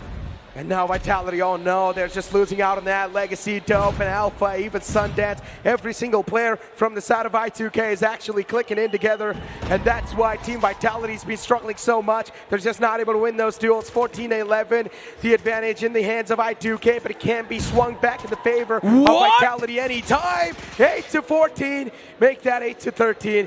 Oh my god, Vitality, they're losing so much. Legacy, just unreal gameplay around that tractor, making sure that he's the one standing. Well, all right. You need to give them at least half a second to go in that spawn mode. That was a nice try indeed. 1v11, and that's I2K. They've won it already. B, been taken care of. And they move up to 2. Oh my god, are Vitality actually going to drop a map? against I2K. If that does happen, it will be an astonishing affair to every single person that's even in the chat.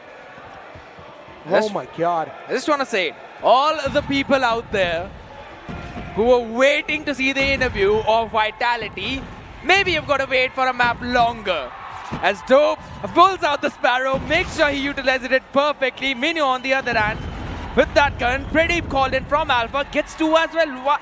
Virus with the claw, every single piece of utility being dropped in by I2K, gets every single fight, and look at the life advantage. Oh my God, Vitality, they're just not able to win the duels at all. This is so dicey for them. I don't think so Vitality can bounce back at this point because the lead is just way too big. I2K, they're actually going to win a map against Vitality. You mentioned... What? I'm just shocked. I'm left speechless. You mentioned that we might take things off at takeoff, and I believe that is a prophecy out there because I2K, they're just brutal at this point. They are. Oh, dude, I think so. We are actually going to take things off at takeoff soon. This control's about to end soon enough. Oh, 19-8. It's next to impossible to pull this clutch. So, yeah, even Vitality's now. At this point, it's just done, unless some miracle is going to be over there. And TWOB will not allow that to happen. Virus as well, trying to double things up. Bro's good for 1, but down to a 4v17. 26 more seconds to work with. They've got to stop the clock and also win on all of those trades, which just seem next to impossible. 3v15. Every player needs to take down 5 of them, and now down 2v13. That is literally done and dusted. Another spray. Alpha good for 1. And this is going to be I2K winning the first map. And that too against Vitality. What a crazy play coming in from their side. Yesterday, it was a 3-0 against I2K. But today, they make sure that Vitality's going to drop a map against them. Not having anything to lose has given them the motivation to actually win. And this is what we like. Some of the big Goliaths struggling against the underdogs. Everybody loves that. Every single person out there who's watching this game. This is what they wanted to see, and you are being delighted. I mean, all the fans of I2K. For this map, I must say, all heads must bow. I2K have displayed a sheer tenacity, and look at the way they played. Reminded me of the way GodLiKe was doing on that standoff map, just brute forcing their way. Even on the raid, they displayed the exact same thing, going in for those proactive plays, using those operators to try and get some early picks, early leads, making sure that they've got that momentum. Bangs on the table, and they do deserve it. The scoreboards in front of us, ladies and gentlemen. Bros, Burns, Vegas, and Mino. 23-28 with the assist of 3. Burns as well with 19. You've got Vegas with 15 and Mino with 11. And then you move on forward towards the opposition, which is the I2K, the winners of Control. 34-24. TWOB as well with 19. Every single player from I2K has performed and risen up to the occasion. Everyone now just focus down on to the next one, as we will be taking things onto the hard point on the map of Takeoff. We've seen this map go in favor of Vitality. I mentioned it right at the beginning of this best of 5 match. But the question is, will I2K make another upset? That's what I want to ask you. Is it possible that we might see the greatest comeback in the best of 5 series of both the days that we've had thus far? I highly doubt, no. Ouch. Vitality, for them, this was a reality check. And they should know that you cannot take your opponent's light no matter who you're facing up against. That is true. That is definitely true. And one thing is for sure, they were getting really complacent. This could have been a 3-0. But I2K made sure that they're punishing Vitality for every single overcommitment they were making. But here we go, ladies and gentlemen. Soon enough, we're going to be stepping in. Takeoff. This hard point is going to be interesting. It's going to be the decider of everything, ladies and gentlemen. Here we go. Hard points in front of us. Takeoff is what we're going to start off with as we step our foot onto it. Boxing gloves in the hand, moving forward. Oh my goodness, what? That's the spray down through the angle that you've never expected to see, and Legacy is just on a spree right now. Exactly, Legacy starting things off on a great note, but then later on, still got the players of Vitality looking forward to find that sweet success. Vitality playing together, but a spray down from Virus finds two. Nicely done. Joke was able to return the favor back, but I don't know if you're I2K. It's just their players all across the kill feed. Vitality's getting countered so hard. Spawns all over the map coming in from their side, so just not being able to reinforce the hard point properly, but they've still got that lead, 12-7, and they'll finally be stepping into that one as, again, jumping through the ramps, Alpha gets one, moves forward, trying to take control of that spawn. Jokos will still punish him for that. Sundance not being the anchor as of now, but definitely has got a possibility to do that for the next few hard points. Indeed does have the possibility. 20-9, 20-10. Vitality starting to accumulate the points. Nicely done. Look at the amount of points these guys are able to accumulate. That's quite solid. And even add on a couple of more kills at the top, it's going to be like an icing on top of the cake.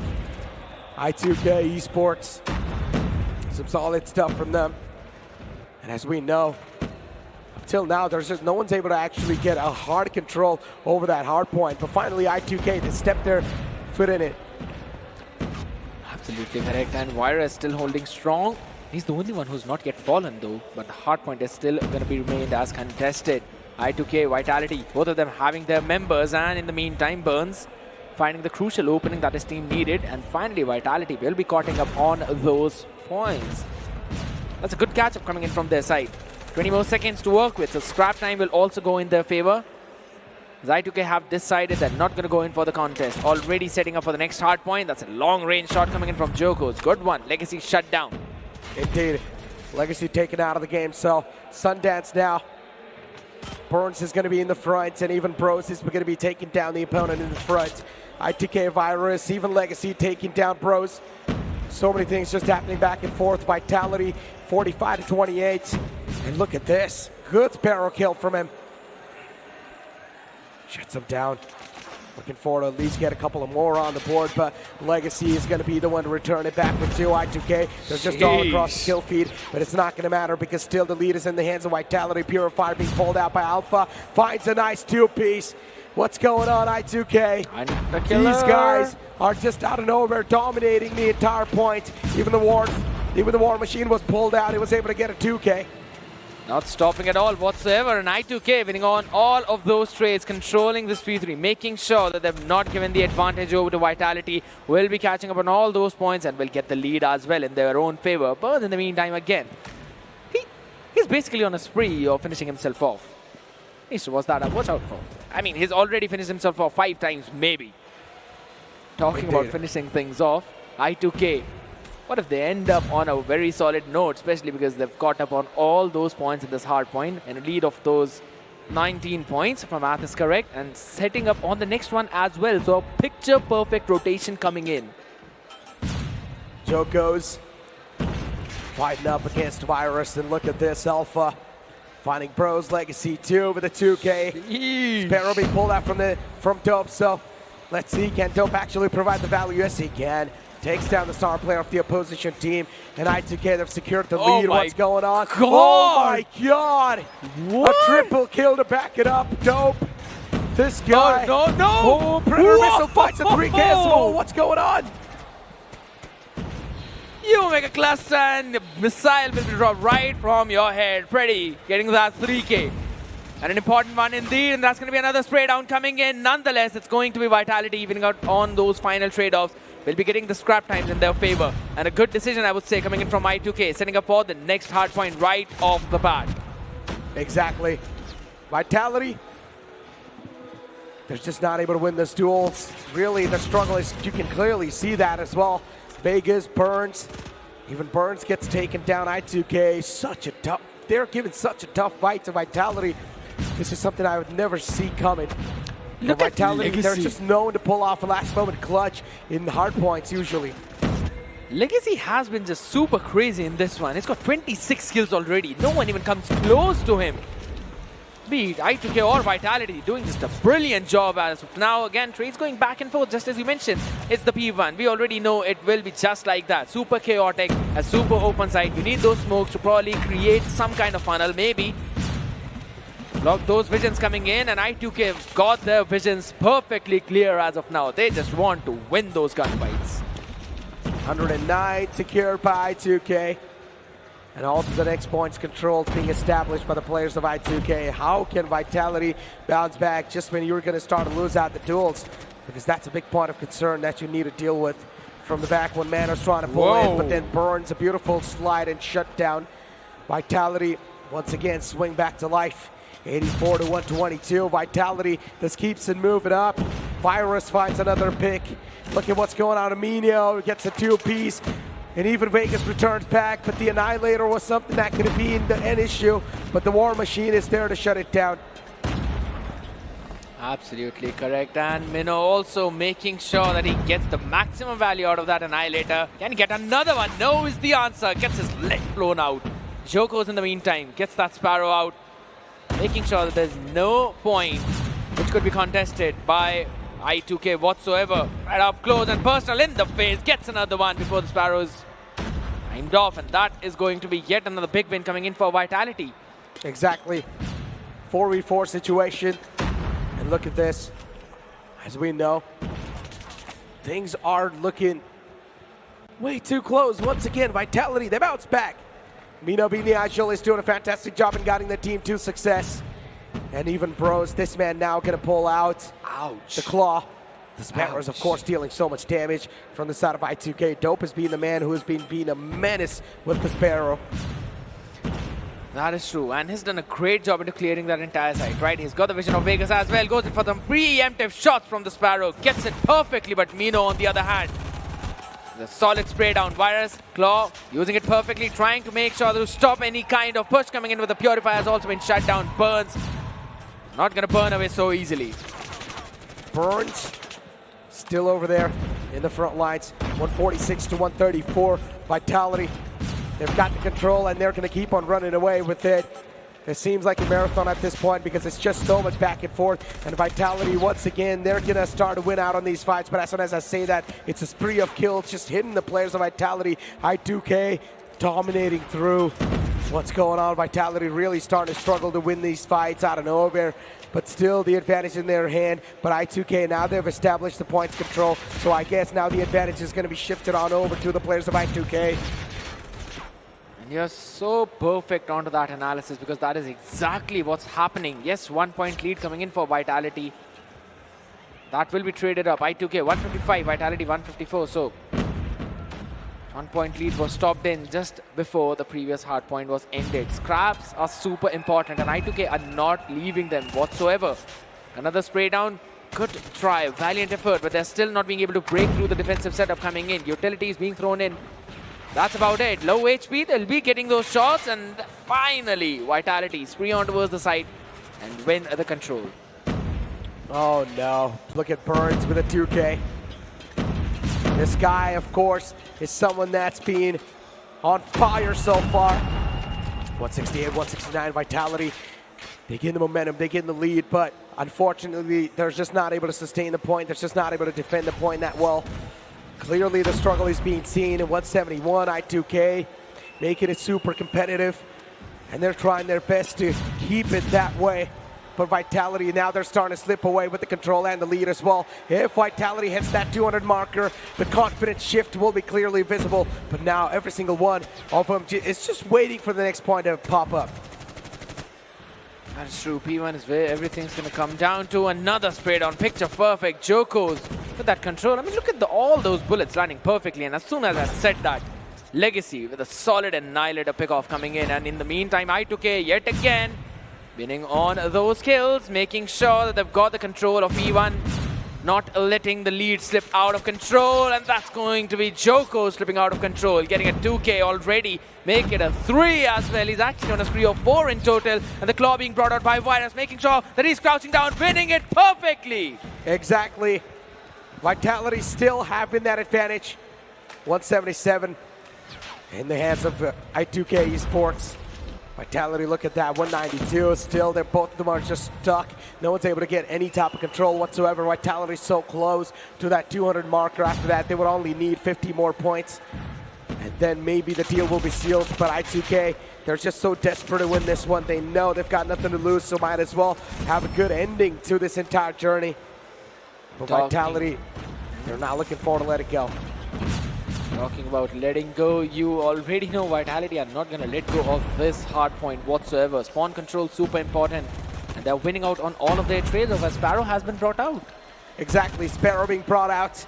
Joko's been able to use that Sparrow in a really good fashion. Bros shuts him down. Dope as well is now trying to get there. But as we do know, 208, Vitality, they've got the control. They might just start to run away with it. Purifier being pulled out for this guy. But then from the back, he gets punched in the back of the head. I2K, once again, the bounce back might just be seen. The full stop comes in at 2:15, but as soon as I say that, once again, Vitality keep on running away with the control. But maybe not for long, because I2K was flooding in onto the hard point time and time again. 10 more seconds of scrap time. I2K are not going to go in for the contestation. My goodness, Sundance. Yeah, 229. Vitality ever so close to the victory. They can feel it coursing through the veins. But look at what's going on. Legacy, what a great mow down that was from the top. Finds a 2K with that spray. Minio, 2 from the back lines is there. And considering Vumino being the IGL, he's got so much going through his head right now. Even I2K, they reach that 200 marker. Vitality, they need to crack open his defense off the players of I2K, but the struggle is clearly done. It's really tough to crack open his defense. Purifier pulled out by Alpha. I2K, they might just win this. It is highly possible because 2:16, they're slowly creeping up 35 more seconds, and Vitality are now jumping in towards the hard point, but denied everything. Burn is good for one, but only for one because Legacy is still standing there. Purifier was doing the trick, but he also switches back to the rifle, and right now they're running away with a lot of points. 2:30, 19 more seconds. I don't think so this would be enough, or maybe it exactly will be what Vitality need to step in the hard point whatsoever. Vitality just needs to play with unity. They just need to play together. That's been the issue. Vitality's been struggling to win these fights because the team play from the side of I2K has been on point. 2:43 is going to be the full stop, but now everyone's going to be waiting for the next pop-up on the point. The first man to the front. Annihilator been destroyed instantly. Vitality, can they make it? They've already got the next points control in their hands. Vitality, no, they can win it. Vitality can feel it coursing through the weights. This is it, ladies and gentlemen. Vitality, they're going to take the cake, I guess, but no, wait, hold on. Whoa. The enemies have stepped in the territory. The point flow has been stopped for now, 2:47. Vitality once again establishing that control. The mow down was there, but I2K, they're desperate. Vitality, a total shutdown against I2K. And that's it. The series got elongated to 3-1, but in the end, it was Vitality to take it. But definitely they had to do everything that they could in order to actually clutch that one out. Indeed. Crazy. Ladies and gentlemen, so much to talk about, but I guess all those questions will be answered on the stage. Oh my goodness, oh my goodness, कितना ज़्यादा neck to neck competition में यहाँ पे देखने को मिल चुका था, and Vitality से मैं मीनो आपसे ही जानना चाहूँगा मैं, ये इतना आपने expect करा था, इतना neck to neck जाने वाला है? Not at all, हमने थोड़ा भी expect नहीं करा था, so kudos to I2K for the. Exactly, I mean उनको congratulate मेरे को उनको भी करना चाहिए, लेकिन congratulate to you as well क्योंकि आपने जो खेला है, जिस तरीके से आप वापस आए हो, वापसी करी है, वो काफी ज़्यादा लाजवाब था, but हाँ, कंट्रोल बोर्ड में मैं जानना चाहूँगा वहाँ पे क्या दिक्कतें आ गई? आई थिंक हमने हमारे साइड से बहुत मिस्टेक्स करी थी, हमने गन फाइट्स लूज करे बहुत सारे, तो आई थिंक मैंने भी अपने गन फाइट्स लूज करे थे, तो आई थिंक वही हमारा वीक पॉइंट था mainly.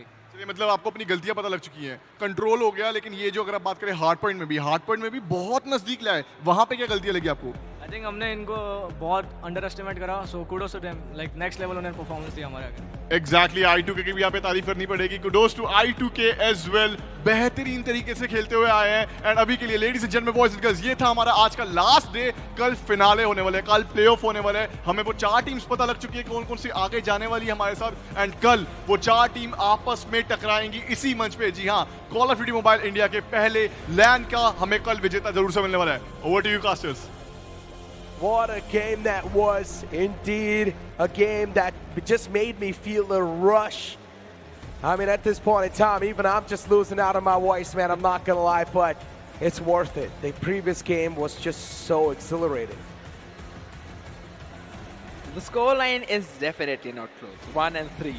But everyone who saw that match, we as casters know how close every single map was. And the display of I2K. 245, 250, that was the most recent hard point. And look at the amount of kills. Legacy. Wow. 58 bomb being dropped by Legacy. Dude, I2K were just so phenomenal. They were just so phenomenal. They were able to win every single duel. One thing is for sure, the mechanical skills are definitely on the point. The only struggle that was there is that they were just playing a little bit too much in pressure, I guess. Too much was going through the back of their head in this entire tournament. But this is an experience that I2K can go with. Now they know how to play in the upcoming LAN events. Now they know how to play in the upcoming tournaments. Absolutely correct. And that is one of the reasons why you always have to end things on a very solid note. Even if you're not qualifying, this is the kind of performance you always have to put up, because it's going to give the confidence to all of its players out there, because they're like, all right, yes, it was our first LAN. There were some jitters. There was definitely a lot of pressure. But at the end of the day, this is the kind of way they can perform in terms of in front of Vitality. I also mentioned some of their operator usage. It was literally like godlike, and even better. Exactly, but let's move forward and take a look at the leaderboard, because it's going to be quite an interesting one, because considering we know how leaderboard is going to be looking like, we know a couple of teams that has been eliminated too as well. I2K from Group B, and then we know who's going to be eliminated from Group A as well. Unfortunately, it's going to be Team Anthem. That's true. Look at NS officials though. The round difference is -1, so still doesn't get a ton of rounds out there, but I still want to sing the praises of I2K. I mean, it's heartbreak, but we will have a look at the teams who will be moving forward tomorrow. GodLiKe, NS officials from Group A, Vitality, TWOB from Group B. Exactly. Well, let's move forward and take a look at the brackets of the playoffs, because we know it's going to be a double elimination bracket. Already the brackets are in front of us. Oh no, NS officials is going against Vitality, and GodLiKe is going against TWOB. Okay, now that's going to be a fiery matchup.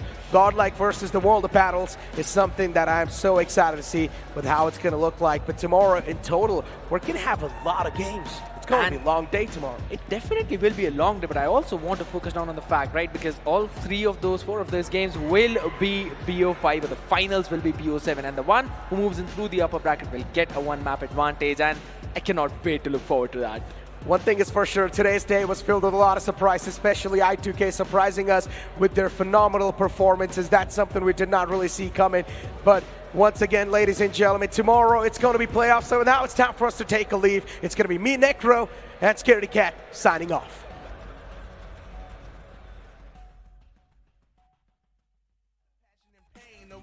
Success is insane, stay out my lane, cause I'm on a mission, I'm getting what stands in my way. Yeah, I'm a beast, I wouldn't play with me, baby. The way that I'm training is crazy, and I do it daily. You wanna talk about drive? I got more drive than Mercedes, I've never been lazy. I'm in the room, it's a red alert. You wanna compete? Well, get better first. I got 10 toes in the dirt, push through the hurt just to show them my worth. I'm the best. Yeah, I'm the best. I never stress. I know what's next. I'm who they test, like we playing chess. But I'm unimpressed, so now let me flex. Ha, yeah, I'ma work through the struggle and hurt, cause I know my worth, and I gotta be first. Ha, yeah, I gotta be first. Look, I don't want anyone's sympathy. I understand what it's meant for me. I give my focus and energy. If it's meant to be, then it's meant to be. But mentally, I'm undefeated. They hear that and say I'm conceited. Like there's no reason. Like I don't beat them and come back again just to teach them that when you work under pressure, you reach higher measures. They'll try and bring you down, but you cannot let them, and only get better and focus on cheddar. Eye on the prize and you'll become a legend. Like when I'm in the room, it's a red alert. You want to compete, well, get better first. I got 10 toes in the dirt. Push through the hurt just to show them my work. I'm the best. Yeah, I'm the best. I never stress. I know what's next. I'm who they test. Like we playing chess. But I'm unimpressed. So now let me flex. Yeah, I'ma work through the struggle and hurt. Cause I know my worth. And I gotta be first. Yeah, I gotta be first. They don't know what's gotten into me. How'd I turn pain into energy? Through all the struggle and hurt, remember my worth, and that's why I gotta be first.